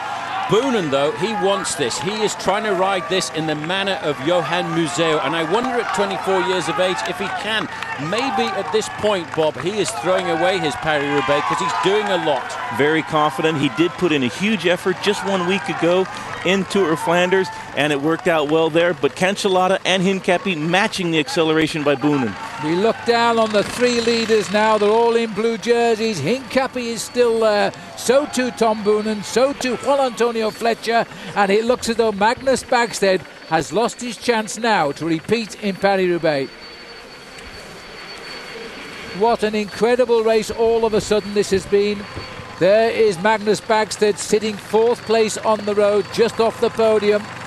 He looks very, very tired, but he wants to hang on. It would be a great defence anyway to get 4th, but he would have liked to have been top 3. Looking down the road, what has happened now to Lars Mikkelsen? When he hit the wall, he hit it big time. And it looks as though Lars has gone out of sight completely there. So Bagstead stays in fourth. When he went a long way. He will lose himself a couple of minutes before the end. Hincapie looking calm and collected, looking across here at Boonen. Boonen is giving everything. Boonen is putting a lot of energy into this race here, and I wonder if he's going to be able to just hold something back for the final sprint of the day. They've got 2 more sections of cobblestones to go. The final section of Hem, which is not that difficult in itself, except that you have to zigzag across it, and that section is where Johan Museo had a flat tire last year, and that section is where many men have lost it. We are looking at the 3 men now who are shaping for the podium in Paris-Roubaix. No American has ever been in the first 3. Hincapie is in that position right now. No Spanish rider has ever won, and that's where Fletcher features just at the moment, while Tom Boonen is looking to become the youngest winner for years and years, and he's riding like a champion. Well, it's going to be a very big showdown. Fletcher looks confident. He went through a bad patch. This was the man who dispatched his own teammate Cancellara off the group when he accelerated after the cobbles at Orchy. And now, every time there's been an acceleration, George Hincapie there in second place has been able to respond, able to come back to the wheel of the other riders in the group. I have to believe that Tom Boonen there on the front has put so much energy into this. He really can't have enough left for the sprint at the end. I think he's still got youthful enthusiasm. That's the problem with Tom. He's got a brilliant mind, he's got a great mentality, but he just loves to race, and he may be throwing away the vital energy here. I hope George is reading this right today, and he could well be. But having counted out Fletcher, I'm going to eat my words, because I think this man now is going to cause all sorts of problems. Well, never a man from Spain has won Paris-Roubaix, and what history that would be for that country. But no, that has a man from the United States won Paris-Roubaix either. Hincapie looks good, and I wonder if he has got in the back of his mind. Bob, do you remember George Hincapie as a young professional? What was his job? His job was a sprinter. He was a team sprinter. If he can do that today and produce that turn of speed at the end, he can write his name into the history books. And what a season it's been for American cycling. First time ever winning Paris-Nice, and if they can win Paris-Roubaix as well, it really would be remarkable. After 103 editions, the Queen keeps throwing up the surprises. Now it's Belgium, America and Spain head-to-head for the victory on this year's Paris-Roubaix. Once we get down to these lovely little villages on the outskirts of Roubaix, the riders know that they're not far to go now. They're running in towards the finish. They've just got the little section of cobbles at Hem, which is 1.4 kilometres, a mere 300 metres down the main street in Roubaix. Then they're into the stadium, then they'll hear the crowd. It's a massive crowd this year, and they're all watching this on television. And there's still no indication as to who will win. There is no indication. 2 men in this group, though, will be having their mentors whispering words of advice into their ears right now. Johan Museo will be trying to encourage Tom Boonen to get himself the win, and I am sure that Lance Armstrong would like to see Hincapie finally get the win. We're looking at number 91, Boonen. Number 71 is George Hincapie. Number 16 is Juan Antonio Fletcher. Paris-Roubaix is approaching the finish, but we still don't know which one will take the trophy. Just looking down at these 3 riders now, nobody's missing a turn. They're too proud, and they don't want to give any indication to the others that they are feeling weak. They are doing one by one, bit by bit, and passing no information to either. We have no idea who is feeling what right now. They dare not show any sign of weakness at the moment. In fact, if you feel like you need to breathe that little bit more, Bob, you're probably breathing out of your ears. Every single pore of your body screaming out in pain right now in the finale of such a long, tough bike race. Fletcher seems to be grimacing in pain every time he comes to the front. But you know, these are very, very, not only strong, but also quite tactically gifted racers too. They like to put on the mean face to show the other riders in the break that they're a little bit fatigued, don't have to work quite as much. George Hincapie, stoic as ever, looking fantastic. This is the best chance he's ever had to win Paris-Roubaix. It certainly is, George, and he knows it, and there may not be another one. He's always had this wonderful affair with Paris-Roubaix. He's had 2 fourths and 2 sixths. He's going to get at least 3rd now, and that's a first for America, but I think he would want to win. We're looking at Magnus Bagstead, the man who took home the big cobblestone trophy as winner last year. He should hang on to 4th. He's just going to have to keep going now, because I think the rest of the race has exploded. But look at that gap now. he has really lost contact with the front runners. You won't be seeing them today till they're in the famous showers of Roubaix Stadium. It's a big gap to Maggie Backstead. The winner is going to come from one of these three riders. They've probably been keeping their fingers crossed for the last couple of kilometres too, that they don't have any mechanical incidents. We know George Hincapie had a flat tyre in the early part of the race, but he still looks very calm and very collected. And I think he will go into this finish, Phil, with a fair amount of confidence, because after all, he won himself Kuurne-Brussels-Kuurne at the start of the year, which is one of the very tough Belgian semi-classics. So he's got the win under his belt. He hasn't got the pressure of trying to get the first win of the season, but this is a big one for him. He's chased this for many, many years. And because of the nature of the finish, you come into the stadium with a few twists left and right and then onto the track. Then you do a lap and a half of the track. Things can go wrong on the track. You only get one shot at winning the sprint. You've got to read it absolutely perfectly. And professional road racing cyclists don't ride on the track very much. The one track rider who was here is now gone, Magnus Backstedt. Boonen, being a Belgian, does ride on the track occasionally in Ghent, but Big George has also ridden on the track. Fletcher, big question mark how he'll handle the track finish. He's a clever bike rider. Let's not forget how he won himself a stage in the Tour de France a couple of years ago when he leapt out of the pack, surprising the small breakaway inside the run to the line. This is a very dangerous part of this section of cobblestones here at Hem, because even though the cobblestones themselves are very well made and very well laid out, and there's a bit of tarmac towards the side of the road, this road twists and turns, and it's actually the cutting across the cobblestone section which provokes the problems, provokes punctures, and could also provoke somebody to go down. We don't want that to happen now, because every one of these three men here deserves his chance of a crack at the victory. We've never seen a man from Spain ride the cobblestones like this, ever. And the man that got the last podium finish for Spain was in second place, was Hugo Poblet back in 1958 when he got second. And Fletcher has a real chance here at winning this race. He wanted to see the cobbles first, I think, to try and control the driving of Tom Boonen. But Boonen now has been forced into third place, and George Hincapie is the rider now following the wheel very closely. What we don't want to see now is any of these riders have a mechanical problem. We want to see three men attack each other all of the way to Roubaix, because any one of them deserves the victory. Well, it was on this section of cobblestones too that Henny Kuiper went in the lead, almost lost his victory there because his back tyre actually popped off just before the edge of this section, and he was very lucky that the team manager was able to come up alongside him and give him a brand new bike. These riders are not too far now away from the section of the cobblestones here at Hem, and once they leave that section, there is only 6 kilometres left to go down to the finish line. Fletcher is doing a magnificent job on the front here, and Hincapie is just sitting there. He looks so calm and collected, Phil.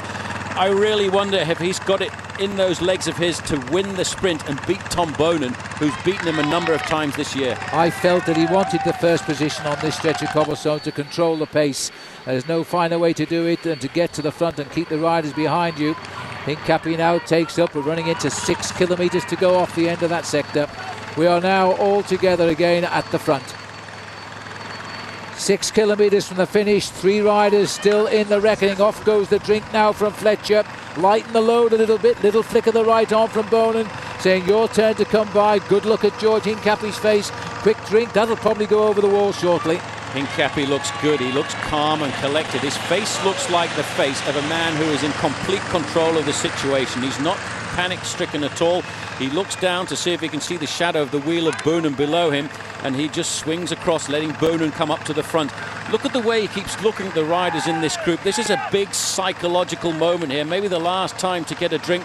We are now looking at probably 5 kilometres to go to the finish. There's one last place in this race where you can attack, and it's the slight incline in the town of Hem, but I wonder if they want to go to the finish together now. Fletcher, he really is dominating the front of this group. He's the man doing the majority of the pacemaking. I know, and I don't know what to think about that. I really don't know what to make of it now. Fletcher on the front from Spain, followed by George Hincapie of the USA, followed by the Belgian favourite Tom Boonen. Well, how much of a favourite is he now? We're into the town of Hem, which leaves us 5 kilometres to go.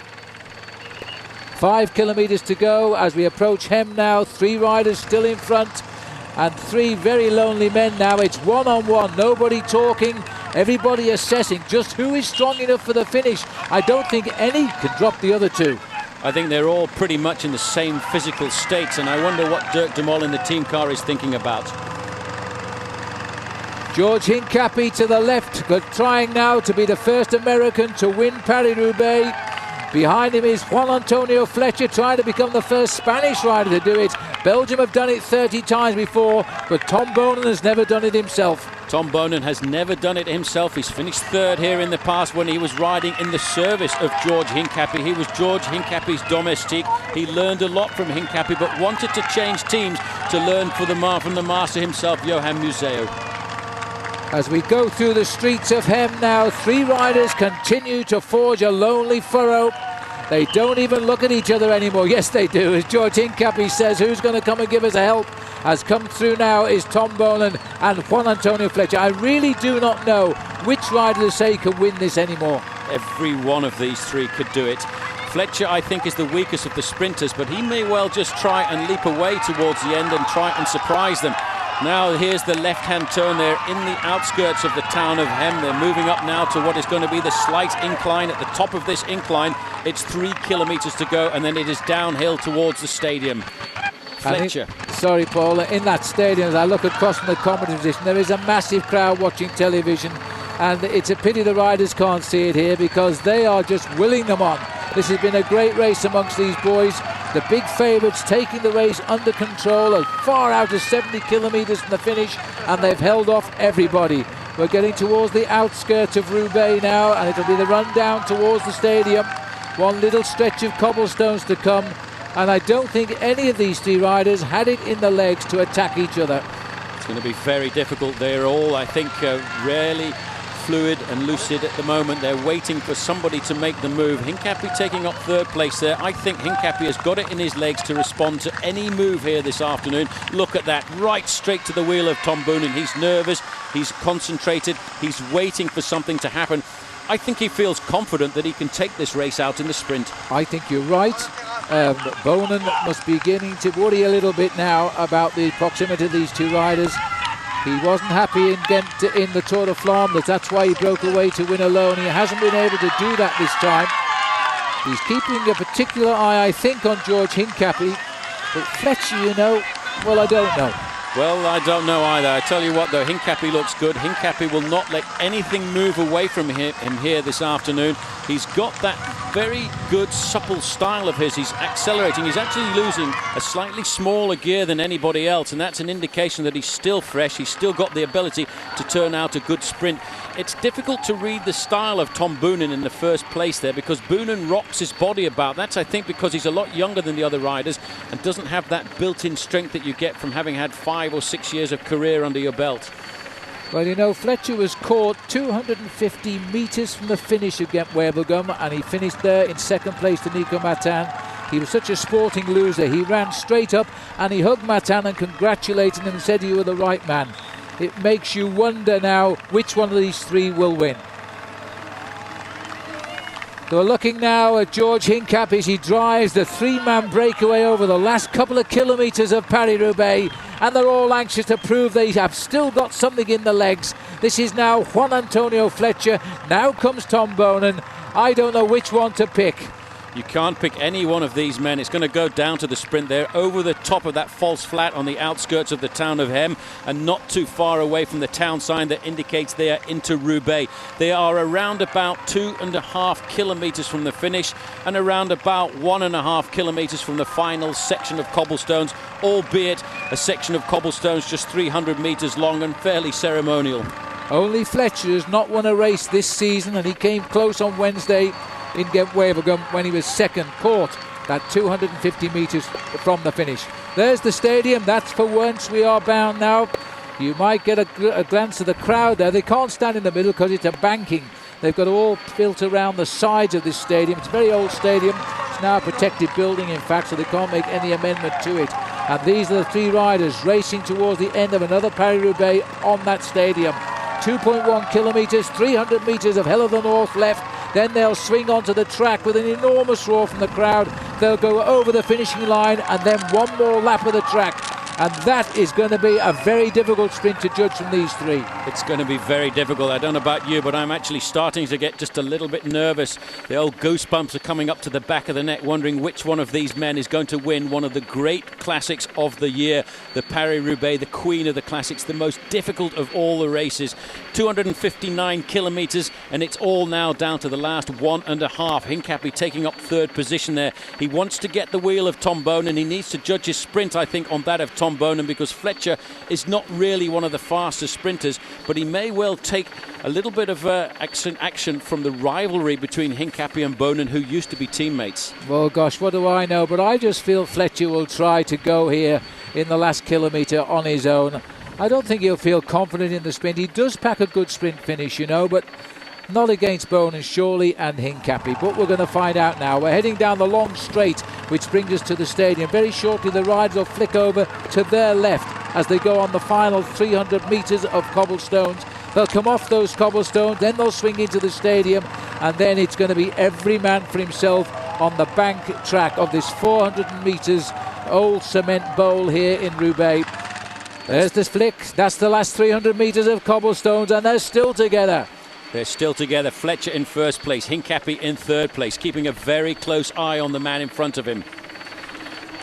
And looks as though George has moved up to wants to see the stadium first, perhaps. I wouldn't want to be first on the track. This could well slow right down now as the dogfight starts. Under the kilometre to go. That takes us into the stadium now. This is the swing off the cobbles are all behind now. Now it's heading up towards the track. Wait till you hear the crowd cheer. Now comes the tactics that we know more of a track cyclist. Looking over to see where the rivals are. Oh, I thought for a moment Fletcher was going to go, but no. George doesn't want this position, Paul. He doesn't want to be first. I would say he really needs to be on the wheel of Tom Boonen, because Boonen is the man who must lead out this sprint. They're about to make that sweep, and there they are just on the far side. They're making the sweep into the stadium. Three men together. George Hincapie of the United States, Tom Boonen of Belgium, and Juan Antonio Fletcher of Spain in third spot. Now it's track tactics now. Hincapie's got to have the courage to ride right up against those balustrades there. Force the attack through on the inside. Right, he's got Fletcher through now. He takes the wheel. This is the bell. Boonen, advantage Boonen at the moment. As the crowd now almost stunned here into silence to watch how this enrolls. Now Fletcher gets the bell on the front. Top three riders. Hincapie there just checking his gears. He's looking down to make sure he's got the right gear in. Boonen is in the best move. Hincapie looking down to see who's going to move first. They're still hugging the barriers. They're on the far side. They're around about 400 metres to go. Still nobody has moved. Hincapie is going to have to lead this one out. He's going to have Tom Boonen right on his wheel. Now the track goes flat here. Then he's going to go up the banking. And once they got that banking, Boonen, I think, will dive for the inside. Now he's getting his speed up. Now he's gone for the inside, but Hincapie's left in late. He's going to have to see if he can get over the top of Tom Boonen. I don't think he can. Can he come off the bend? Where is that final kick from Hincapie? It's not going to happen. And he becomes the fifth man to win the Tour of Flanders and Paris-Roubaix in a matter of 8 days. Tom Boonen is an absolute powerhouse. Hincapie has done a best ever for the United States with second, and Juan Antonio Fletcher, second at Gent-Wevelgem, gets a third here in Roubaix. That was an unbelievable move. What track skill coming from Tom Boonen. He was the man who leapt down through the inside there as we look down here at last year's win in Maggie Backstead. He's going to hold on for fourth place. He didn't get the double win that he wanted to, but Hincapie could do nothing to this man. This is a great one-day classic rider now. He won himself the Tour of Flanders, and now, Phil, he's got himself the greatest queen of the classics, Paris-Roubaix. Well, he really has become the superstar of Belgium. The mentality they say he has of the great and legendary Eddy Merckx. At 24 years of age, in a matter of 8 days, he's won the two biggest one-day classics of this time of the year. And a great defence by Magnus Backstedt, absolutely superb. He rode like the winner of last year. He has finished in fourth place. Absolutely no disgrace in that. It was a great performance. George, Really tired, so. You were so solid the whole day. You were right there. You knew exactly what you needed to do. You lost to perhaps the fastest man in the sport right now, Tom Boonen, but a great job in Paris-Roubaix. Yeah, no, I had good legs all day. And I really thought I could win the sprint because the Paris Roubaix is really not. At the end of the day, it's whoever's got something left, and I did my best today. And I'm happy to be on the podium, but I really wish I could have won. That was a great effort. The team did a great job early on. The breakaway went from a long ways out, and you had a couple of quick step riders to begin with, a couple of Fossa guys, but a great job. Well, yeah, no, it was the team was good today. It was a really windy, hard day today, and I knew that as soon as the strong guys went, that the field would blow up to pieces like it did. And I had great legs today. It's just the finish, I just didn't have it. You let it out from the last section of cobbles. It seemed like you got caught in the front of the breakaway, just 3 guys. How did the sprint unfold? Well, we were just Fletcher let it out there at the end, and Tom dove down the track, and really I was just hanging on after that. It wasn't much of a sprint there at the end. Just did what I could. Boonen, one of the best sprinters in the game. He got a little bit of a gap, but he seemed to be closing it all the way to the line. But at the end of the day, Boonen just a bit stronger. But second place, George, you have to be very pleased with that. Yeah, I'm pleased with second. Just gonna make me dream for the win more next year. All right, good job and Thanks, good luck. buddy. Thank you. Go to the podium. Okay. Sorry. Yeah. Pour la deuxième fois, une place cinquième sur les routes de Paris-Roubaix dans la cour.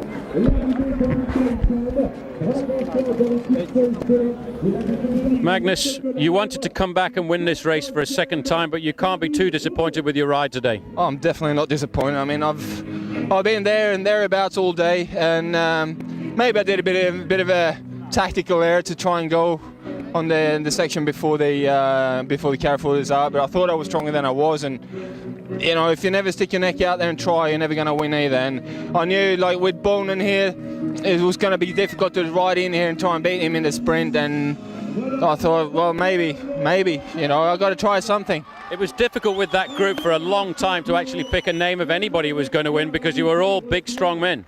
Yeah, it was. I mean, as far as I was concerned, it was the 5 strongest riders of the day. And I mean, we rode a terrific race. It was a little bit difficult because 4 leaders of 4 different teams or 5 different teams sitting in the front group alone. Who's going to do the work? Are we all going to do the work, or are we not going to work? What's going to happen? Because no one had the advantage over the other. But the scary thing was that break formed a long, long way from the finish. Yeah, it was a very long way to go, and I was a bit surprised actually that it went that early. But yeah, it didn't bother me. I was there, and I wanted to try and make a difference and do a good race. And to be honest with you, I'm really, really happy with the 4th place. I mean, I've shown that last year wasn't it wasn't a comet that landed on the earth when I won the race, and I've shown that I can be here and maybe win it another time. Thank you. Danemark, 6e. S'il vous plaît, s'il vous plaît.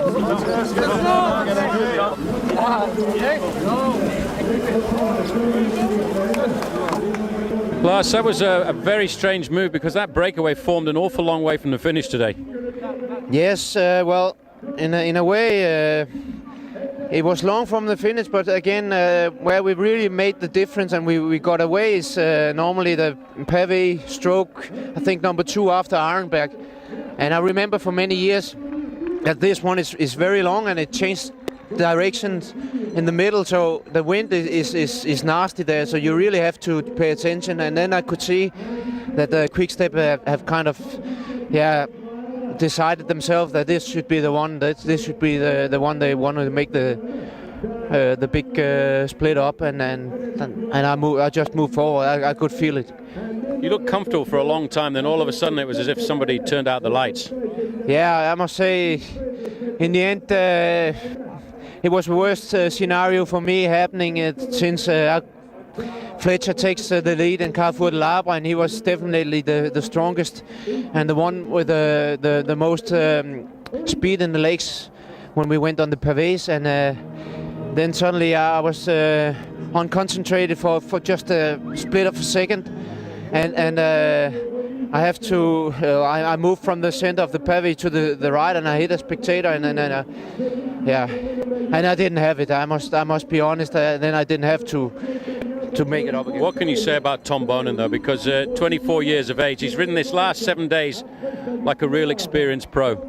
Yeah, he has a fantastic team, and it's a rider who is well suited for this race in particular. Now he won also the Tour of Flanders, and I mean it's a new champion of the era, and I congratulate him because he deserves it. You and Team CSC did pretty well as well.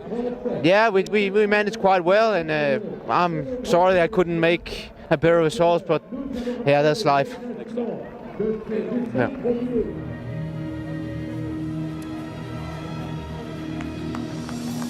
Oh, just look at that. That's Johan Museo, the mentor of Tom Bonen, congratulating him. He always said he was going to be a winner of this race. It's come very early in his career. And here is Tom Bonen now saluting the crowd, just 24 years of age, a magical 8 days, and he's won the Tour of Flanders and now Paris Roubaix. It's always the heaviest trophy, if not the biggest, in the world of cycling. George Hincapie joins him.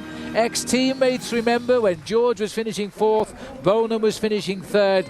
Now he's still ahead of George Hincapie, but they're 1st and 2nd. And George Hincapie with his new addition to the family there with him as well. And that was a great result for George. He's always produced a result in Paris-Roubaix, and 2nd is the best ever finish by an American cyclist.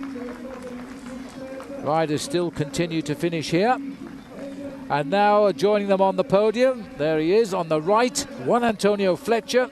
He's produced the best Spanish finish for the best part of 50 years with his 3rd place. And he rode like a champion today. 3 top riders at the end of the Queen of the Classics edition number 103. And this is the result. Tom Bonen getting the victory ahead of the USA's George Hincapie. Juan Antonio Fletcher, he improves from 2nd in the Gent-Wevelgem Semi-Classic to 3rd in the Classic of the year. Magnus Bagstad, last year's winner, gets 4th, a great ride by him. Lars Mikkelsen gets his best ever finish in 5th. Van Bon leading the chase home for 6th place. Florent Broad taking 7th. He was the man, of course, who was in the early morning breakaway, so that was a great performance by him. And still the riders are coming into the Paris-Roubaix stadium here, and they'll go on for a few more minutes yet. You know, when you get 3 riders come to the line like that, it's always sad only one of them can take home that large cobblestone. But it's gone to the youngest man in the breakaway, Tom Bonen.